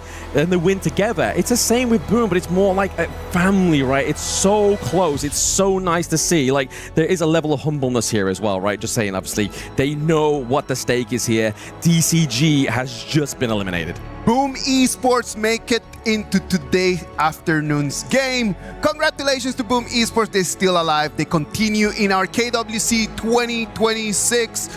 On the other side, Deep Cross Gaming is going to be disqualified and is going to be taken out of the tournament. And only one more AOV team standing, right? Burium United is really going to be, everything's like a pressure's just kind of mounted on themselves, right? Obviously, they had a buddy to kind of share that load, but now it's a singular team. And they're going to be able to make it out of the playoffs. I mean, like DCG actually did very good, right? We are impressed with their individual play actually in game, but still, I feel like it's something to do with the experience that they may have because they, compared to Boom Esports, actually they had less time to play with their teammates. So yeah, maybe the coordination will be something. I wonder in the BP stages when we come to that last pick for Deep Cross Gaming, they decide to go with the twin. Why do they decide to go with that twin? Just to kind of like just eat in all of the Liang and Princess Frost damage and then just be able to allow someone else to deal? What is the strategy? Yeah, that's what you mentioned. Exactly what they're trying to play, actually. But the thing is that once Duan is trying to absorbing all those damage out, he needs to make sure that his teammates are actually there, helping him to do the damage, counter-attack the opponents. That's the point. You can't just let Duan be isolated in that place. All right, so let's imagine that Duan is able just to soak in all of that damage. When you look at the lineup coming in from DCG, who else is out there just to be able to take a 1v2, 1v3 in order for them to turn tides around? That's going to be Charlotte. That's going to be clean. And that's one potential play actually we see when they trying to do the pushback around the crystal, right? We see it once, Charlotte coming in, right? Just got an insecure upon that channel. Yeah. But only once is definitely not Only enough. once is definitely not enough, right? Like one of the important things that we saw from that game as well is just how the Princess Frost was just letting all the gold, right? Yes. You guys mentioned actually something very interesting. A double roamer, that's how you called it, right? Just leaving all the gold for the Jing. It just pushes Princess Frost to go into level 4 all the way until 3 minutes and a half. Yeah. Is that a good trade? I mean, it clearly worked, right? Obviously, the bounty was there for the side of Boom Esports. I mean, it was something that kind of did raise concerns for us both, right? Obviously, if you get level 4 before you roam, it's kind of like, well, you're missing out that second part of the combo. But like I said, late bloomers sometimes are overachievers. And in that case, we started to see that Tatsuri was able to do that. I feel yes. What about if we go to stage with Carl and Mara? They're going to tell us a little bit more about this game. Here we are with Carl. Carl, you were amazing with your Jing. But with this match, you could have ended it a lot earlier. In game 2, actually, it was a great decision to contest the Tempest since the team won that team fight even without you. But you couldn't close out the game. It seems that there is a pattern where you guys are rushing. How do you maintain an awareness about this when you're under a lot of pressure? Parang yun na kasi nagiging problem namin most of the time. Yung parang nagmamadali kami talaga sa lahat ng matches namin. Although lamang kami yun nga, from early game to mid game. Siguro yung mga ganun, lalong pinapaalalahanan lang namin yung isa't isa na parang nandito na kami. Parang wag na namin sayangin yung chance kasi sobrang daming may gusto na kung nasan kaming spot. He admits that has been their problem, rushing the game even though they're in the lead from early to mid. But he reminds the players not to lose the patience, and he reminds them we're already here. This is what we want. So they want to maintain that discipline. And that's a great reminder coming from you as a leader. Now, you're one game away from making it to the top 8. No PKL team has ever stepped into the playoffs of KWC. You might just be the first, but there is a challenge. Up next, you're going to be facing Nemesis, the very same team that sent you guys down the lower bracket. What would be different this time around? Yung nangyari kasi sa match namin sa kanila kahapon, feel namin parang kulang kami talaga sa disiplina again. Tapos parang yun, nakapag-warm up na kami going to them. And siguro, feel ko mas this time mas malalabas namin yung kung ano yung strength talaga namin.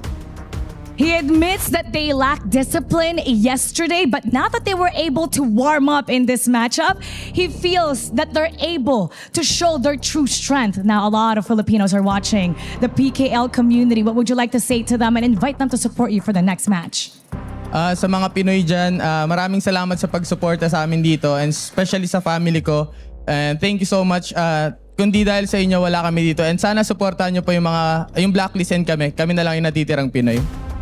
Thank you to everybody that's watching and to his family. He's thanking you and he hopes that you continue to support them with Blacklist International as well because they're the only two Philippine PKL team left. Once again, congratulations. I believe you're about to crush your opponent's key. You can do it with a smiling face and good luck with your next match.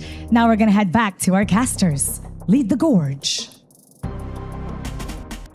Thank you very much, Mara. Thank you very much, Carl. Over there, they are gonna have another game against Team Nemesis. Based on what we saw in their previous match against them and what we saw today, what do you think has been the biggest change between those two games? I think it's just preparation, right? Obviously, they saw what happened against themselves. Maybe they underestimated Nemesis, right? Because obviously, PKL and IKL have always had that kind of conflict, and they've always wanted to prove each other better. IKL may have just been a little bit more proactive in their adjustments and their preparation. But now, we see a Boom Esports, and they are decisive and as well as disciplined. Well, I'm just being more into their stories. It just gave me that feeling that Boom Esports is recreating the same story that they did in PKL Spring. Because they were sent into the lower bracket by Team Flash, which they got revenge on when they coming back from the lower bracket into the final. So exactly what they're trying to do when they is going to play against Nemesis. So lower bracket seems to be like their safe zone, like their comfort zone. You know what? I like it more a little bit here. Yeah. I'm just gonna lose my first game just to go to my safe place. Yeah. It's a comfort zone, right? It's like, okay, keep me under pressure. We're here. We're gonna rise up now. But also an ulterior motive. Obviously, when they play their game against Nemesis, Chantel wasn't here. Now we have Cartel together. We have the Cartel buff, and maybe Boom Esports can take this next series against Nemesis. So I think that's going to be an exterior motive that may work for the team themselves. But still, I do like the trust that they're holding to Carl, you know, because as we said about the Frost Roma, right? There's two ways to play with it, and they go for the extreme way. Of course, what is that way? Well, just let Carl to share all those goals because you're putting all your eggs into one basket. Only like few teams would do it in that way. It is a very high risk. Right? Yeah, it's high risk, high reward. In this time, it worked their way. Now, if we look in front of them, it was really nice having Deep Cross Gaming here with us. We had some really nice moments with them.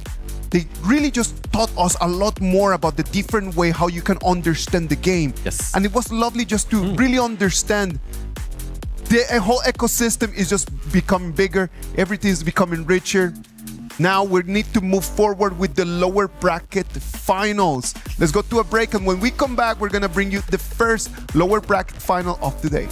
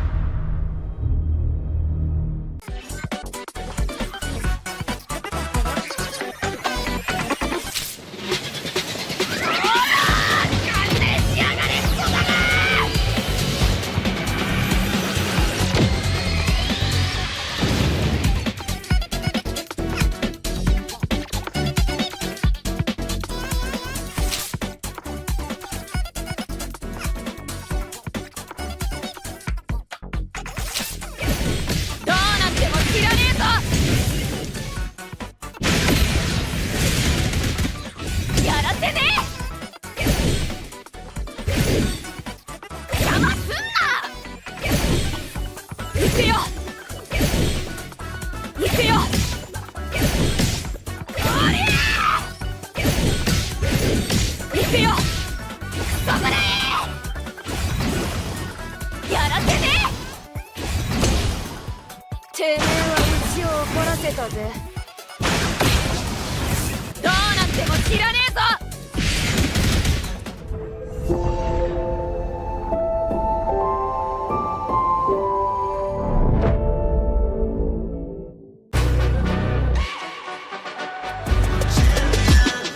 This ain't no regular thing. I came for the ring, you know what I mean. You see my name in the lights, better get right, I'm champion.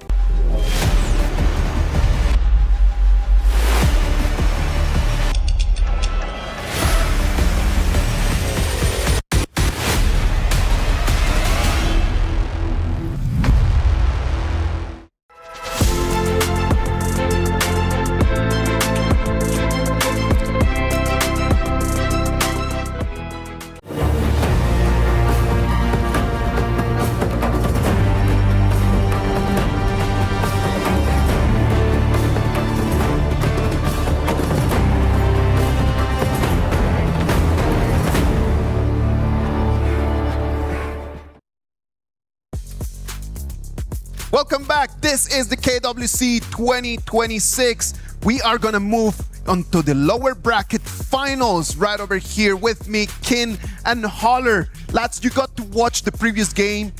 What were your feelings about it? I love the Tempest game comeback. This is one of the beauties of having a Tempest game, right? Number one, it stretches so long. Secondly, to reverse the entire situation and get the win off of that, to come back into the series, although they lost, it's still something nice to watch. Yeah, Honor of Kings at its finest, if you will. I mean, being able to go back and forth and to take it to the win-ins almost at the very end. A very dramatic game and a great series to watch. Deep Cross Gaming, man, saying goodbye. That's kind of sad. Yeah. It is. I mean, but this is part of the nature of a high-level competition. And, champions, you will fall sometimes. Well, what about if we look at their keys being crushed right now?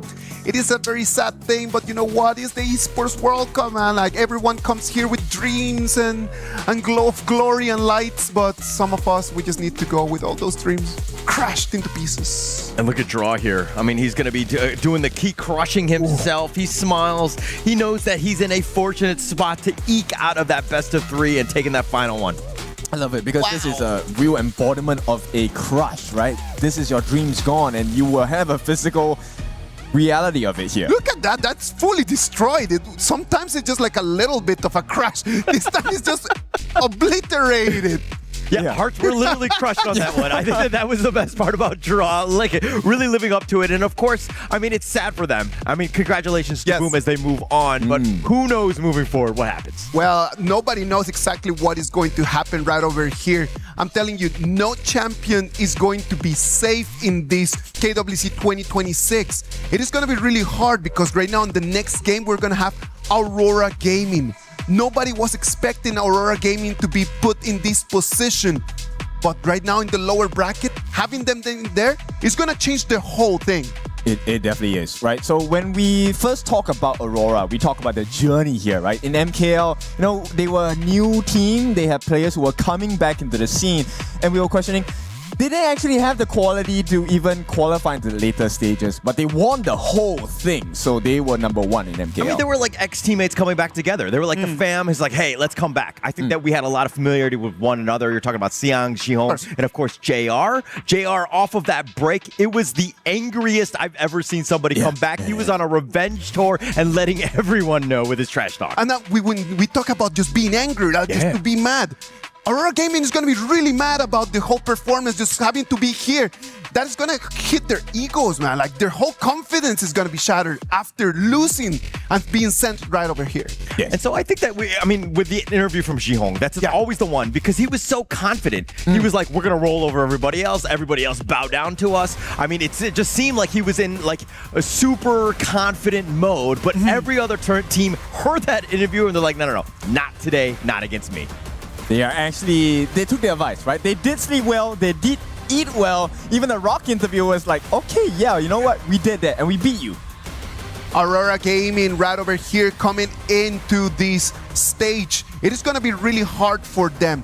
Losing their spot against Rock Esports. It's something that nobody had in their cards. Remember, they came into here as one of the seeded teams onto the group stages. It means that they are one of the top 4 teams ranked before this KWC 2026. I actually want to go one step further. Aside from the KPL teams, I think that this was the favorite for all of the global teams. Yeah. So seeing that upset, I mean, it's still Rock Esports, which is one of the other top 3 in terms of the global teams, but it's a shakeup, and it's going to be a huge one as they move forward. So let me add into this roster itself, Saber, Xiang, Zhihong, Yulong, and JR in their respective roles as well. We can expect nothing less than the extremes. For today, it's either going to be a rush over, they're going to crush their opponents, or it's going to be a very long game, potentially tempers as well. They got to be completely under control. They need to control those emotions because they cannot be just mad, just going around. When you are really excited, when you are really mad about something and you really want to prove yourself, sometimes you can let your emotions take control over what you need to actually control with your brain. And actually, that's kind of what happened against Rock Esports, right? Rock Esports got the better of them. And then you saw Aurora Gaming. It seemed like they were playing something that they were not traditionally doing. Exactly. They were getting a little, impatient. They were making jumps that they normally wouldn't make. Yes, and this comes down to the boot camp results, actually. I mean, having this triangle of players, Aurora beats GK, GK beats Rock, and Rock beats Aurora. So actually, with that behind-the-scenes information, Rock kind of knew that they had the advantage. The love triangle is real, right over there. The love-hate relationships in there is just insane. In front of them, we're going to have INF. I'm telling you, Influence Rage, in these days, it's been just like them every single day. They were here in the play-ins, then they came in here into the group stages, they moved down to the lower bracket. I feel like every time I turn around and I look over there, it's always Danny and the gang. Yeah, always Danny and the gang. And you'll see plenty more of them, hopefully, as they somehow can overcome this fight. Of course. But again, I think that the way that this team has come together, you're seeing just like how they're playing very well in sync with one another. The communication has been on point. And when, again, they go in, everybody's making sure that they kill the right guy together. I love it a lot because on the side of INF, this is something that the Chalk BR region has been kind of missing. Yes, we have individually very strong players, but the synergy was never on point. Maybe this year, Danny has found the perfect 5 with Kaiba as well. All right, lads. What about if we move forward into what's going to be the decider match of this Group B? The winner of this match is going to have a ticket into the top 8. Let's go into the BP. Holler, Kin, take its stage. All right, as we go into the draft here, I mean, this is one where everything is at stake. Too much pressure. I mean, you lose this series, you're going home, and we're talking about Influence Rage and Aurora right now? Aurora, at this point, they're going to pick up the Lorion first. And let's just recap the history of how they got here through the different series, right? They've been playing the Haya, the Yuhuan, into the mid lane, as well as the Mai so far, right? Only one instance of the Lorion, of which, yes, they didn't do too well. Yeah, but I think that if we're looking at Aurora Gaming, Jihong, this is one where we've been hearing it from other teams, we've been hearing from players, coaches, everybody has been saying Jihong's Lorion is next level. And being able to pick it first, I mean, they're really setting the tone here. It will give them a boost of confidence, right? And right now, they're picking up the Agudo along with the Florentino. Okay, based on the stats, just pure stats, right? No bias. Florentino hasn't had the best performance at KWC 2026 so far, and for good reason as well. A lot of teams have figured out that Florentino shines in the 1v1 situation, but how many times have we seen a 1v1? Very rare so far. It has been a pummeling match. Florentino being the victim here. Yeah, but it's because of these teams. Like, nobody sticks around. Nobody walks around by themselves, right? Everybody's together, and this is why they're next level, and they're, on the pro scene, if you will, because they play as a team. Yes, it is. And one particular trait on the side of Xiang's Florentino is that he isn't looking for the 1v1s purely for the team fight. He normally uses this Florentino as a distraction tool or to disrupt the rhythm of the team on the other side. So this is something that Influence Rage definitely needs to look out for in the team fights here. All right, so one thing that I've noticed right here, I mean, they're going to pick up the Flowborn Marksman, kind of let Leffy get his own hero, but not being able to pick it for the Flowborn Tank and other things that we did see some success with from Danny. I don't know if it's limiting yourself in this series. I agree, because if you take a look at how they have drafted for these two teams coming in from the plains all the way here, it's been super tanks for the side of Influence Rage, right? Aurora, they go for the assassin jungles, the Zilong, the Luna, the Pace. These are the standard picks. So it's about a rushing gameplay for the side of Aurora, but on the side of Influence Rage, they want to farm up. They want to be super meaty before they get into the thick of things. Yeah, and actually going back to the last series, they like the big bruisers, the Flowborn Tank, and then, I mean, they had like the Byron as well, and that was a nice little combination, but now they kind of open things up a little bit. If you're looking at the Aurora Gaming side, they have the Agudo, but you got a bunch of damage that's available from these new heroes. Actually, I like this because it is a flex pick as well. There is a very high chance that this Agudo can go into the hands of JR as well. This is actually one of the games that they used it. I believe it was against TEC here for the Agudo pick. They unfortunately did not take the biggest win out of that, but it was a decent performance, right? And they're going to pick up the Yang Dolia, so it is the Agudo farm lane. Yes, definitely going to be looking that way. And plus with that Dolia to kind of put the, the icing, the cherry on the top, if you will. And really, this is a tough little combination. Going into this meta, I would say that the Yang Dolia was something that they were looking to prioritize. They've been able to snatch it late here. Which is great, right? This is something that teams need to watch out for. And this will be a mirror image of how Influence Rage likes to play, which is we're going to have one big front line, and the longer it takes for you to take me down at the front line, I have free reign. The Agudo will have fun, the Lorion will have fun. On the other side, for the side of Influence Rage, it's all about Leffy. This guy has been fantastic this whole tournament. Can they build space for each of their farm laners? I mean, for this one, he's got to step up, right? If you're looking at this lineup, it's kind of, we talk about the fact that they were generally like a tanky style, but this lineup kind of not really to that. This is one where they want to fight. It's about the team fights, and they're all able to do their own sorts of damage. I mean, aside from like Mena on the Zhang Fei, everybody else is kind of on the squishier end. All right, so I'm a completely different person here. I'm going to talk about some facts here. What facts? Since when? Who is this? One of the games that they lost to Rock, they lost to a Musashi jungle. This is a fighter jungle, right? The other game that they lost against Rock was a Nerza jungle. So it's the tank and the fighters that they struggle to play against with this composition. So right now, it's kind of different because Yulong has chosen a completely opposite direction. He's playing their game right now. Right, and Yulong has actually had the most MVPs on this Aurora Gaming lineup in the MKL Spring 2026. So anytime you kind of set him up for success, I think you're going to have a pretty good time here. Yes, we will see how this initial laning phase goes, because Aurora's style has always been, we're going to put a lot of pressure in the first 4 minutes of the game. Influence Rage, kind of different. They look to be more defensive. Yes, they will fight for those neutral objectives, but they don't really go too far ahead and overcommit. All right, so one thing that we've noticed, though, from Influence Rage throughout today, as well as, the other day in the groups, is that they kind of let their opponents kind of get the better of them in the early game, and then they show resilience and they come back.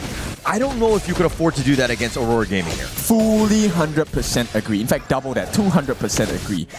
Because at this point, look, Tempest, he's going to start looking so bad at this lane. Xiang along with the help of Saber. Not something that we would normally see, right? Because Florentino shines in a 1v1. But you want to put as many advantages as you can. Yeah, and actually, this is another thing. We were talking about this Florentino. I mean, it has had largely not the greatest of success, but Xiang has done well with it. Chami 1 has done well with it. I think it comes back to like who is piloting the hero here. Yeah, definitely. And Leffy now has to reconsider his positioning at this point of the game. Now, Firehawk should be going safely in the hands of Aurora. If you take a look at what happened, that Fire Peak on the top as well was given to Aurora. So these small victories are coming to work. Oh, JR looking to bait it out, but he gets in his furball. He rolls on back. But I think for me, the first 5 minutes is just all eyes on Jiong. Where does he go? How does he rotate? Because he's going to have so much impact early. Yes, he is one of the heroes that offers you AoE damage, right? This is one of the benefits, which is also why he's balanced in the sense where he's super squishy if you get your hands on him. So all you have to do is to find the correct positioning to take the life of Zhihong in the early parts of the game, or even towards the end as well, right? That will be your solution to Lorion. Either super dive or play from a very far range. Okay, aside from Zhihong though, like who else on this side of Aurora Gaming is the guy that really needs to carry this team? I think it's Saber. It sounds kind of funny. Okay, Yeah, we take a look at Dolia. Why are we taking a look at the Dolia? Because Dolia is the answer that unlocks the second phase of Aurora's team fights. If you don't have the Young Jin's ultimate, how do you fight? He is going to dive in first, and if he doesn't have the second refresh, he does not get the lifesteal. You also have the answer here. Yeah, but now the Heaven and Earth Bowl, they find him the Duel of Death, but Danny coming out a little bit on the slow side, but Yulong half-life, they're going to be backing off here. Yeah, and this is just a preview of what's to happen, right? Ideally, let's take it from the position of Influence Rage. As Danny, I want you to use your ultimates first. I want you to be low on health, because with the duel to the death, you get the Impair out state. But you know what? Danny might lose the Crimson buff here, actually. Oh, that was super close. I think Danny found it in the end, but Zhihong, he's a sly man, as he almost stole that one right under his nose. Yep, and this is the speed of rotation, right? This is why it's better to have a faster wave clear in the mid lane. And with that being said, Tempest against Xiang, this matchup is kind of awkward at this point because they're not actually looking to win the big 1v1s. Closer to the 4-minute mark, it's about who gets to rotate first. Okay. But at the same time, you're talking about Florentino. I mean, he excels in those one-on-ones. Wouldn't you just want him to kind of deal and duel with Tempest in the top? Which is why Tempest is under the tower. He's not going to oblige to the fight, right? There is no point in giving a free win over to the side of Aurora. Bear in mind that multiple times throughout this first 3 minutes, Saber has shown himself in the top lane. They're confident that JR wins this 1v1, or at least is able to handle the pressure from the side of Influence Rage, and it's working out so far. Yeah, and it's actually been like the numbers from Influence, they go with the Duel of Death, and with that Wings of Judgment, that's doing quite a bit as they find Yulong. They're going to get first blood, but Danny is solo. He's going to be picked up by Zhihong, catches him just with the tip, and off to the side they go. It looks like Xiang will join as well. Zhihong continuing on, and they find Fury as well. And this is the power of Aurora, right? Once you start a fight, you have to finish it. You can't allow Aurora to have the last laugh, because right now, 4 minutes in, they can also have a very quick pick of this Tyrant. JR as a Gudo has massive amounts of damage, can literally act as the second jungler just without smite. Yeah, and actually it looks like with all that space that is being provided here, it looks like they're going to pick up the Tyrants. So all in all, just a really good, well-played team fight, especially when Zhihong's coming out 2-0. Yep, even giving Dolia that last hit for the Tyrant, this is just a show of a statement how strong they are. I mean, whether it's on purpose, that's another question for another day. But at this point, you know what? I would think that this is what is supposed to happen. This is how Aurora's draft is supposed to work, right? Yeah. And based on the playstyle of Influence Rage, I think we will wait for a couple more minutes before we decide, is INF too late? I mean, you never count them out. We've learned that even in the earlier series that they played today. I mean, this is like a 1.5K net worth lead in favor of Aurora Gaming, but they still manage to find ways back in, but it's usually because their opposing teams make some sort of mistakes. They overextend. Yes, overcommit as well. And Tempest goes right into the truth, finding Saber, who shakes that one off, and here come the reinforcements. They're going to scare Tempest away. Yeah, this is a very uncomfortable position now. They don't have any pressure else to apply because they've already taken a T1 at the bottom. So, nice idea by Xiang. They're going to try and force a T1 at the top. Not quick of a response on the side of Tempest, so it's going to be a 1-for-1 tower 1 trade. Yeah, taking that one down. I mean, the top T1, essentially Xiang is there. He's going to just skirt Tempest away. And you're talking about this, far superior one-on-one. Tempest can't even get to the tower. Yep, so ideally, I think what the game plan here on the side of Aurora is, can we keep the other 4 members on the side of Influence Rage occupied, right? And allow as many chances for Xiang to get this one-on-one. He doesn't really have to win it. That would be a great perk, but it's more about keeping Tempest in place. So they have a lockdown on information. Lesser problems to worry about, because the truth mantra at the walls is going to be disastrous for the side of Aurora. Yeah, lock him down, right? Don't let him get out of his cage, if you will. And as long as you're kind of limiting him from actually getting into the team fight, that would be best case scenario. But at the same time, you're kind of forcing your own Florentino to be in the top lane by himself. Yeah, it is. I mean, but it does give him some space to farm, right? And with the Primal Portal, they're right before the 10-minute mark. You are free to TP as many places as you want. There is a cooldown if you kind of miss it, which is 15 seconds. So you have to make very smart decisions on where you want to play your prowess around the map. And look at how Aurora Gaming, we talked about how they're methodical they were, right? How like they slow games down, almost like you're fighting them in a bit of a swamp where it's like, damned if we do, damned if we don't type of playstyle, because you're forcing them to make some sort of action because they're behind. Which is kind of weird, because I normally expected Aurora to be much more aggressive, but simply because of this new change in jungle picks, right? The Dolia Yangjin combination. It's definitely a much slower pace of game. So I think we might be having a very long game number 1 here. Yeah, I think so. But who's got the late game advantage? I would think it's really who lands the appropriate ultimates first. If Danny gets his duel to the death on Yulong first, I think we can expect an INF win. So don't you think that, Danny always has that opportunity, but for me, when you're starting a team fight with the Influence Rage lineup, I'm kind of thinking Tempest has got to be that guy. He's the one that initially goes, everybody kind of groups up, then you're talking about Maida and Danny looking to kind of, counter-initiate, if you will. I mean, that would be best case scenario, no?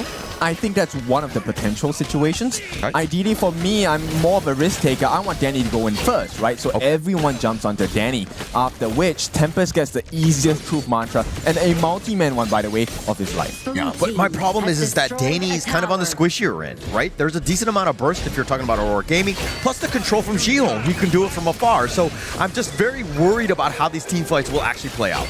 That's true. I mean, but this consideration is not going to be... Yeah, Umbrella Outburst, they're trying to go in for this one, and now with this Wings of Judgment, the Duel of Death, they actually find JR, but Danny's going to be the first to fall, and now it's an all-out retreat. Tempest taking way too much. No chance for them. Aurora Gaming weather the storm. They turn it around. They're going to take 2. They did exactly what they should have done, but this was very uncoordinated, right? Tempest actually dove into the middle of Aurora. You need to be in front of them or behind them, and they couldn't get the damage in. And that choice to go onto JR instead of Yulong, I felt like that was not the play going in here. Yes, you want to get rid of the Gudo, but where's the follow-up, right? Everyone else is tanking for JR, and once they come back, you did not even burn the first ultimate of Yulong successful. There was zero value in that. Zero value. I mean, you did damage to everybody. Your stats are going to be padded, if you will, but you got 0 kills, and that's never going to help, especially when Danny was looking to go forward. So again, I'm asking the question of hey, should Danny be the guy really initiating? I would think that that's the easier way to initiate, because everyone's teleport's been stopped in the top lane, and it looks like he's got nowhere to go. Danny, even using the Duel of Death, no chance to get out. Did you see the damage that Danny was doing? That's nowhere near enough. So Danny needs more farm, he needs more levels, he needs more items. And this is a cause of concern, because both Yulong and Danny are at the same level. You would think that it would be at least half his health when the duel to the death comes in.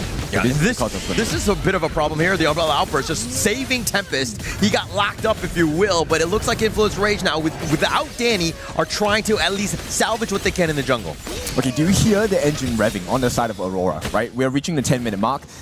Boom, boom, yeah. Okay, you heard it, right? Yeah. Now, this is the point of time. Once we hit the 10-minute mark, they get the Shadow Tyrant, and maybe even a Shadow Overlord at this point, because they do have quite a bit of damage. I mean, Yulong going in, he's going to hound out forward, finds Leffy to start things off, and off to the side they go. They've got the flowers if they want to go from that, from Xiang, not going to do so, but they're going to take the mid T1. There's more to come. T2 at the bottom as well. This is open for the menu, and right off the bat, they're going straight for the Shadow Tyrant here, and this is going to be a big start in the second half of this game. Number 1 for Aurora. Yeah, Aurora Gaming, though, it's like the strategy for them was to limit Danny as much as possible. Danny has not gotten going. He's really not in fighting shape, and it looks like Aurora Gaming, the way that they've been able to kind of, force them to play their play style, it's not been good for Influence Rage. It's not, and this is, based on what I can tell, this is a very calm Aurora. We talked about them losing to Rock Esports, right? Maybe there was some unhappiness. They should have done better. They should have gotten first place. But I don't sense any of that intent today. They want to just show that they are stable. Yeah, calm, cool, and collected. Duel of Death is going to be used, though, and they find it, and they're not able to do too much. It looks like Influence Rage have completely been thwarted here, as Xiang was literally fighting 1 versus 4. And that's the beauty of it, right? Xiang didn't need to go for the kills. Look at what he has achieved for the team just by being aggressive. Now they have pressure on all three lanes, T2 in the mid, T3 at the top, and another one more wave. Once they're done with the mid and the top, they can actually rotate either to go for the Shadow Overlord, or as well as... Oh, wow! Oh, he goes right into the Hound, finds Leffy yet again. Yulong, it almost seems like it's personal as they find it, but Influence Rage have to huddle back, get back to the fountain, but it looks like they're probably going to lose this mid T3. Yeah, I mean, you want to feel like, hey, there's time to breathe. They don't have it. They don't even need the minions at this point. Don't need anything at this point. I mean, when you've got an Agudo JR just rolling it out, they're going to go into the top lane as well. Influence Rage have to hold on for another 12 seconds as Leffy comes back up, but Influence Rage without the numbers, the orb, the control, the dual death, all the way to the back, it's all in. They're trying to force it out, but Danny's been killed as well as Tempest. They flash on 4. They're going to find Fury hiding in the fountain, if you will, but they're going to take game number 1. Indeed, the engines have been revved. That was really quick. The change of pacing from the side of Aurora, loved it, right? And here's the kicker for the way that they play. This is a Influence Rage style draft, right? We play the tanky front lines and we just open up the back lines to have freedom to do whatever they want. And did whatever they wanted. They really had game 1 under control. Full control. I think that's the number 1 word, right? In the sense of just like being able to dominate the way that they did. Influence Rage, like again, Danny was, knew he was behind. He was forcing the issue and he was getting punished for it. I think that it was really interesting how Kin was making the whole discussion about should Danny be the first one jumping in, and it's their synergy right over there. It was really nice because then Danny jumps in, he starts the fight, immediately evaporates, then after a Tempest comes in what was supposed to be a nice control chain, but nothing was really clicking. So what he's saying is that I'm right and you're wrong. It's just that, the execution wasn't clean. Is that what I'm saying? Really? Is that what I'm saying?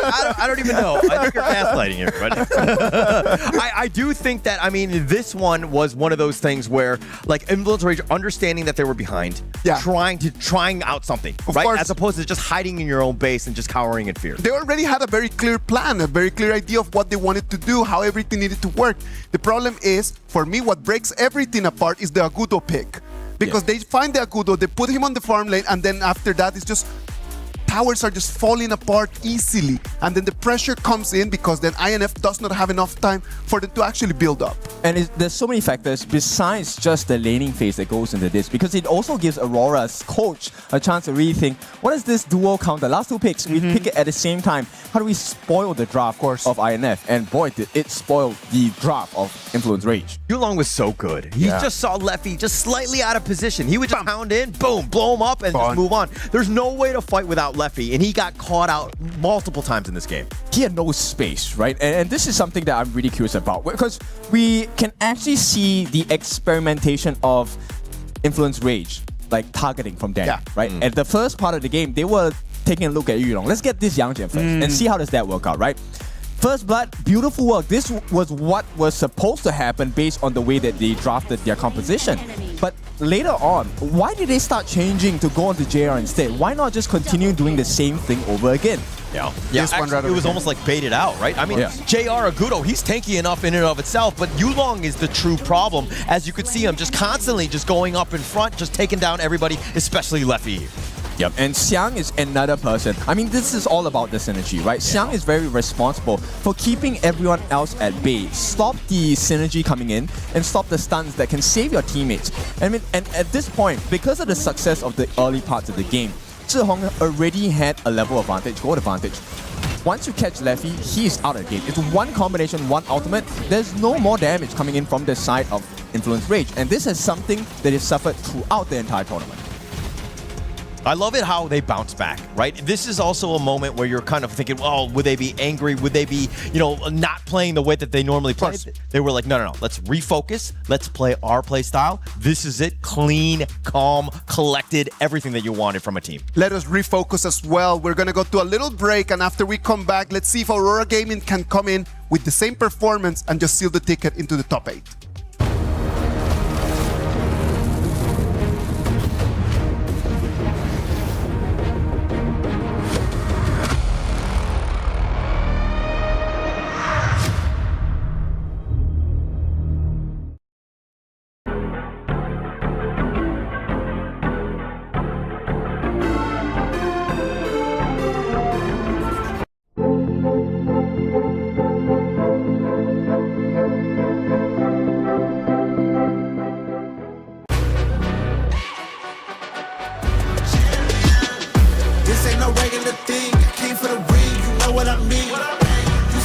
name in the lights. Better get right, I'm champion.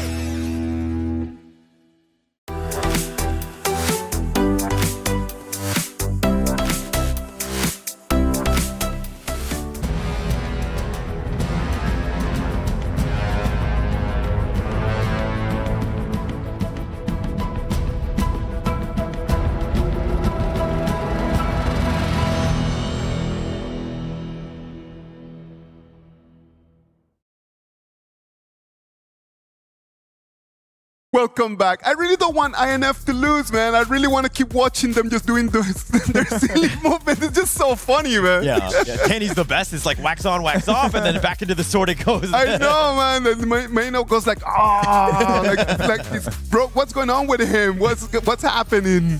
All right, let's get into the game, please. Aurora Gaming right now 1-0 advantage on top of INF. Aurora Gaming, they picked the Florentino, and then we were talking a little bit about the two different ways that we can play with that hero as well, right? Yes, so Florentino himself, what we have seen in the first 4 days of the competition was that most of the teams use him as an aggressive tool. You want to win the 1v1s. Hasn't really found a lot of success. But Xiang showed us the complete opposite today, which was let's play with strategy. We don't need to win the team fight, we just need to push them away. So 9 games up until right now. Well, before today, 2 victories, 7 defeats. That is not really good. It's not good, but it's also because Xiang hasn't been playing the 9 full time. Right? There you go. In terms of pilot, he's one of the best, and there's a reason for that. And as you saw in that one, they just got a lot of value out of that pick. Well, let's wait and see if they can, if INF can come in and then try to apply that. Maybe that Florentino is going to be up there for them for grabs.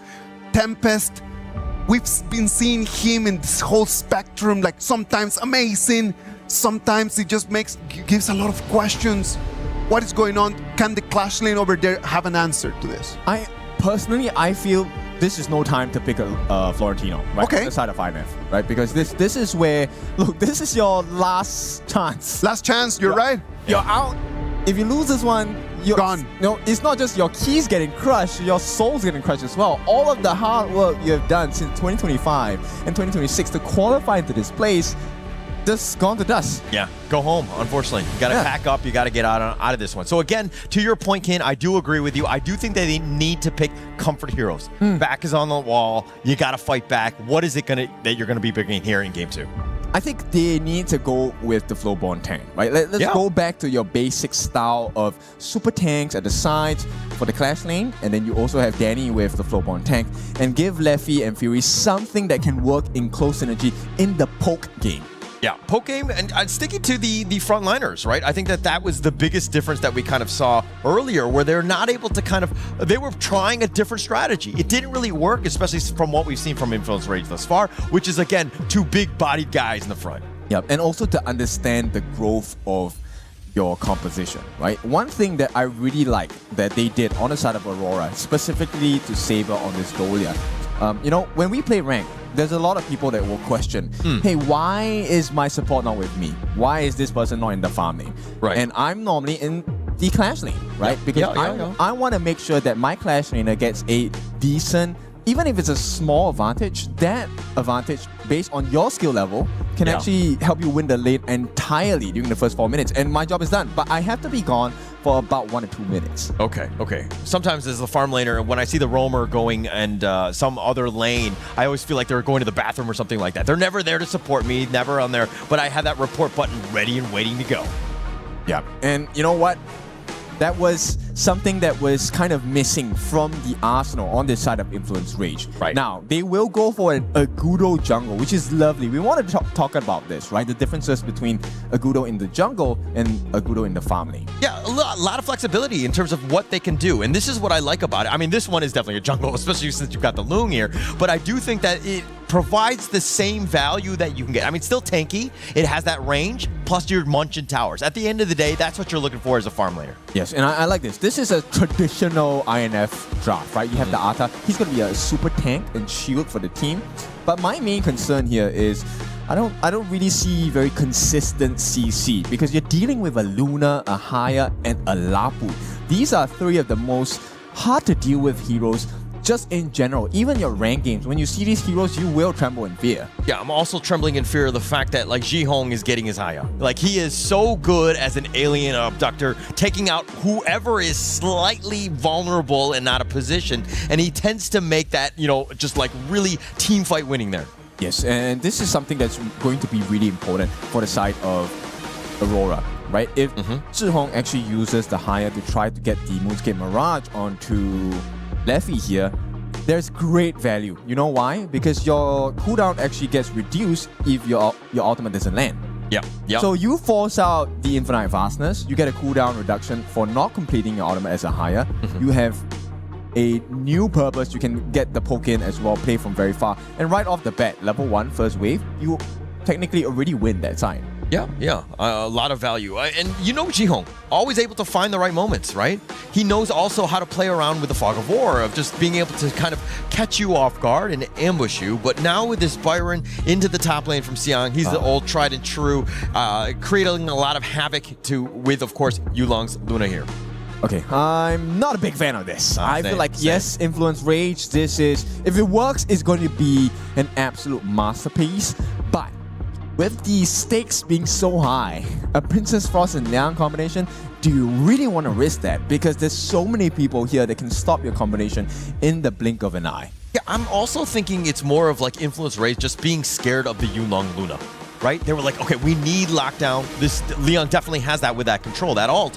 But I do think that it's kind of vulnerable to this. I'm not a huge fan of Leon. I do feel like it really falls off, especially mid to late game, and you kind of cripple your own chances going into that if you need to. You need to be super aggressive with this, right? It needs to be maybe a level 1 invade or a 3-man gank within the first 2 minutes, force out resources away from the side of Aurora, because every single person has an answer to this combination, right? The Soyue already showcased yesterday from our last year's champions, AGL, Ino using the hero to massive effect with the snipes as well. This is something that is going to cost INF their piece. Yeah, and also I'm kind of looking at this as like JR not picking traditional ones. I mean, he picked the Agudo last game, he's picking the Choyu, so he's kind of like hiding a lot of his trump cards, like what he's truly comfortable with. And I think that at this point with the Choyu, it's going to lock down that late game. It is, and you know what?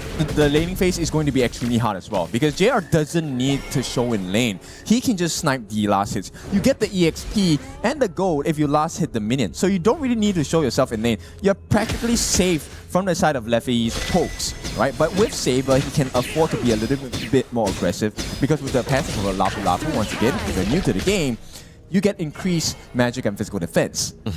Yeah. They're going to need whatever sort of benefit that they can get. But if we're talking about the Influence Rage side, I mean, this is all in on this Liang train, right? You hit level 4, you start making some ganks. If, 4 to 7 minutes, you're not finding any sort of, success with this play, I think that you're, like, largely in a bad spot. I don't think you can win. Yeah, you definitely can't, right? And at this point, the other portion, in fact, that becomes really important has to be the vision game, right? Yes, Xiang, while he actually flashes first, this is before 2 minutes, they won't get too much value in terms of getting a kill, but this is all about wrestling and jostling for space on the map. Yeah, and also to take away this space sprite, Yulong now deciding to go in with that charge. It looks like Agudo's got his own first blood, and Yulong getting picked off. A huge win for Influence Rays as they continue the chase. Xiang, he gets stun locked, if you will. He turns around, gets the Storm Strike on, but how much damage can he do as he too will fall? Completely falling apart. This is not what Aurora expected, and this is not what I expected of Influence Rage as well. How? How are they supposed to do this? Yes, as a Liang, you have massive damage in the early parts of the game, But why did the Aurora players stay and fight? Why did they say okay? But it also was because Xiang, he flashed in very early in that team fight, right? He didn't have that to save himself, and he realized that, hey, I'm in with 4 guys. I'm not going to make it, so I'm going to go all in on this regardless. But again, it's just like a small mistake already. I mean, they didn't seem pissed, at the loss to Rock, and it seems like they need a wake-up call. So something's going on, at least for the side of Aurora. Yeah, Leffy here just dodging the wild win. JR should be able to hit a couple of them as he's like pump faking them. But if we're talking about this lane matchup, Lung versus the Shoye, who are you giving the edge to? I will pick Soya any time of the day because I have not found a way to win unless I dive heavily. And Saber, Zhihong, they would love that because once you lose the vision of them, they might be hiding in the brush for you. And until you're 4, you don't really have an answer. Yeah. And you really want to use your infinite fastness now at the 3-minute mark. Risk being aggressive. No way. Yeah, not at this point. But I think that you were talking about level 4. Mena actually just hit level 5. The teleport game is on. He's going to be locking in, walking around with Fury to find some sort of straggler, if you will. Yulong, he's going to eat that one. They go in with Furball. They're looking to turn. Saber with the Raging Sea only onto 1. The flash away, but Yulong, he's getting a little bit low. They find Danny. Danny trying to get for that last shot, but he will fall first. Tempest gets the charge. The Moonscape Mirage is covering the retreat, and it looks like Mena's been killed as well. And it looks like Tempest getting on out. Full recovery at this point. 3.5 minutes, 30 seconds more before we get that first time of the game. And Aurora have completely made a side piece on the side of Influence Rage. The idea was there, right? They actually got the freeze as well as the Gorge mobilization from Danny dropping 4 ball down onto Yulong. But the positions of Aurora, they were ready for the exchange. Yeah, they were waiting. They were willing to go on this one. And just like that, the net worth, like it was in favor of Influence Rage. They almost had a 1K lead, and they've completely given that one away. Aurora Gaming now coming out on top. It looks like they're going to start this tyrant here. Yeah, when you see a Luna stand still, something's wrong. Yeah. No Luna ever stands still. There is something at play here, right? Maybe there's a connection error, huh? No, it was completely bait, of course. Yeah, so this is something you need to learn to recognize, right? As a Luna player, okay, not me, I don't play Luna, but I love playing against Lunas as a Princess Frost because I will stand still, right? I'm the bait. And once you stand in front of me or you try to dash into me, that is where Princess Frost second skill comes into a big play, right? So that's something they need to bait out of Aurora. Give a target for Yulong to jump in and ready your second skill as a Princess Frost. Yeah, but I also think that it's like you're not going to see that sort of fall. Oh my gosh, Leffy gets destroyed. JR's all by himself though, and it looks like Danny got clean up, and it looks like they're trying to run away, and it's going to be a 1-for-1. Okay, I like this exchange. So yes, Leffy did take a fall, but JR was taken down by Danny as well. And as Danny is a jungler, this is absolutely important because he already died once. Having a singular kill brings him back in terms of EXP and gold. He needs to have the lead against Yulong here. He's doing pretty good damage. Pretty good damage, for sure. And I think that Yulong is like, okay, JR, you're dead. I'm going to take your wave. I'm gonna be happy with that as he cleans up on this one. And again, Yulong has been literally just, aside from that one death early, it looks like he's kind of just off the map. But now the Mirage under the tower, if you will, the Raging Sea is going to be used. Not really getting too much value out of this. Here's the Flaming Palma is going to be used as well. Danny at half-life. The Wild Wind is going to be used, but the Ghost is blocking him down, and it looks like Jihong is going to be taken down. Furball still up in front as being that tank. It looks like Influence Rage going to be happy with that one kill. This is exactly what they need to do. Did you see the way they defended Fury from the last snipe of JR? With the movement from Danny as well, he actually threw the Furball down to make sure that they tank the damage with the Furball and turn that fight around, getting the life of Zhihong. And that was a very scary situation to the likes of Fury, right? Because you just use your Frigid Prison. It's on cooldown. Yeah. And you immediately get taken to the alternate dimension in the Moonscape Mirage. I thought Fury was going to be dead there. Yeah, and I think that Jihong, a little bit later, when he does have that net worth, that fight is not going to be a good one for Fury, who's going to be like a secondary support, if you will. So we first take a look at this trade. Was it worth it for Leffy to sacrifice his life? I fully believe so, because you give Danny the recovery, he also gets some free minions and maybe some free damage as well. But right now, the game plan is completely different. They have to start protecting the mid laner. Zhihong gets the catch, but I think he's the one that's going to fall. This is not a great spot, but Xiang is now there. They have a lot of that control. The Raging Sea on top, and it looks like Mena's going to be killed. The Infinite Fast is going to be used by Leffy. He is so low. Tempest flashing away, while we're not able to hit, just out of range, but Danny's in the mid lane. You always want to one-up your opponents, right? The moment Zhihong got the catch onto whoever it was in that particular position, I thought it was over because there was no backup coming in from the side of Aurora, but they actually did. The flash by Xiang to move in, be the center of attention, while JR sneaks in from the mid lane left brush to then get the damage down. That was a perfect coordination from the side of Aurora. It was SNS, Xiang and Saber. Both of those guys, the right time, right place, the Storm Strike, the Raging Sea. It's like, okay, you want to fight here? We are here and we're able to stun lock you. Love it. It's the SNS calling for INF, and they need the SOS as well. And I mean, that help didn't come. All right, I got like a SS to SOS to IN. Okay, all right, I'm on the same page. Let's go.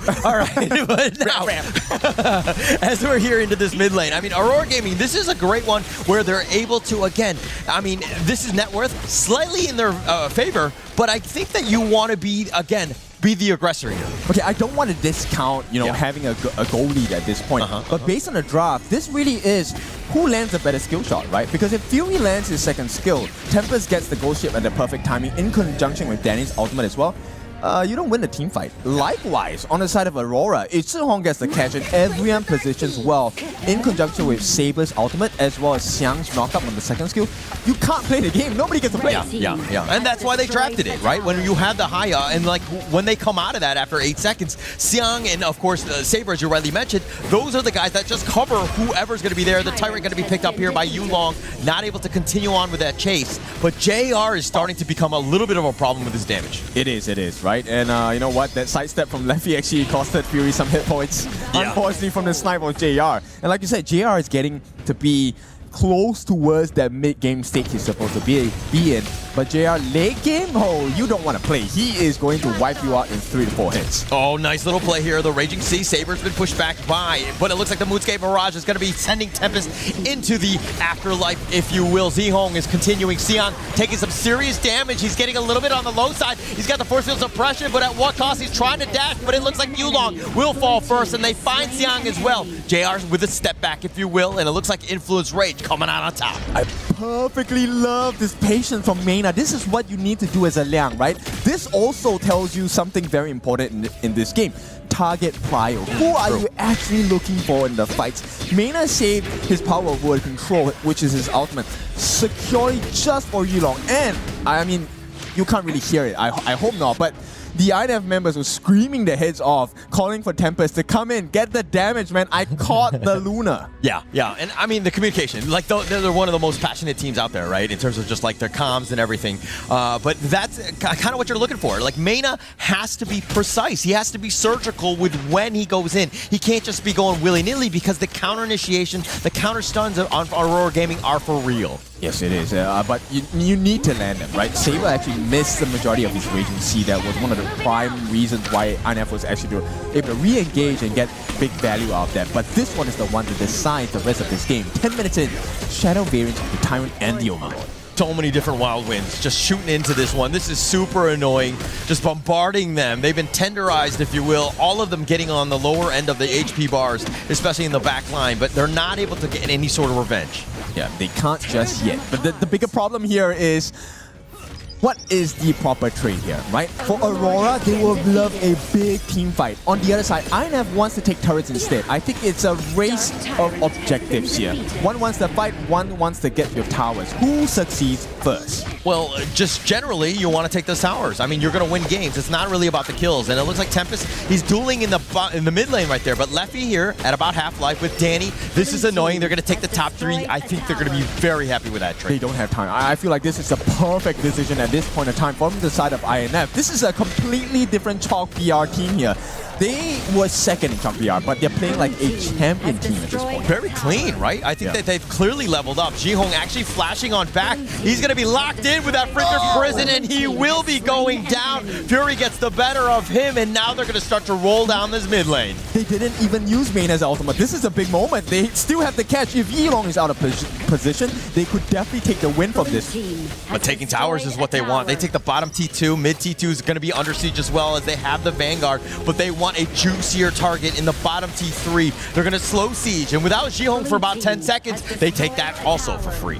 Yeah, this one is a scary one. They did it once. INF, that is, did it once against Rock Esports. They took one game away from their counterparts here. Aurora, now at the risk of also being in the same situation.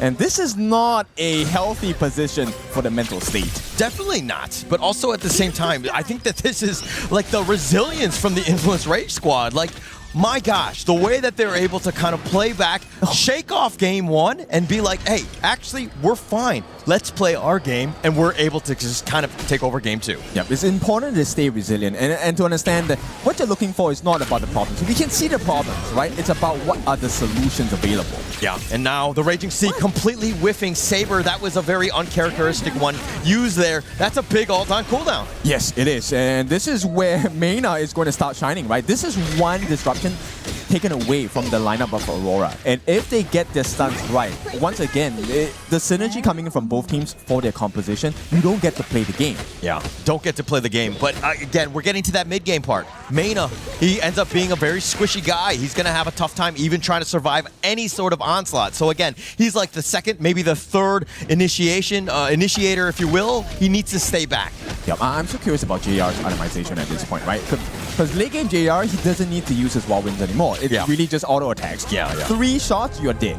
Yeah. And I mean, he's going to continue with these wild wins. Again, it's about this mid lane. This wild growth of Okudo is a problem from Danny. And now Aurora Gaming trying to just hang on to it. But a couple of shots, the Moonscape Mirage, he's going to flash on forward. He's going to send him to the afterlife. They've got the Raging Sea, but Saber with a charge in. He's taking a lot of damage. The 3-man stun gets the pullback Leffy. And just like that, 3 members down. They want even more as they take down Tempest as well. Mena is also going to be taken down. A quadra kill going the way of JR. It's all about the moments on this one. And a moment there was a little bit of a disruption coming in because Xiang was supposed to land his second skill a little bit earlier.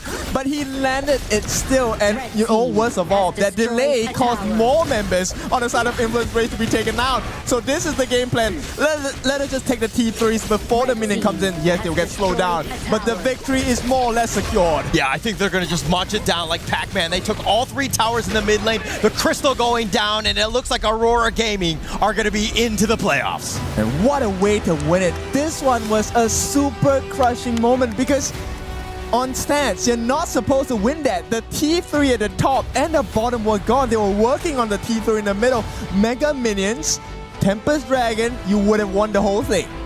Blink and you miss it, right? Yeah. I think it's all about that team fight. And JR, if there was ever a moment where you're like, a quadra kill is required here, we need this to win, JR's like, I got it, let's go. Yes, and he is the finishing blow.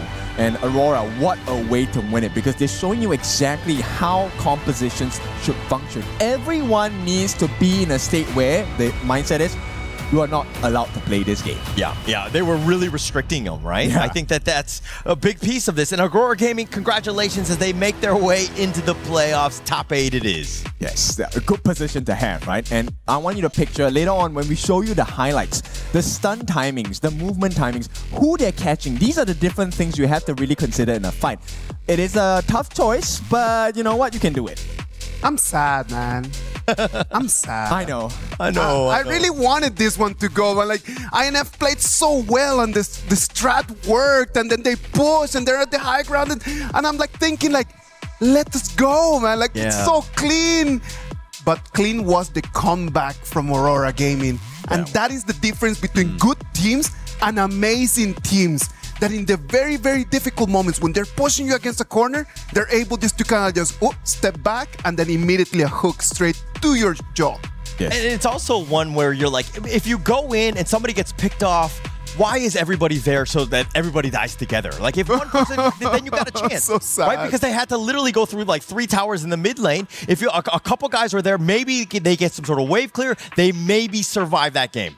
This is where it's so painful, right? Because we have the hindsight bias. We saw how this draft went down. The goal graph is a little bit kinder to both teams here at this point. Because if you take a look at the composition itself, Influence Rage, this composition shouldn't work. The game shouldn't have been 14 minutes long. It could have been much shorter because there were so many disruptions coming in. But somehow, they forced Aurora Gaming into the back first.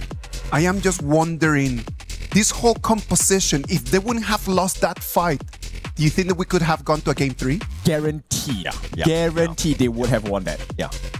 I mean, they had that lead. Everything was rolling their way. And then it comes back to that last team fight. And we'll see it in the highlights of where they kind of made that mistake. But man, Influence Rage, they had like 90% towards the finish. And it was that last 10% where they just like botched it. I think it's more about the communication because the last moment in the game, how it started was with a Zhihong flash ultimate, right? And this is something that's really hard to react.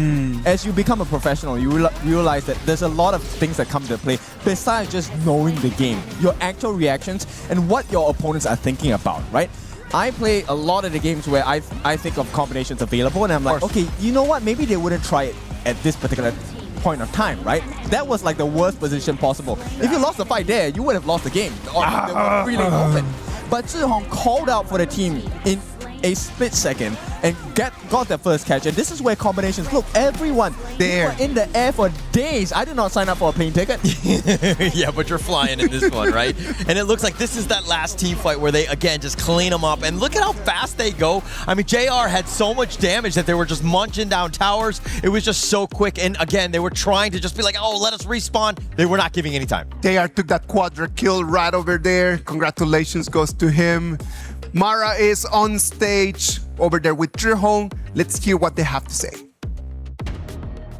Zhihong, congratulations. You know, last year you were almost there, but this year might be your year as you've made it to the top 8. Tell us about the growth and the main difference with what you guys did with your team to improve this much this year. We just do more practice, do more scrim, do more rank, and the most important is we just trust each other much, trust each other more. So you basically just kept on working harder and you gave more trust with each other. Now, amongst the 4 teams that have qualified, which team do you have your eye on and why? Because last time you were doing your fearless prediction. We want another one right now. I think it's GK Esports because we just face ROC but we lose, and we know that GK is a very strong Malaysia team, MKL team, so we want to face GK to prove that we are Malaysia #1. So you want to face a fellow Malaysian team. Now all the Aurora fans and MKL fans are watching. What do you have to say to them? Thanks for your support, even though we lose to RC, but I think every failure means growing, so we will come back stronger. Thank you. I think as long as a Malaysian team wins, you will still get the MKL fan support. But for the Aurora fans, make sure to keep on supporting them. You've heard it from Zhihong. Now we're going to hear from our casters. Lead the Gorge. Every defeat is an opportunity to grow. Even Aurora Gaming understands that. They know that they didn't have the best performances, but they're looking forward to just take on not only ROC Rock Esports, but GK Esports as well. Yeah, and actually, from that interview, I kind of learned why you're taller than me, because you had a lot more failures. It's because you had more potential to grow, huh? Yes, and I'll add on one more lesson. You know, we're kind of like in a classroom now. You know, when a teacher is looking for an answer to a question, everyone's avoiding. That's exactly what... Well played, right? Yeah. I just dodged your question. Because he was talking about who potentially would pick them. He did not mention the KPL teams. He's kind of like, hey, MPL, look at me, we're going to fight this one out. But you know, things don't really go the way you want all the time. So I'm wondering who will choose Aurora. Nobody wants to choose Aurora. I am completely sure about that. That is going to be the last pick that they were going to have. There's a lot of different things that are going to happen. Today, we're going to have one more match. Tomorrow, we're going to have 2 more tickets over there to the top 8. This is going to be an amazing day. We have a lot more things going on. Fellas, what do you think? In this game, INF just dropped it over there in the last minute. I do agree. I think that Influence Rage had everything going their way. This is probably a game that they will look back on and be like, oh my God, we made so many mistakes and we botched it in the very, very end, right before we crossed the finish line. Complete disagreement. I think INF played really well, and this is not their mistake. This is the strength of Aurora. They just knew when to pull the combination at the right time. It literally was that split-second decision that changed the whole fate for INF. I mean, it's Influence Rage. You're not going to be like, okay, these are the mistakes that I made. You're just going to be like, oh yeah, that team is just better than me.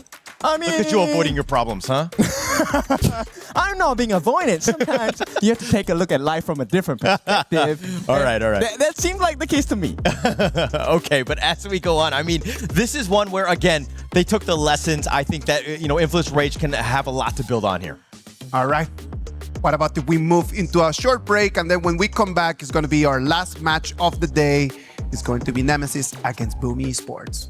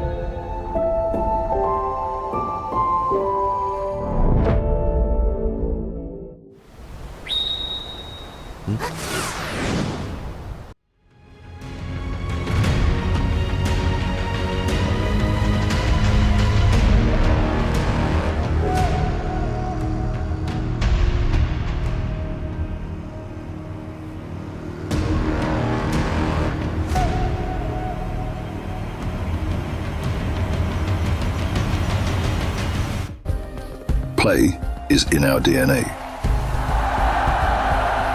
Whenever we let it out, it becomes our superpower. Now imagine an entire city being built to supercharge it. Kadir City, powered by play.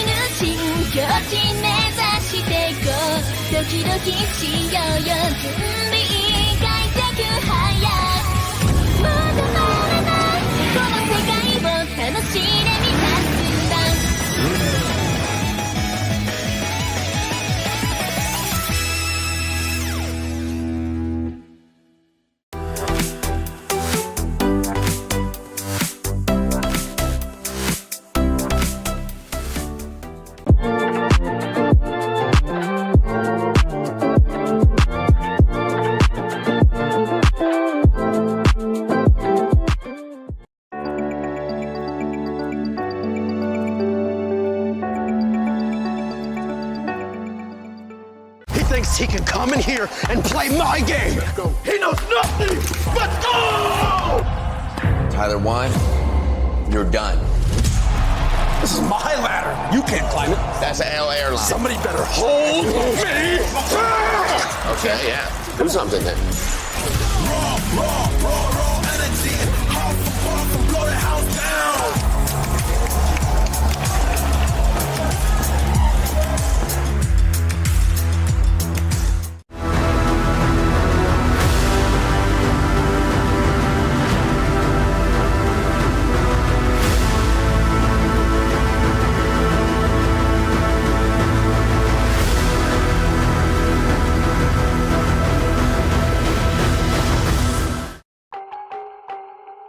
Welcome back. This is the KWC 2026. I'm Isaac Peña, I'm your host, and we're gonna bring you the action of our match 4 for today. It's gonna be Team Nemesis against Boom Esports. I know that Sagi has been on rank the whole day, and as Trihon said, every defeat is an opportunity to grow. Sagi, how has your rank been going? You know what? My rank's been pretty good, you know. Oh, I grew pretty tall. Nah, just kidding. It's just a bit of a comedy effect for the broadcast here, Vlad. Absolutely. I thought I was going to have to, get my neck ready to keep looking up at you for the whole entire stream, but I'm glad you come back down to my level. I mean, this is just my usual. It's I'm just looking up. That's that. Wanna give us a taste of how is Sagi's life every day. Well, Sagi, sadly, INF says goodbye to us. Influence Rage already on their way back home. Sadly for them, this is gonna be the end. Aurora Gaming had the opportunity to go and crush their dreams. I mean, to be honest, you have to give props over to Influence Rage, right? This is a team that's made it all the way from the play-ins. I mean, the play-in stage, we were always talking about that the entry out of it actually was quite a high one, considering that it's a play-in stage. And I'm telling you, in no match in the whole KWC 2026, INF looked like they didn't have a chance. In every single match, they looked like they had an opportunity. Even in this one against Aurora Gaming.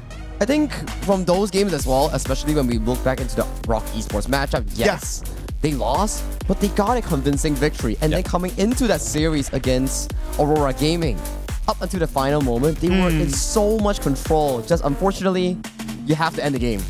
Well, what about if we jump into our match 4 for today? Team Nemesis against Boom Esports. This is gonna be a rematch. They've already played against each other. Team Nemesis already with a 2-0 big win against Boom Esports is what sent them over here to the lower bracket. Team Nemesis, after losing against GK Esports, do you think that they can bounce back? I mean, they got to try to, right? But they also think what they got to try and make an improvement on is the fact that Team Nemesis had the longest game as well with GK, right? 28 minutes and 35 seconds. And to be honest, the series we just saw with Boom Esports, most of those games were quite a long length. So we could be in for a marathon. I think that is an extremely good point, Blam, considering the fact that they went toe-to-toe with GK Esports, second place of MKL, and they are already long and gone in towards the playoffs here. For both of these two teams, if you were to analyze their previous series, it was actually pretty close as well. Boom Esports in control for the first 70% of the game, then they found an opportunity from the side of Nemesis to come back in towards those moments here. For Team Nemesis, this is the exact lineup: L, CC, Jurl, TNX, and Tough Z. These 5 guys, who do you give the ball to? For me personally, we saw his performance, right? Just before the crystal was about to get taken down, he got that ace. This is about TNX show. I think so as well. TNX, CC, these two players has been amazing, right? And TNX, he brought out the lamp pick. Yes, it lost, but it had so much highlight moments in one of the longest games that we had in KWC. For CC, he's the Devara merchant. Yes. TNX in the last game against Boom Esports with the Nutra and the Luna pick. Two of those heroes that they have great access to the backline, so it might be the same strategy today against Boom Esports again. I feel so too, but I mean, I feel like there's also going to be a bleeding of the identity that we've been seeing within the drafts for this entire day, right? Like, maybe the IKL is holding something here that's going to make it sure they get past this final hurdle against the PKL team. They definitely need to whip out whatever they have in store in the arsenal, in the loot box. Bring it out. It's like, okay, guys, this is the draft sheet. This is the game plan. This is what sends us into the playoffs. The IKL and the PKL, their beef or their competition has always been there. Like, the history takes us to the beginnings of Honor of Kings. But this game is going to have a little bit more of a value for Boom Esports. If they are to win this match, they're going to be the first PKL team making it into the top 8 of our KWC history. So this kind of pressure on their shoulders, is it going to crush them or is it going to help them to lift them up, Lam? Well, we know they like to be in the lower bracket, right? We've already seen that they performed in the first series in the lower bracket. Yes. And obviously having this history just lie in front of them, I feel like it is going to be enough to prop them up and try and ride this lower bracket into the playoffs. It's about the hungry wolves performing under the pressure, right? Yep. And they come from a very long history in the HOK Esports ecosystem, being one of the first few teams coming in from Philippines, representing PKL in international tournaments here. First ever PKL Spring Champions. Now, can they be the first ever PKL team qualifying for the top 8 in EWC history? I am really looking forward to that. I know that this is going to be the Danny and Carl show. When we think about Danny and Carl right now and the way that they need to be playing, what hero picks do we have over there that could give them an advantage? I mean, we saw it already, right? The Jing, that was a fantastic one for Carl. In terms of, obviously, decisivity, it's definitely what we need to be seeing Carl on, kind of being able to lead the charge, but also bring out the results within these team fights, right? Getting those takedowns, getting into the back line, especially if we start to see picks like the Lorian and strong back lines like, I don't know, like an Aaron or anything like that. You know, you want to see that deleted and out of a team fight. Pretty good point, Bland, where it's all about giving Carl that room to access towards the backline on picks that you mentioned, like Jing, Luna, then the mid and roam. We've seen a tournament favorite thus far on the mid and roam 2v2 section. is the Lorian and Zhangfei. These two picks, that CC galore, has been amazing thus far. Yeah, it all depends on who gets that Zhangfei first game, right? Because we saw it in the last series for Boom. They got Zhangfei game number 1, denied it for every other game for the side of DCG, right? DCG, exactly. Yes, they weren't able to get that one. So that may have been a big factor into their loss. Boom Esports already played today the Princess Frost and Liang combo in there. That is still available right now over here, but maybe Team Nemesis has already done their homework and prepped for that. And Team Nemesis is one of the few teams that has played against that combination for a few times. They've seen DK do it against DCG. Yes. They've seen Boom did it against DCG. So they're like, is this the tournament meta? Is Liang Frost what we need to be playing, or do we have a counter towards it? You know what? I wouldn't even put it in the meta. I would say that it's one of the most common tools as we move right now into the group stages. In the play-ins, we didn't see much of that, but as we moved into the group stages, it has been there every single day. Yeah, I feel like it's just down to the factors. Obviously, people were just thinking that maybe it's just the Guan Yu that's going to be the good counter against that big combo. But like we saw with DCG, obviously the Dune is not as good as a substitute. It does the win slash, it gets the knock up, it disrupts it, but the Lorian as well is also being able to just disrupt that from the back line. So as long as you maintain that like dual tank meta, you'd be looking to use the Lorian to just kind of get levitate in the air and basically cancel that CC. Like one takes it in, and then the other is like, okay, let me disengage you, let me put you back into proper health. And I like the Lorian suggestion that you mentioned. It's not only about bursting the back, like it's also about setting up some of these team fights for the team fight history. All right, ladies and gentlemen, match number 4 is on the way. Team Nemesis is going to be on the blue side. Boom Esports is going to be on the red. Blam, Saggy, break this down for us, please.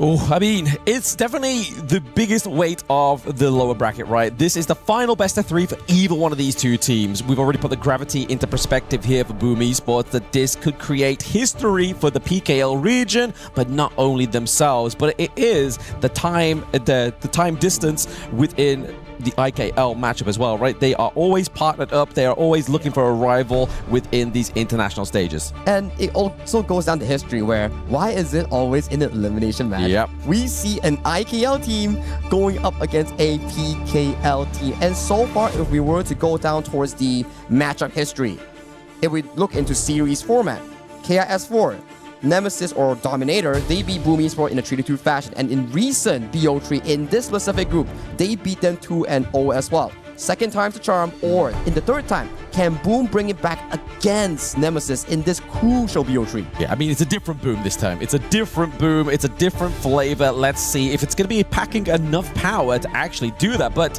it is the Guan Yu coming out here for the Tufts here on Team Nemesis. So I feel like that's already kind of thrown off that Princess Frost and Liang. I mean, generally we don't see in game number 1 anyway, because we go back to the picks that we're talking about. Obviously, the Zhangfei, the Lorian. Those are the ones you really want to be looking at in the first game of the series. Those are very good points, right? And I've talked to some of the pro players, the coaches here. They all mentioned to me like, hey, how do you counter Lorian? Simple. Either you outrange him, which is not higher, or you hard engage on him. And so far, if you check out the Nemesis draft, you have the Lapu Lapu, that ultimate flash, or the Guan Yu flanking towards the backline. These are key tools in allowing this specific combo and dismantling potentially Tatsuri in that mid lane Lorian. Yeah, you've not only got the aggression from the front, you've got it from behind. It's really hard to kind of navigate that when you've already got that in the back of your mind that you can get touched out either those two times. But we do see a bit of a respect ban here for the Lamb, right? Obviously, TNX, we've already seen a great performance, and that just kind of shifts the conversation into that identity that we see these teams bringing into the latter stage of the group stage.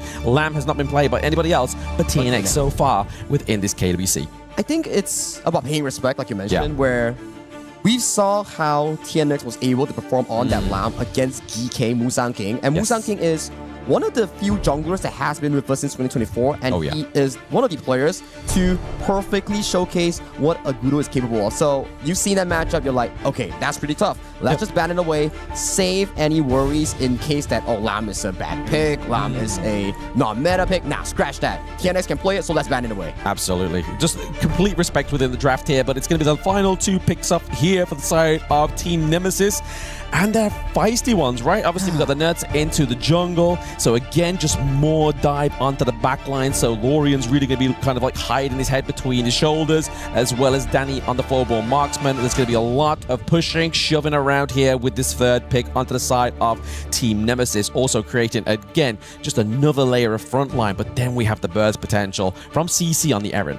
I like the Eren and also the Nutza. And Nutza is one of those key heroes that has been consistently picked out in trying to counter the Lorian or Flowball marksman. Once you see them show on the map, you just immediately pop Skyfall, charge right towards him, and if it's a Fed Nutza, it immediately takes down like what, 70% of your HP by contact. Yeah, exactly. It's a hard one to come across. I mean, we've saw Ori today so far with the Nurtza, but it's been into the clash lane. Obviously, having that execute means that you're just able to kind of find that low health target. You know you've got the Skyfall. You know you're going to land on the execute. And it's pretty much going to get the wipe out there for them. But we saw towards the end there, that cheeky Umbrosa pickup here for the side of Boom Esports. Miggy once again just kind of molding his identity onto the team.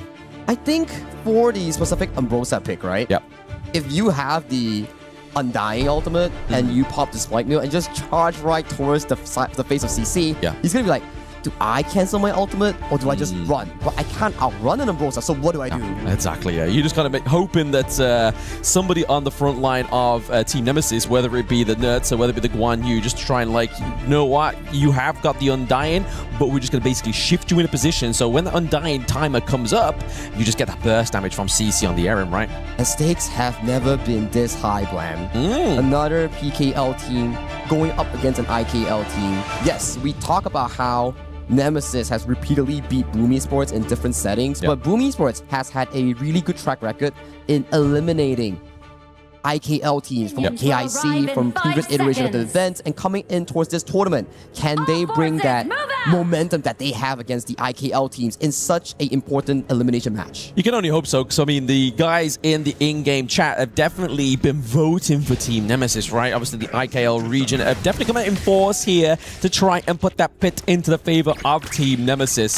So we really need to see some support from the PKL fans in the chat. Bring it into game to see if we can neutralize those votes in the pit and give it over to your team. But like you said there, Sagi, the stakes have never been higher. This is elimination game for Team Nemesis and Boom Esports. So far in towards this early game, very standard start coming in from both Farm and Roamers here, just trying to control that bottom side, but that's the strength of the higher, right, Blam? Fast grave clear of that triple spell one, immediately converting that mid lane push priority into that easy pickup for CC on the fire leaf. Yeah, I mean, we can kind of see why, like, we know that Guan Yu, obviously Tuff's there, having a lot of damage taken top side of the map, though. But down to the bot side, it seems like the pressure's just kind of being equalized across the gorge, right? They're just trying to make sure that they get some kind of early lead in either of these side lanes. Really, you don't want to give it over to Tuffs on the Guan Yu, because it gives up so much potential there. And Jurl is on fire right now. He stole away 2 camps coming in from the red side jungle here, so that's going to be a pretty good goalie in this specific early game. Right now, coming back towards this specific mid lane 3v3, who will pull the trigger here? At the very least, we do see Zhangfei going to the bottom side, so this priority easily will be picking up by Team Nemesis. Yeah. Team Nemesis getting the farm lane priority here now. Obviously, we know that Lorian wasn't quite level 4-ish there yet, so I feel like maybe if Boom had just a little bit more time on their side, that I feel like the engage would have been in the mid lane for themselves. But like you're saying, those stole away the camps for Jurl is clearly kind of created this lead here as well, that knock up there onto Tatsuri. I feel like they're just trying to bait somebody onto the side of Team Nemesis into the jungle, so maybe then we start to see the wrap around here for Danny. That could be the case, right? And if they can actually bait him in, and Tatsuri gets like a beautiful knockup with the help of the Agudo furball bounce, maybe that's like probably like a 4-second crowd control that could be pretty insane in locking down a specific target. But bottom side, Danny takes so much damage from CC. Yes, I mean, Eren hurts no matter what part of the game, right? Especially if you are a squishy hero within Honor of Kings. You really want to be kind of giving that over to your tank there. We do see, obviously, L having a bit of head time there, thanks to Tatsuri on the Lorian, just trying to just deny any kind of, like, formation down to the bot side, because we've been seeing time and time again, just trying to create some kind of dive here, dive potential for your enemy team. It goes to the point where you have TNX on that Ring of Fire into that Skyfall. So if Danny overtrades his health bar and Jurl and TNX just comes down with all their ultimates, it could be pretty disastrous here because we know the Flowball Marksman, yes, amazing level 12, amazing 4 item power spec, but if you get shut down early, you can't hit those item power spec at the important timers. Exactly. Speaking of important timers, we do get the Spark 4 Dagger being built here for CC on the Aaron, so we're obviously going to get that attack speed, we're going to get that little bit of a zap damage, extra little bit of wave clear potential here for obviously making those pokes just a little bit more onto the side of Boom Esports, but we are slowly but surely approaching that 4-minute mark. Now, trying to build some pressure down to the bot side. Now, Bland, you play farm lane, right? How do you like this Aaron versus Flowball Marksman matchup? I mean, early to mid, for me, I feel like, obviously, Flowball Marksman has the power, but the fact is the health bar is just never there, right? So you're able to use your first skill just to kind of like poke him, slow him down. I like the Aaron more. Yeah, I think so as well, right? Like, CC, if you are on the side of Aaron, your all-in is stronger than the Flowball Marksman, but if the Flowball Marksman utilizes a range advantage and then just slowly chunk you up, then it's more of like a skill matchup per se, right? Absolutely. 4 minutes on the mark here now for these two teams. We already see NMSS make a good sure start here for the Tyrants. We see the Raptures pipe being built here for TNX as well, so obviously the damage onto these monster objectives are going to be a little bit more of a pain game here for the side of NMSS, and able to claim that Tyrant means that already TNX has had an actually really good start, because every time I keep looking over to these two portraits, he has the level advantage already. And to be fair, Carl should be one with the level advantage because the clear for Agudo is a lot faster. Fully agree, right? With the furball, you get to travel the map significantly faster here. So props to TNX. Not only could he like secure an objective, but he's also keeping up on the farm thanks to the fact that L and also Jurl are stacking up those mid lane minion waves, making sure that, hey, TNX, come over to mid lane. It's just farm galore here. That's what you can see from the goalie. 500 already over the side of TNX against his opponent Carl. You can already see what kind of position this has put Boom Esports into, right? They're playing very defensive in their own jungle, but you can see Joel is here being a lot more riskier to be like, you know what, if I just land skill 1 at the perfect time, maybe Carl doesn't have the spike, maybe we're able to get that blue buff, but there it is, the landing of the Unbridled Outburst, but CC has the flash.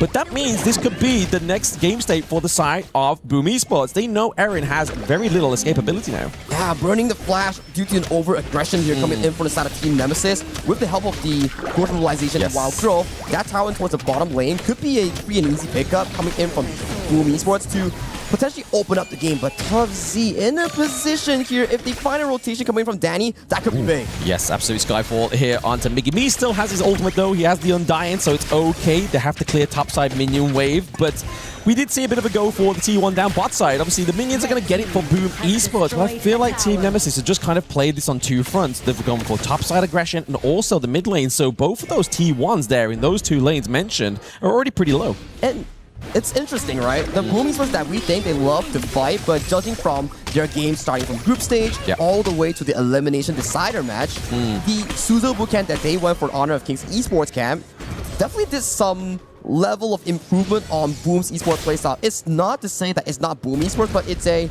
different level of Boom Esports. Yeah, it's a new... They're changing their identity, right? Like, they're not kind of just completely throwing what they already do and what their strengths are. They're kind of like, okay, we've got our strengths, but how can we implement the knowledge we got from that bootcamp and basically form it into a better, reformed Boom Esports? And it's showing here, right? I think it's going to be a very good story if, and only if, either of these teams win, and then they start advancing as a better team. But check a look at mid lane. Oh, yes. Already big aggression here. TNX just pushing them away, just making sure the game state as well. I mean, oh my goodness. Tatsuri took a lot of damage too fast, too quick, and first blood goes over to TNX. TNX is going to be comfortable on that one right now. The little fire burn coming in from Nerza, something they're like, am I okay? I have 5% HP. And then it starts taking it out. It's like, no. Blow it out. No, don't take me down. And then it gets me. You know? Yeah, it's already too late. Yeah. I mean, the fact that obviously the Blazing Capes item now, does the second tier one, doesn't do that. Like, having the Nerdset just kind of replenishes and replaces that. But something that's not going to get replaced right now is the T1 into mid, T1 topside. Boom Esports, their base is surely, but slowly now opening up for the side of Team Nemesis. It's going so well for the IKL second place. They got mid tower, got Tatsuri, cause and effect, converted into a Crimson Golem Invade and that top turret here.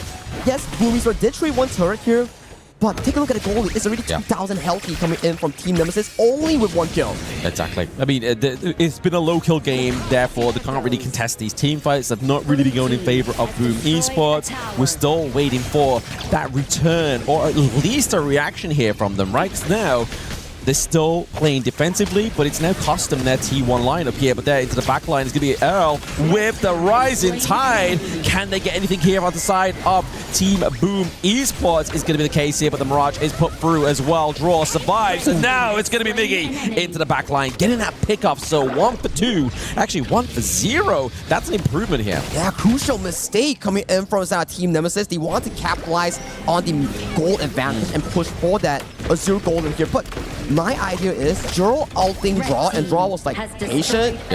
Once the Moonscape Mirage ends, then let's use the ultimate to re-engage. And Nemesis, they acknowledge the fact, and CC Oh, he's laid up in the air. The Undying come through, but I don't think it's going to be enough to catch on to CC here. Oh! It's the shove with that first skill here from the Umbrosa that gets him. The Unbridled Airburst here from Draw is phenomenal. The Stampede come through to try and stop Tough into place, keep Danny alive, because we've lost Tatsuri and we've lost Carl.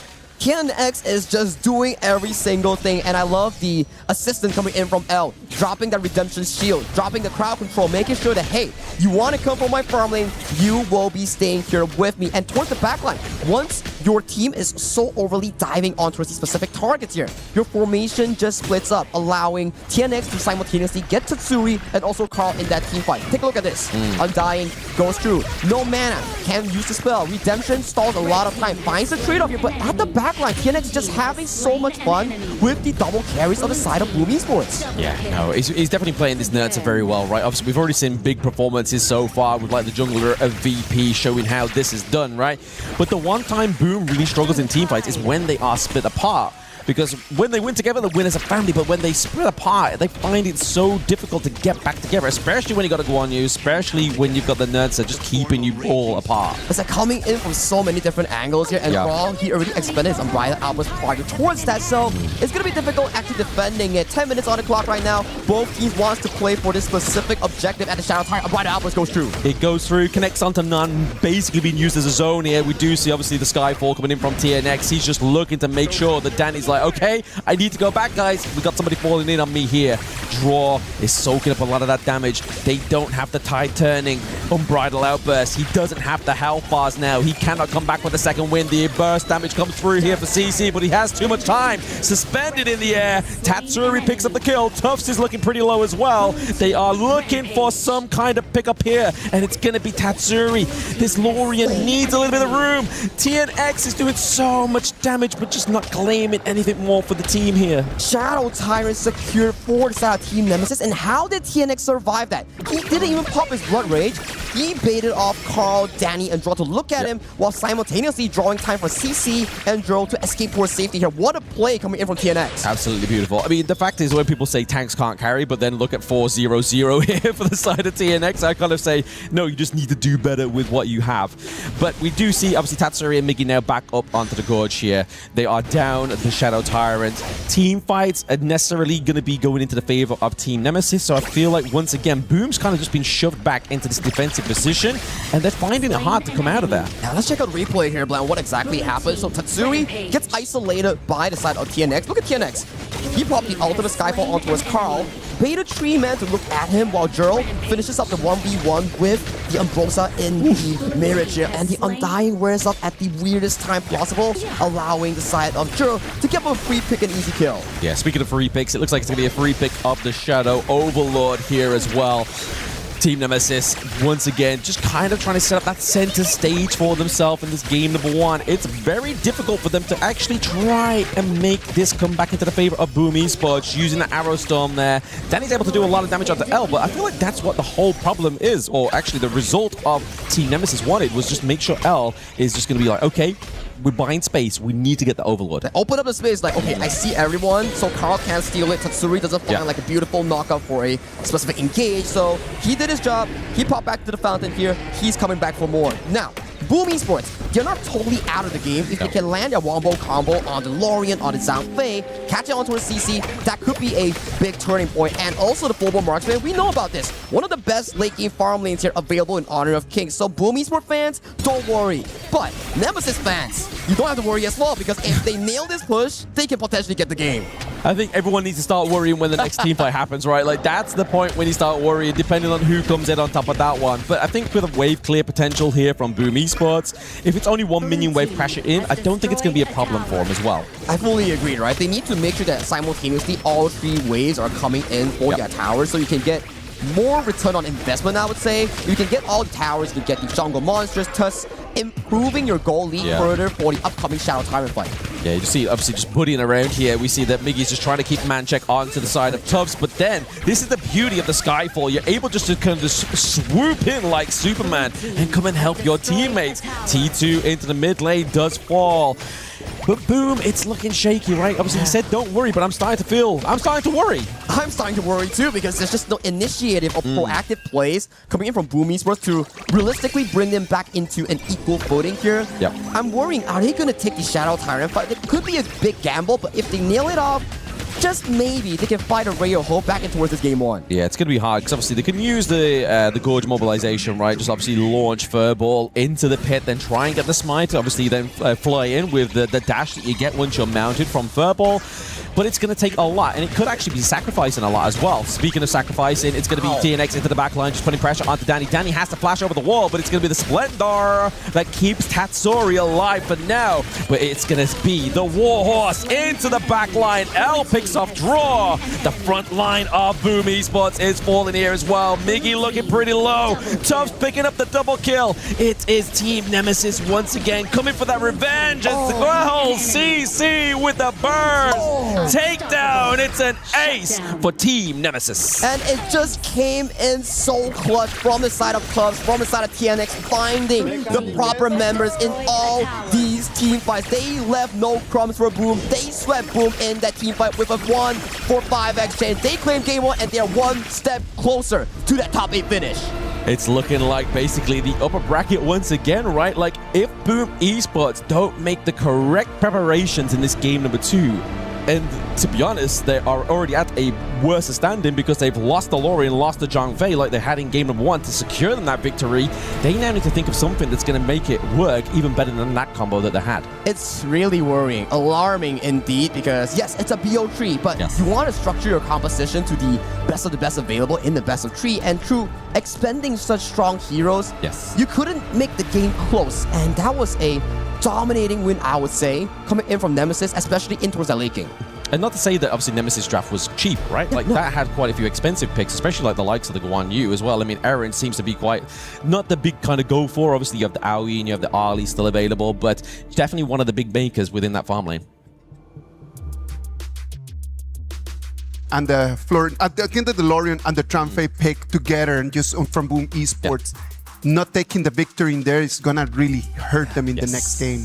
I fully feel that if you draft something of a Lorien and Zhang Fei but couldn't find the aggressive end along with the Agudo, it really hurts your draft. And it not only hurts your draft, also your confidence, because you're being given over so much combat tools, but you aren't able to find success in team fights. That is a big blow towards Boom Esports. All right, but let's just break it down. Like, what is the reason that they couldn't actually take advantage of that? It comes down to their own mistakes, or Team Nemesis actually understood how to really break them apart? I think it was just Team Nemesis just basically putting the pressure on, right? Obviously, they weren't allowing any kind of like reactivity. There was like, okay, guys, if they get a kind of any inch, they're going to take a mile, and that's what we're just not affording to do here. I fully agree on that statement, right? Yes, Boom Esports, they didn't play the best game, but it's not entirely their fault for this loss. It's more to say that Team Nemesis played their composition to a very high level. It's not about just team fights. Take a look at the early game later on where CC and L won the 2v2. Gerald came down, got them the objective play, and then they converted that into map movement, lane wins. And even though you saw that few moments in towards the lane, you're like, oh, trade-offs, kills, trade-off, kills. Take a look at TNX. He's just having fun with the double marksman composition. He's like, hey, you're down. Yeah, it's a lot harder when you've got like your jungler, the shot caller. He doesn't have to be necessarily present to make that fight happen. He's just going to be the moving piece. He's just going to be the king sliding across the board, you know, just to get the takedown here and put pressure onto the backline of Boom, which is what we were saying in the draft, right? If the pressure is there, it's kind of already a non-starter. And due to the meta of this tournament with the abundance of Glory and Zhangfei and also a late game carry like a global marksman, we start to see more of this late game full damage Nutza that's like just aiming in one specific target and just charging towards them for that big chunk of damage. Because they know what they need to do, right? Obviously, they know that if the Flowbomb Marksman scales, it means it's probably at the behest of TNX scaling on the Nurtza, whereas if the Nurtza scales, it's because the pressure's been put onto Danny, you know? Yeah, what can actually Boom Esports do in Game 2? Yes, back then in the previous series that they played, it was rather close. Boom Esports holding on towards the early mid game, getting those objectives, building those lead, but failing at the final moments because they couldn't end the game. But coming in towards this rematch, NMSS looks like they are in a lot of control over the side of Boom Esports. NMSS does look like the bigger team at this moment, but we know that Boom Esports can bounce back. Next game is going to decide everything. If Team NMSS takes the dub, they're going to make it into the top 8. Let's go for a break, and when we come back, the action of Game 2.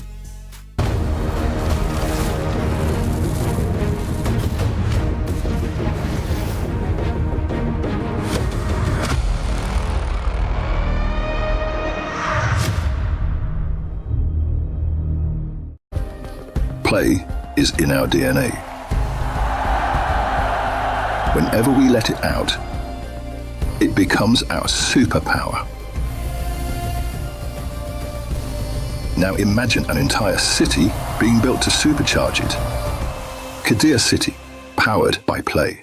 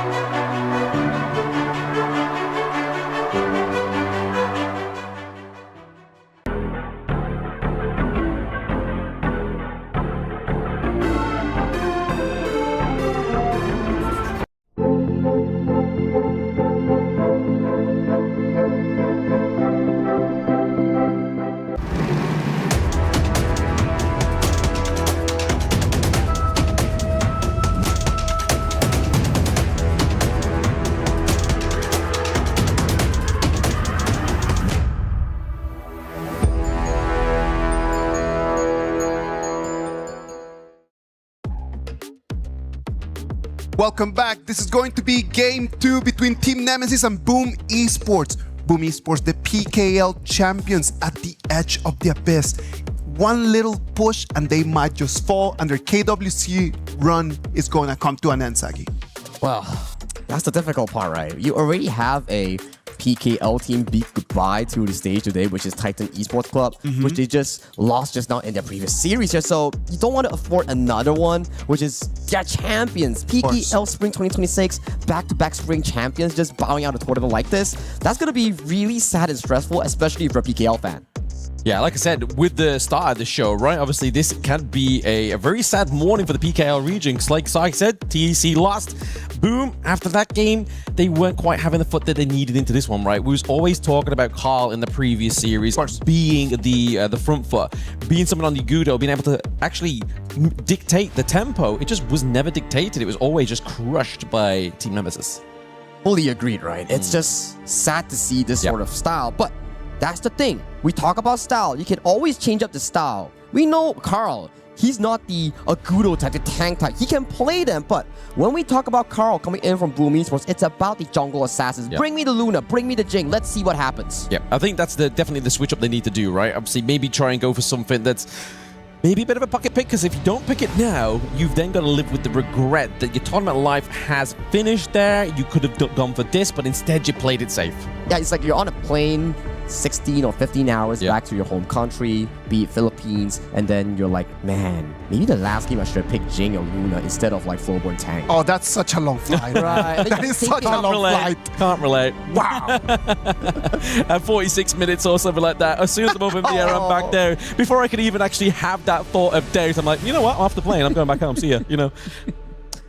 You know, it's not gonna be that kind of story for Boom Esports, right? Why are we so sad right now? Nemesis, they look good game one, but we've seen where teams bounce back from a game one loss and make it a reverse sweep. We've seen that, right, from Group B, where INF took game one against Rock Esports, and then INF just proceed to lose back-to-back games. Yeah, I mean, INF definitely looked like they were going to try and take that one, obviously, last series, but unfortunately, it just wasn't enough. It was obviously one against the top dogs of MKL, but we're looking at the top dog of PKL, and that is Boom Esports. Obviously, they lost game one here. Draft-wise, they're making sure that, obviously, L is not going to be able to get that Zhang Fei, because we all know how feisty it is. We know that L's used the Lapu Lapu as well, so if we're going to commit to that kind of tank meta into this BO3, it has to be the Lianpo.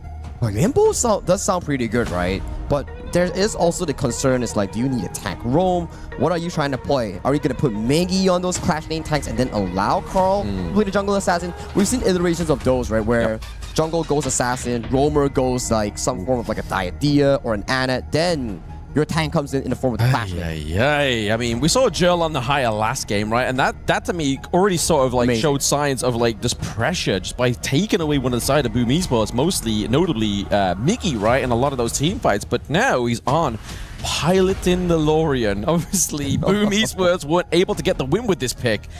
But Team Nemesis are looking to put the final nail in the coffin, right?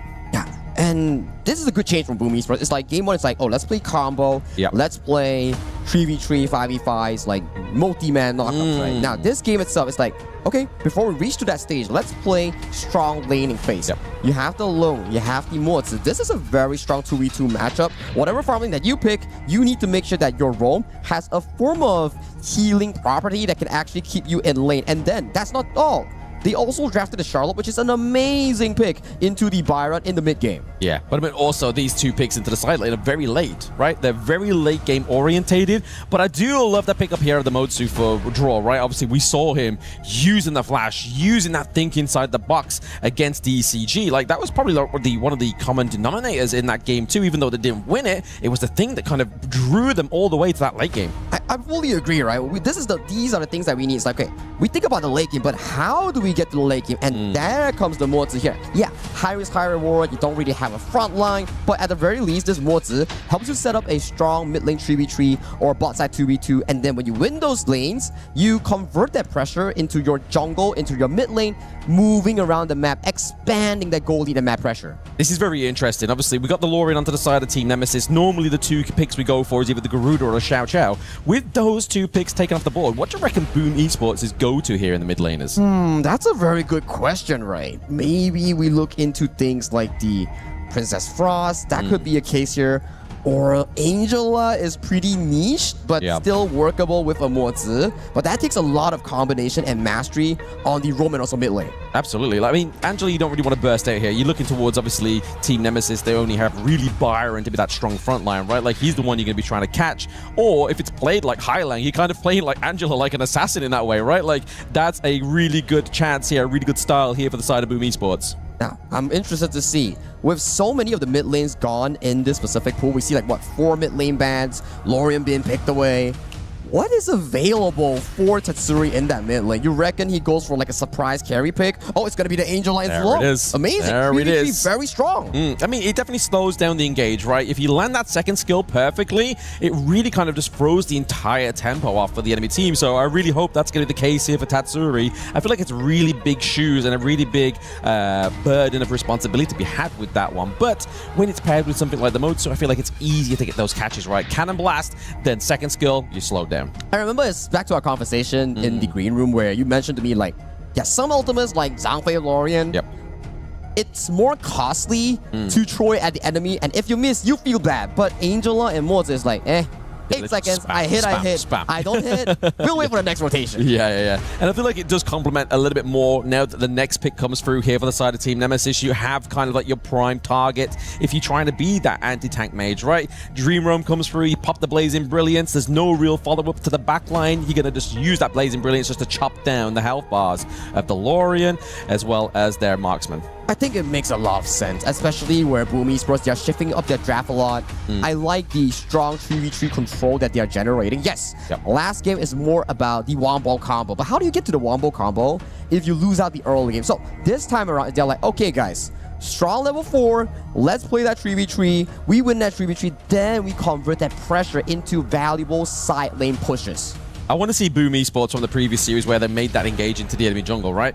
I want to see them come through with that one, deny any kind of steal for themselves if they do try to do it onto the side of Team Nemesis. I just want to see Boom put Nemesis into the position where they have to react, right? Because we've seen Boom do it. It didn't work the best. They kind of always had to kind of play defense and never really got aggressive in that one. But we got a hypo roast here. Let's go Indonesia. Bring home the EWC trophy. Don't give up and keep the spirit high. I feel like we need that hype for PKL here rather than the IKL. Me and PKL, they're on a, I would say, like downslope right now. It's their one and final shot. If they lose this, they lose their shot of the equalizer and they will be bowing out of the tournament and once again missing out on a top 8 slot in the KWC history here. So this is PKL's Boom going up against Team Nemesis from IKL second. This is your shot. I mean, I hate to keep going on to the point about the Motsu here, though, but I feel like with this not being like a lane matchup, obviously Angela going against the Lorian, I feel like the Motsu here is a really good shout against the Lorian because what does Lorian really need? He needs a space between himself and the enemy hero. What does Motsu do? He lands that Cannon Blast that has long range, and it's going to obviously not only hit him, it hits him pretty hard because he has a squishy health bar. And you have to be careful, right? And towards the top lane, we do see L marking Tatsuri, but I don't think there'll be much of a fight. Okay, back to your point. Yeah, it's a perfect logic where Jero wants to pull range, but the Motsu catches that and shortens the range, and once he gets a stun on Jero, then you see Carl jumps in with the ultimate, Tatsuri comes in with the flash spell too. These are common combo chains that will really make Jero's life not easy. And what doesn't make his life easy as well is obviously Chano with the little wolves, right? You saw there, he tried to get the Cannon Blast, he activated the trap, and his Cannon Blast just hit the wall. So at that point, it kind of just mitigates that. They are trying to get the land and topple onto L, but L has the heart link. He's able to kind of have escapability as long as somebody's near him. And the draw has a Zero Golem on him. I wonder where he got that from.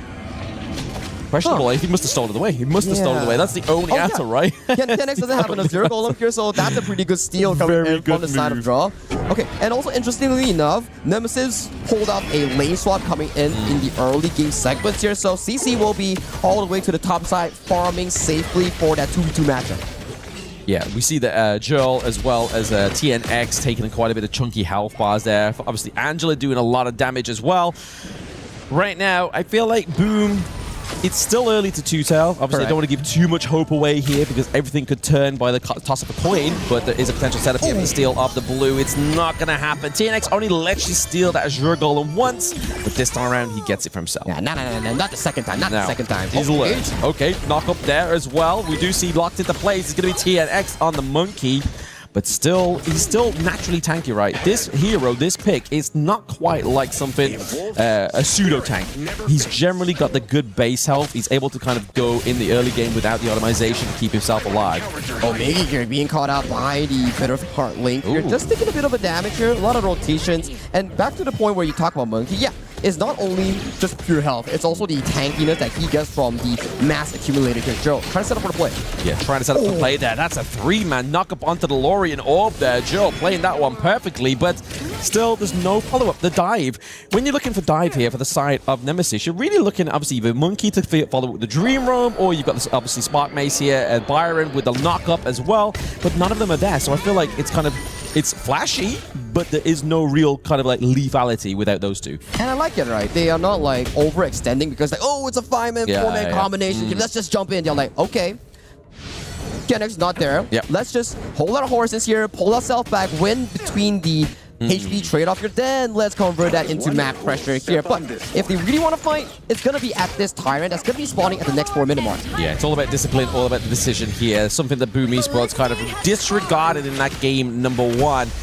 having a steady goal lead here is probably not going to be the denominator, which means that this is going to be successful. Tyrant takedown here, but it's going to be tough into the back line, just putting pressure on. It's going to be the levitation from Jill that means a crucial kill theft here. TNX knows what he's working with. He knows the prime moment to get these steals, and that displayed it beautifully here. We have the minion wave trying to be chopped up here by Angela. The teleport coming through just to give it a little bit more of a backbone, but it's still going to take too much damage for my liking. Why did Boom Esports go for that fight? Miggy wasn't there. Miggy was handling a side wave, looking for that push, but they went in for the 4v5. Yes, they lost the turret, but they also lost draw in exchange. Yeah, and he's more of a problem. Obviously, we just see the Pure Sky, something that's always built onto the Byron, right? Built very early as well, because you want to make sure that those engages are happening already, so you're going to make sure you're prepared and have that Pure Sky earlier than later, right? It just makes the Byron so tanky, right? You already have the healing, have the shielding, then you're like, oh, let me burst him down. You see the Flaming Palm coming in, it's like, oh, pop the Pure Sky, you don't do much damage. Literally. I mean, we saw it with Aurora Gaming, right? Like, we saw him dive in, it was like, why he didn't take any help? It's like, oh, it's all thanks to the Pure Sky. So Tubbs obviously taking a little bit of advice there as well. Destiny Counter's been used twice and not hit anybody, basically just being for zoning. I think it's good, right? Just like dropping in for some healing gear, gain some gold, because you know the idea for a fact. When you gain gold or steal gold on Diathea, you sort of increase the healing and damage coming in from your ultimate. Yeah, just infinite scaling on that regard. But it's going to be a 3-4 man dive here into that T1. Like, you know what? We don't really have any minions, but we're going to keep going for this T1. The aggression here from Team Nemesis is a lot harsher than that game number 1. You're definitely feeling the momentum that's being shifted over to the side of Team Nemesis. They are confident and they are bringing it in towards this game number 2. But for Boom Esports, they need to find their ground. They cannot keep on experimenting here. They need to find some way, some sort of comeback material in this specific game. Yeah, and I feel like all this playstyle is relevant to the draft. Okay, we got the launch up there. There's no follow-up. The Dream Roam is probably being committed here. Carl is very low, but into the backline. The Brazen Brilliance is actually going to be enough there with the help of Danny. The Flaming Palms, the front line of Team Nemesis has been melted.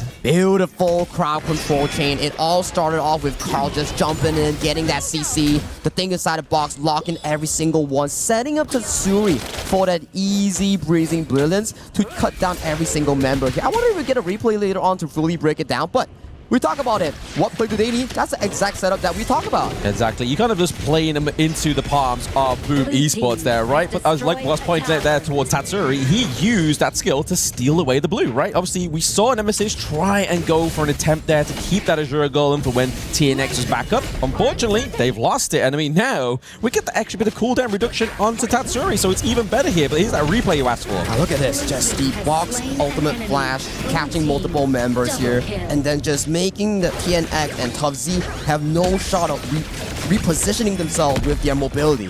Yeah, very scary when you're in that position, right? When you commit too much dive into the front line, you really want to hope that you've got some kind of means of exit. And in that team fight alone, Boom was just like, nah, you're in here with us, and we're going to make sure that you stay here. We get the results that we need. And it's starting to show into the Gorge as well, right? They've definitely kind of equalized the lead that they had into these side lanes. They're clawing back leads, but Danny's taking so much damage. Oh my gosh. I mean, but he's just got the Infinite Bastards there as well. So he played that very aggressively, not knowing that he had that ultimate just slowly but surely cooling down. I feel like that's a really good sign of these players playing to these timers perfectly. Every time they collide in that mid lane, it almost seems to me that there might be a fight happening with how they trade their spells. Like maybe one Heartlink or Bittersweet Farewell just catches onto someone, or like a Cannon Blast from Mozart. So it's very volatile. Every time you see members of Nemesis or Boom just come towards that mid lane wave, you better be ready for a fight. Yeah, exactly. It's a scary thing about playing the Diadea into this draft of Boom Esports, right? Like, if you go in,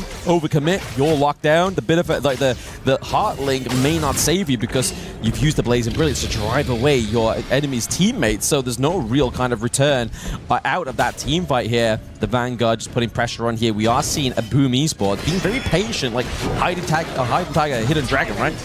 Engage coming in from Tubbs. First skill on the side of draws Mozart here. Mozart gets taken down. Miggy. Oh! Inside of Crown just annihilated Manipulating the backline on the side of Team Nemesis. Your Tufts going dangerously low, but TNX is here for the rescue. Here making it a 2-for-2 trade. But that knockup coming in from Power was just amazing. It's beautiful. I mean, to be fair, it's an equal trade, right? You've traded a support for side lane.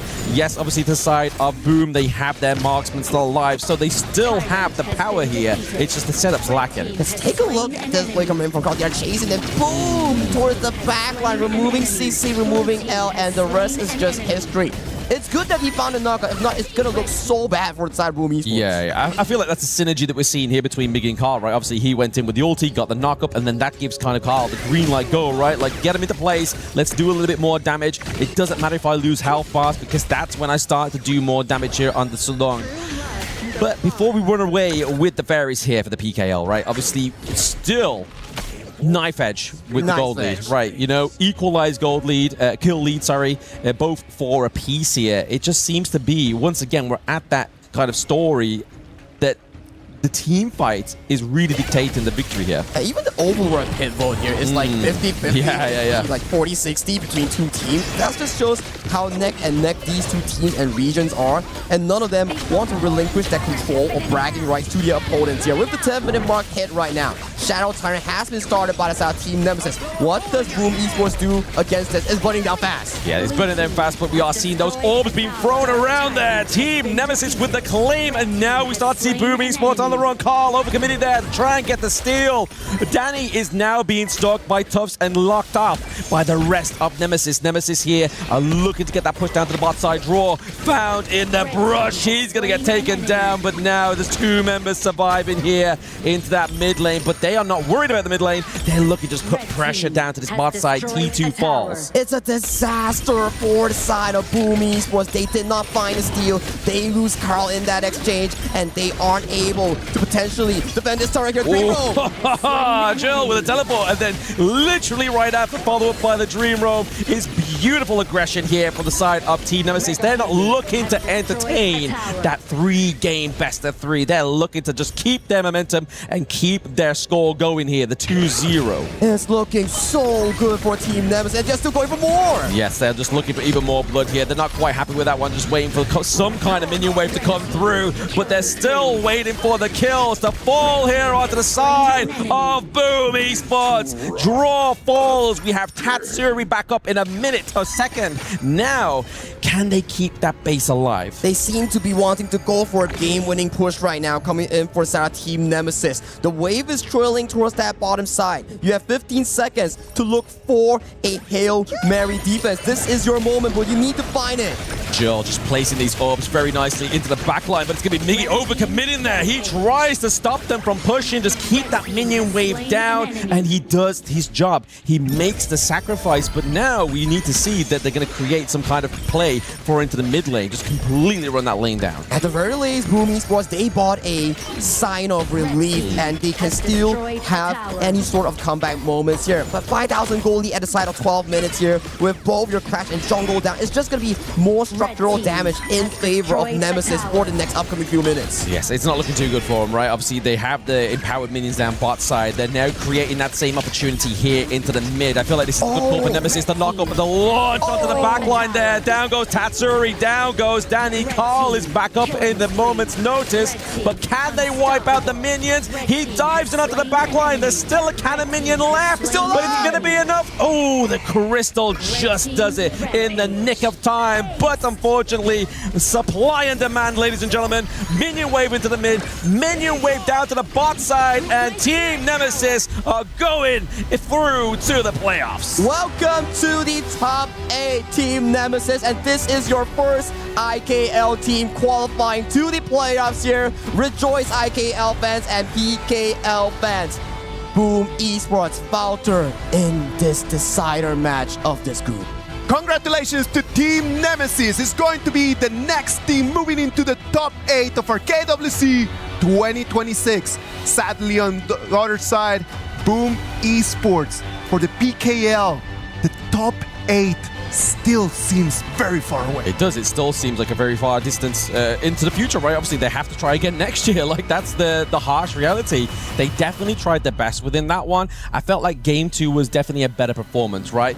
Even when they felt behind, they still looked like they could get ahead, which is something I can't say for game number 1. And Tough Z has just been amazing, right? Back in his previous roster with Bigger Strong by Vitality in 2025. He was top 8, and right now, a year after, with a new roster, he's back at it again with DMT by Nemesis in top 8, and that's just the start of their playoff run. You can see the fans from Nemesis right now, right over here in front of the stage, taking photos of their players. This is an absolutely amazing performance by them. Making it into the top 8 for the IKL second place is a great feat. It is a great feat because, I mean, their first place hasn't quite got there yet as well, right? Like, this is still a huge feat for regions. Yes, obviously one region loses 2 teams today, but a region, the IKL, get 1 representative into the playoffs. Let's look at the highlights over here of the game, because it looked like Boom Esports could have made the comeback, but Nemesis just shut the door on their faces. And this all started at this upcoming next fight at the 10th minute mark. Yeah. It just started becoming a roulette of who dies coming in for the side of Boom Esports. Losing Carl, losing Draw, that's fine. But upcoming towards these plays, you lose Tatsuri, and then the death timers refreshes here. You have to wait for the next player, and it just become a domino effect that Boom Esports entirely lost their momentum in this game too. I have to say, I love how Joel's played this at Lorium, right? Like, most times when we see a dive for a neutral objective, he just puts the orb in the pit. No, this player, he put the orb over the wall, waiting for that engage, or at least saying, like, if you dare come, I'm either going to fly in or I'm going to knock you up. And that's exactly how he got the denial. If you jump in, then you're going to be controlled. What else you can actually do? There's no actual option out. There's just no actual option. I think this is one of the best Lorium performance that we've seen so far in today that is matched up with the side of Zihong in Aurora. And welcome to the playoffs, Team Nemesis. IKL, you got a team here. Exactly. One team, but I mean, they may get another one tomorrow. Obviously, Team Vitality still here within Group A, but it's all about Team Nemesis right now. They are proud to get into the playoffs. Yeah, I mean, you gotta be happy, right? You're TNX, you've been to this tournament for so long. Last year you made it here, you bid an early exit. And this year coming back with a fresh new roster with CC, with Tough Z, and you make it finally to the top 8 here. But now, pressure goes on to the side of PKL. They have sole survivor, sole representative, Blacklist International in Group A. And that's going to be a difficult one, right? Because Blacklist International, as the only survivor of PKL right now, they're going to have to carry the flag of the Filipino region forward, just moving in there to try to make it into the unknown, the top 8. But the beauty of that story is the fact that Blacklist was the group that came in from the playoffs. Yeah. Tech and Boom Esports were here because of their seeding within the PKL. Exactly. So Blacklist have had to try and push that little step further and keep themselves in this competition, which I think is beautiful. Hopefully the play-ins have given them enough practice, enough experience for them to actually be able to beat everyone they need to beat tomorrow. They definitely need it as of this point. So much hope, so much expectations riding on the line. But Team Nemesis, what a well done series thus far here. Game 1 looking a bit shaky for both teams coming in for the 10th minute mark, but it went over to the control of Team Nemesis. But Game 2, an absolute demolition coming in for the side of Team Nemesis to claim the win. Well, Team Nemesis right now are going to be part of our top 8. The IKL second place came in. I know that TNX and Mara have something for us over there on the stage. What about we go and take a look? TNX, congratulations! 2 clean sweeps against Boom Esports, and you were great with Jarnessa. Now, Boom Esports is known to be playing aggressive, but you managed to turn their aggressive plays against them. Was punishing their overextension in the game something you specifically prepared for? How were you able to read their moves so easily in this matchup and in the previous matchup, back-to-back? Okay. Actually, for me, I thought maybe we were against DCG, but the Boom Esports gave me the surprise because they beat the DCG. Then I know maybe today will be not easy because they beat the DCG strong team. Then they are strong team also. Then I know I cannot too afraid. I need to carry the game. Yeah, that's a key we win today. Yeah. You knew not to be afraid because you knew that you were a dominant team. Now, there's another IKL team that you're waiting for. You've made it to the top 8, but Team Vitality has still yet to fight MIBR and another Philippine team. How about you send a message to them to motivate them so that 2 teams from your region will make it to the top 8 and succeed? I know they will do it. They will secure the playoff because they are champion IKL. I know they are really strong. I'm excited to fight them and meet them in the playoff. Yeah. You want to fight them and meet them in the playoffs. Now, everybody, for sure, from Indonesia are really happy with that win. How about you send a message to them and invite them to support you? Thanks for your guys' support. I know now already late in Indonesia, but thank you for you guys keep support us. Thank you. Congratulations. And we're looking forward to your next match. We'll head back to the casters. Lead the Gorge.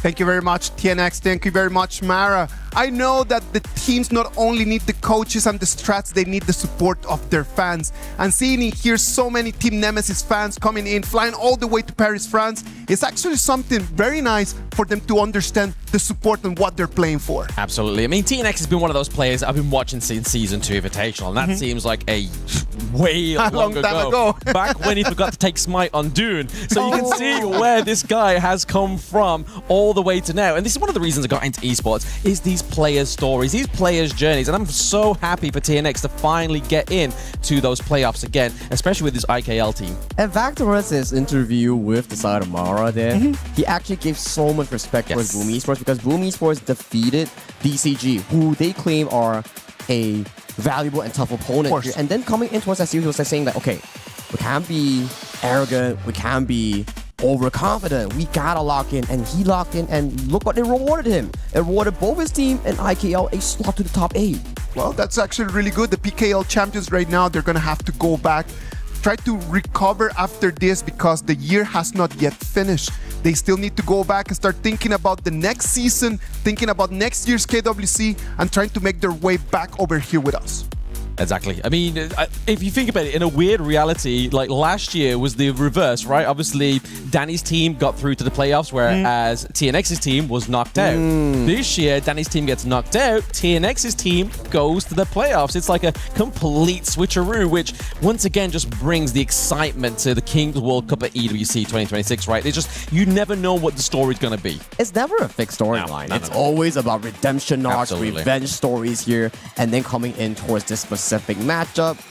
Stakes are just never been high, right? You have PKL looking for their first top 8. You have IKL, like what? TNX looking for its first ever top 8 as well. Everybody is coming here for something, but in a competition setting, only one team wins. Only one team wins. And I mean, we still have one Chuck BR within the mix, right? Obviously, we still have Los Fernandez tomorrow. We still have, obviously, Blacklist trying to get into the playoffs, like you were saying there, as well as Team Vitality. But you also have the KML team. You have Virtus Pro. They are a team looking to kind of maintain that height that the players of like Highlang 90 achieved last year. That top 4 position. That means for the global teams, that's huge. It's never a dream. It's always something that you want to consistently push your record. It's like any games, you just want to like top your previous rank, top your previous leaderboard, top your previous time record. And for all these players out there here, some have achieved that today. But for tomorrow, there's going to be more and more series revealing who will leave the stage and who will join the top 8. And one of the difficult things about when you come here to the lower brackets is that it's do or die. There's not tomorrow. So the pressure on them, they cannot lose a game, they cannot lose a match, or else they're going to end up going home.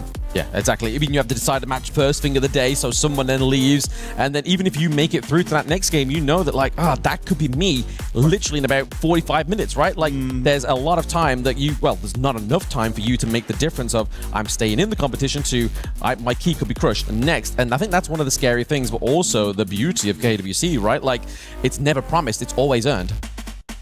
Never promised, never earned, and then you're gonna be crowned by honor as well. So, coming in for tomorrow, it's gonna be our last day of the group stage, and you only have what? 2 more final slots. Yep. It's just like that. You don't get like 1,000,000 slots, 1,000 slots. It's only deserving for the two teams. Before we start jumping into tomorrow, what about we review a little bit about the action of today? We had the Group B. Aurora Gaming, they came in, they had that rage inside of their hearts trying to prove that they needed to be there in the top 8. And sadly for Influence Rage and sadly for Titan Esports Club, it was the end of the road. Yeah, it's got to be a bit of farewell for somebody, right? Like, not everybody can be a winner. Like, somebody has to fall out of these brackets. And unfortunately for, obviously, not only the PKL region, but obviously the Chuck BR, they lose one representative. Yes. And now it rides on to their first seed, because normally it's always the second seed that performs them. And actually right now, when you look at it like that, last year, top 8, we had Chuck BR right over there. So the pressure right now, tomorrow, on MIBR loss is going to be so high. And MIBR loss has not been the best achiever in international stages thus far. So it's something that I need to look forward to. But let's hop into Group D and exactly what happened today. With the match just now, Team Nemesis beat Boom Esports and they march it towards the playoffs. Boom Esports is going to join Deep Cross Gaming on the way to the airport as they need to go back home due to the way of the tournament, how the tournament... What? Are they not going to go to the airport? What are you guys talking about? Making me look like a bad guy right now. Isaac's about to pull out the plane ticket out of his pocket. It's like, here you go, guys, go back. Like, congratulations, here's your ticket back home. You guys are funny, man. You guys are funny. KK Esports and Team Nemesis are going to take the 2 tickets from Group D into the top 8. I mean, those teams are obviously at the upper part of those playoffs, right? They are looking for that next part because they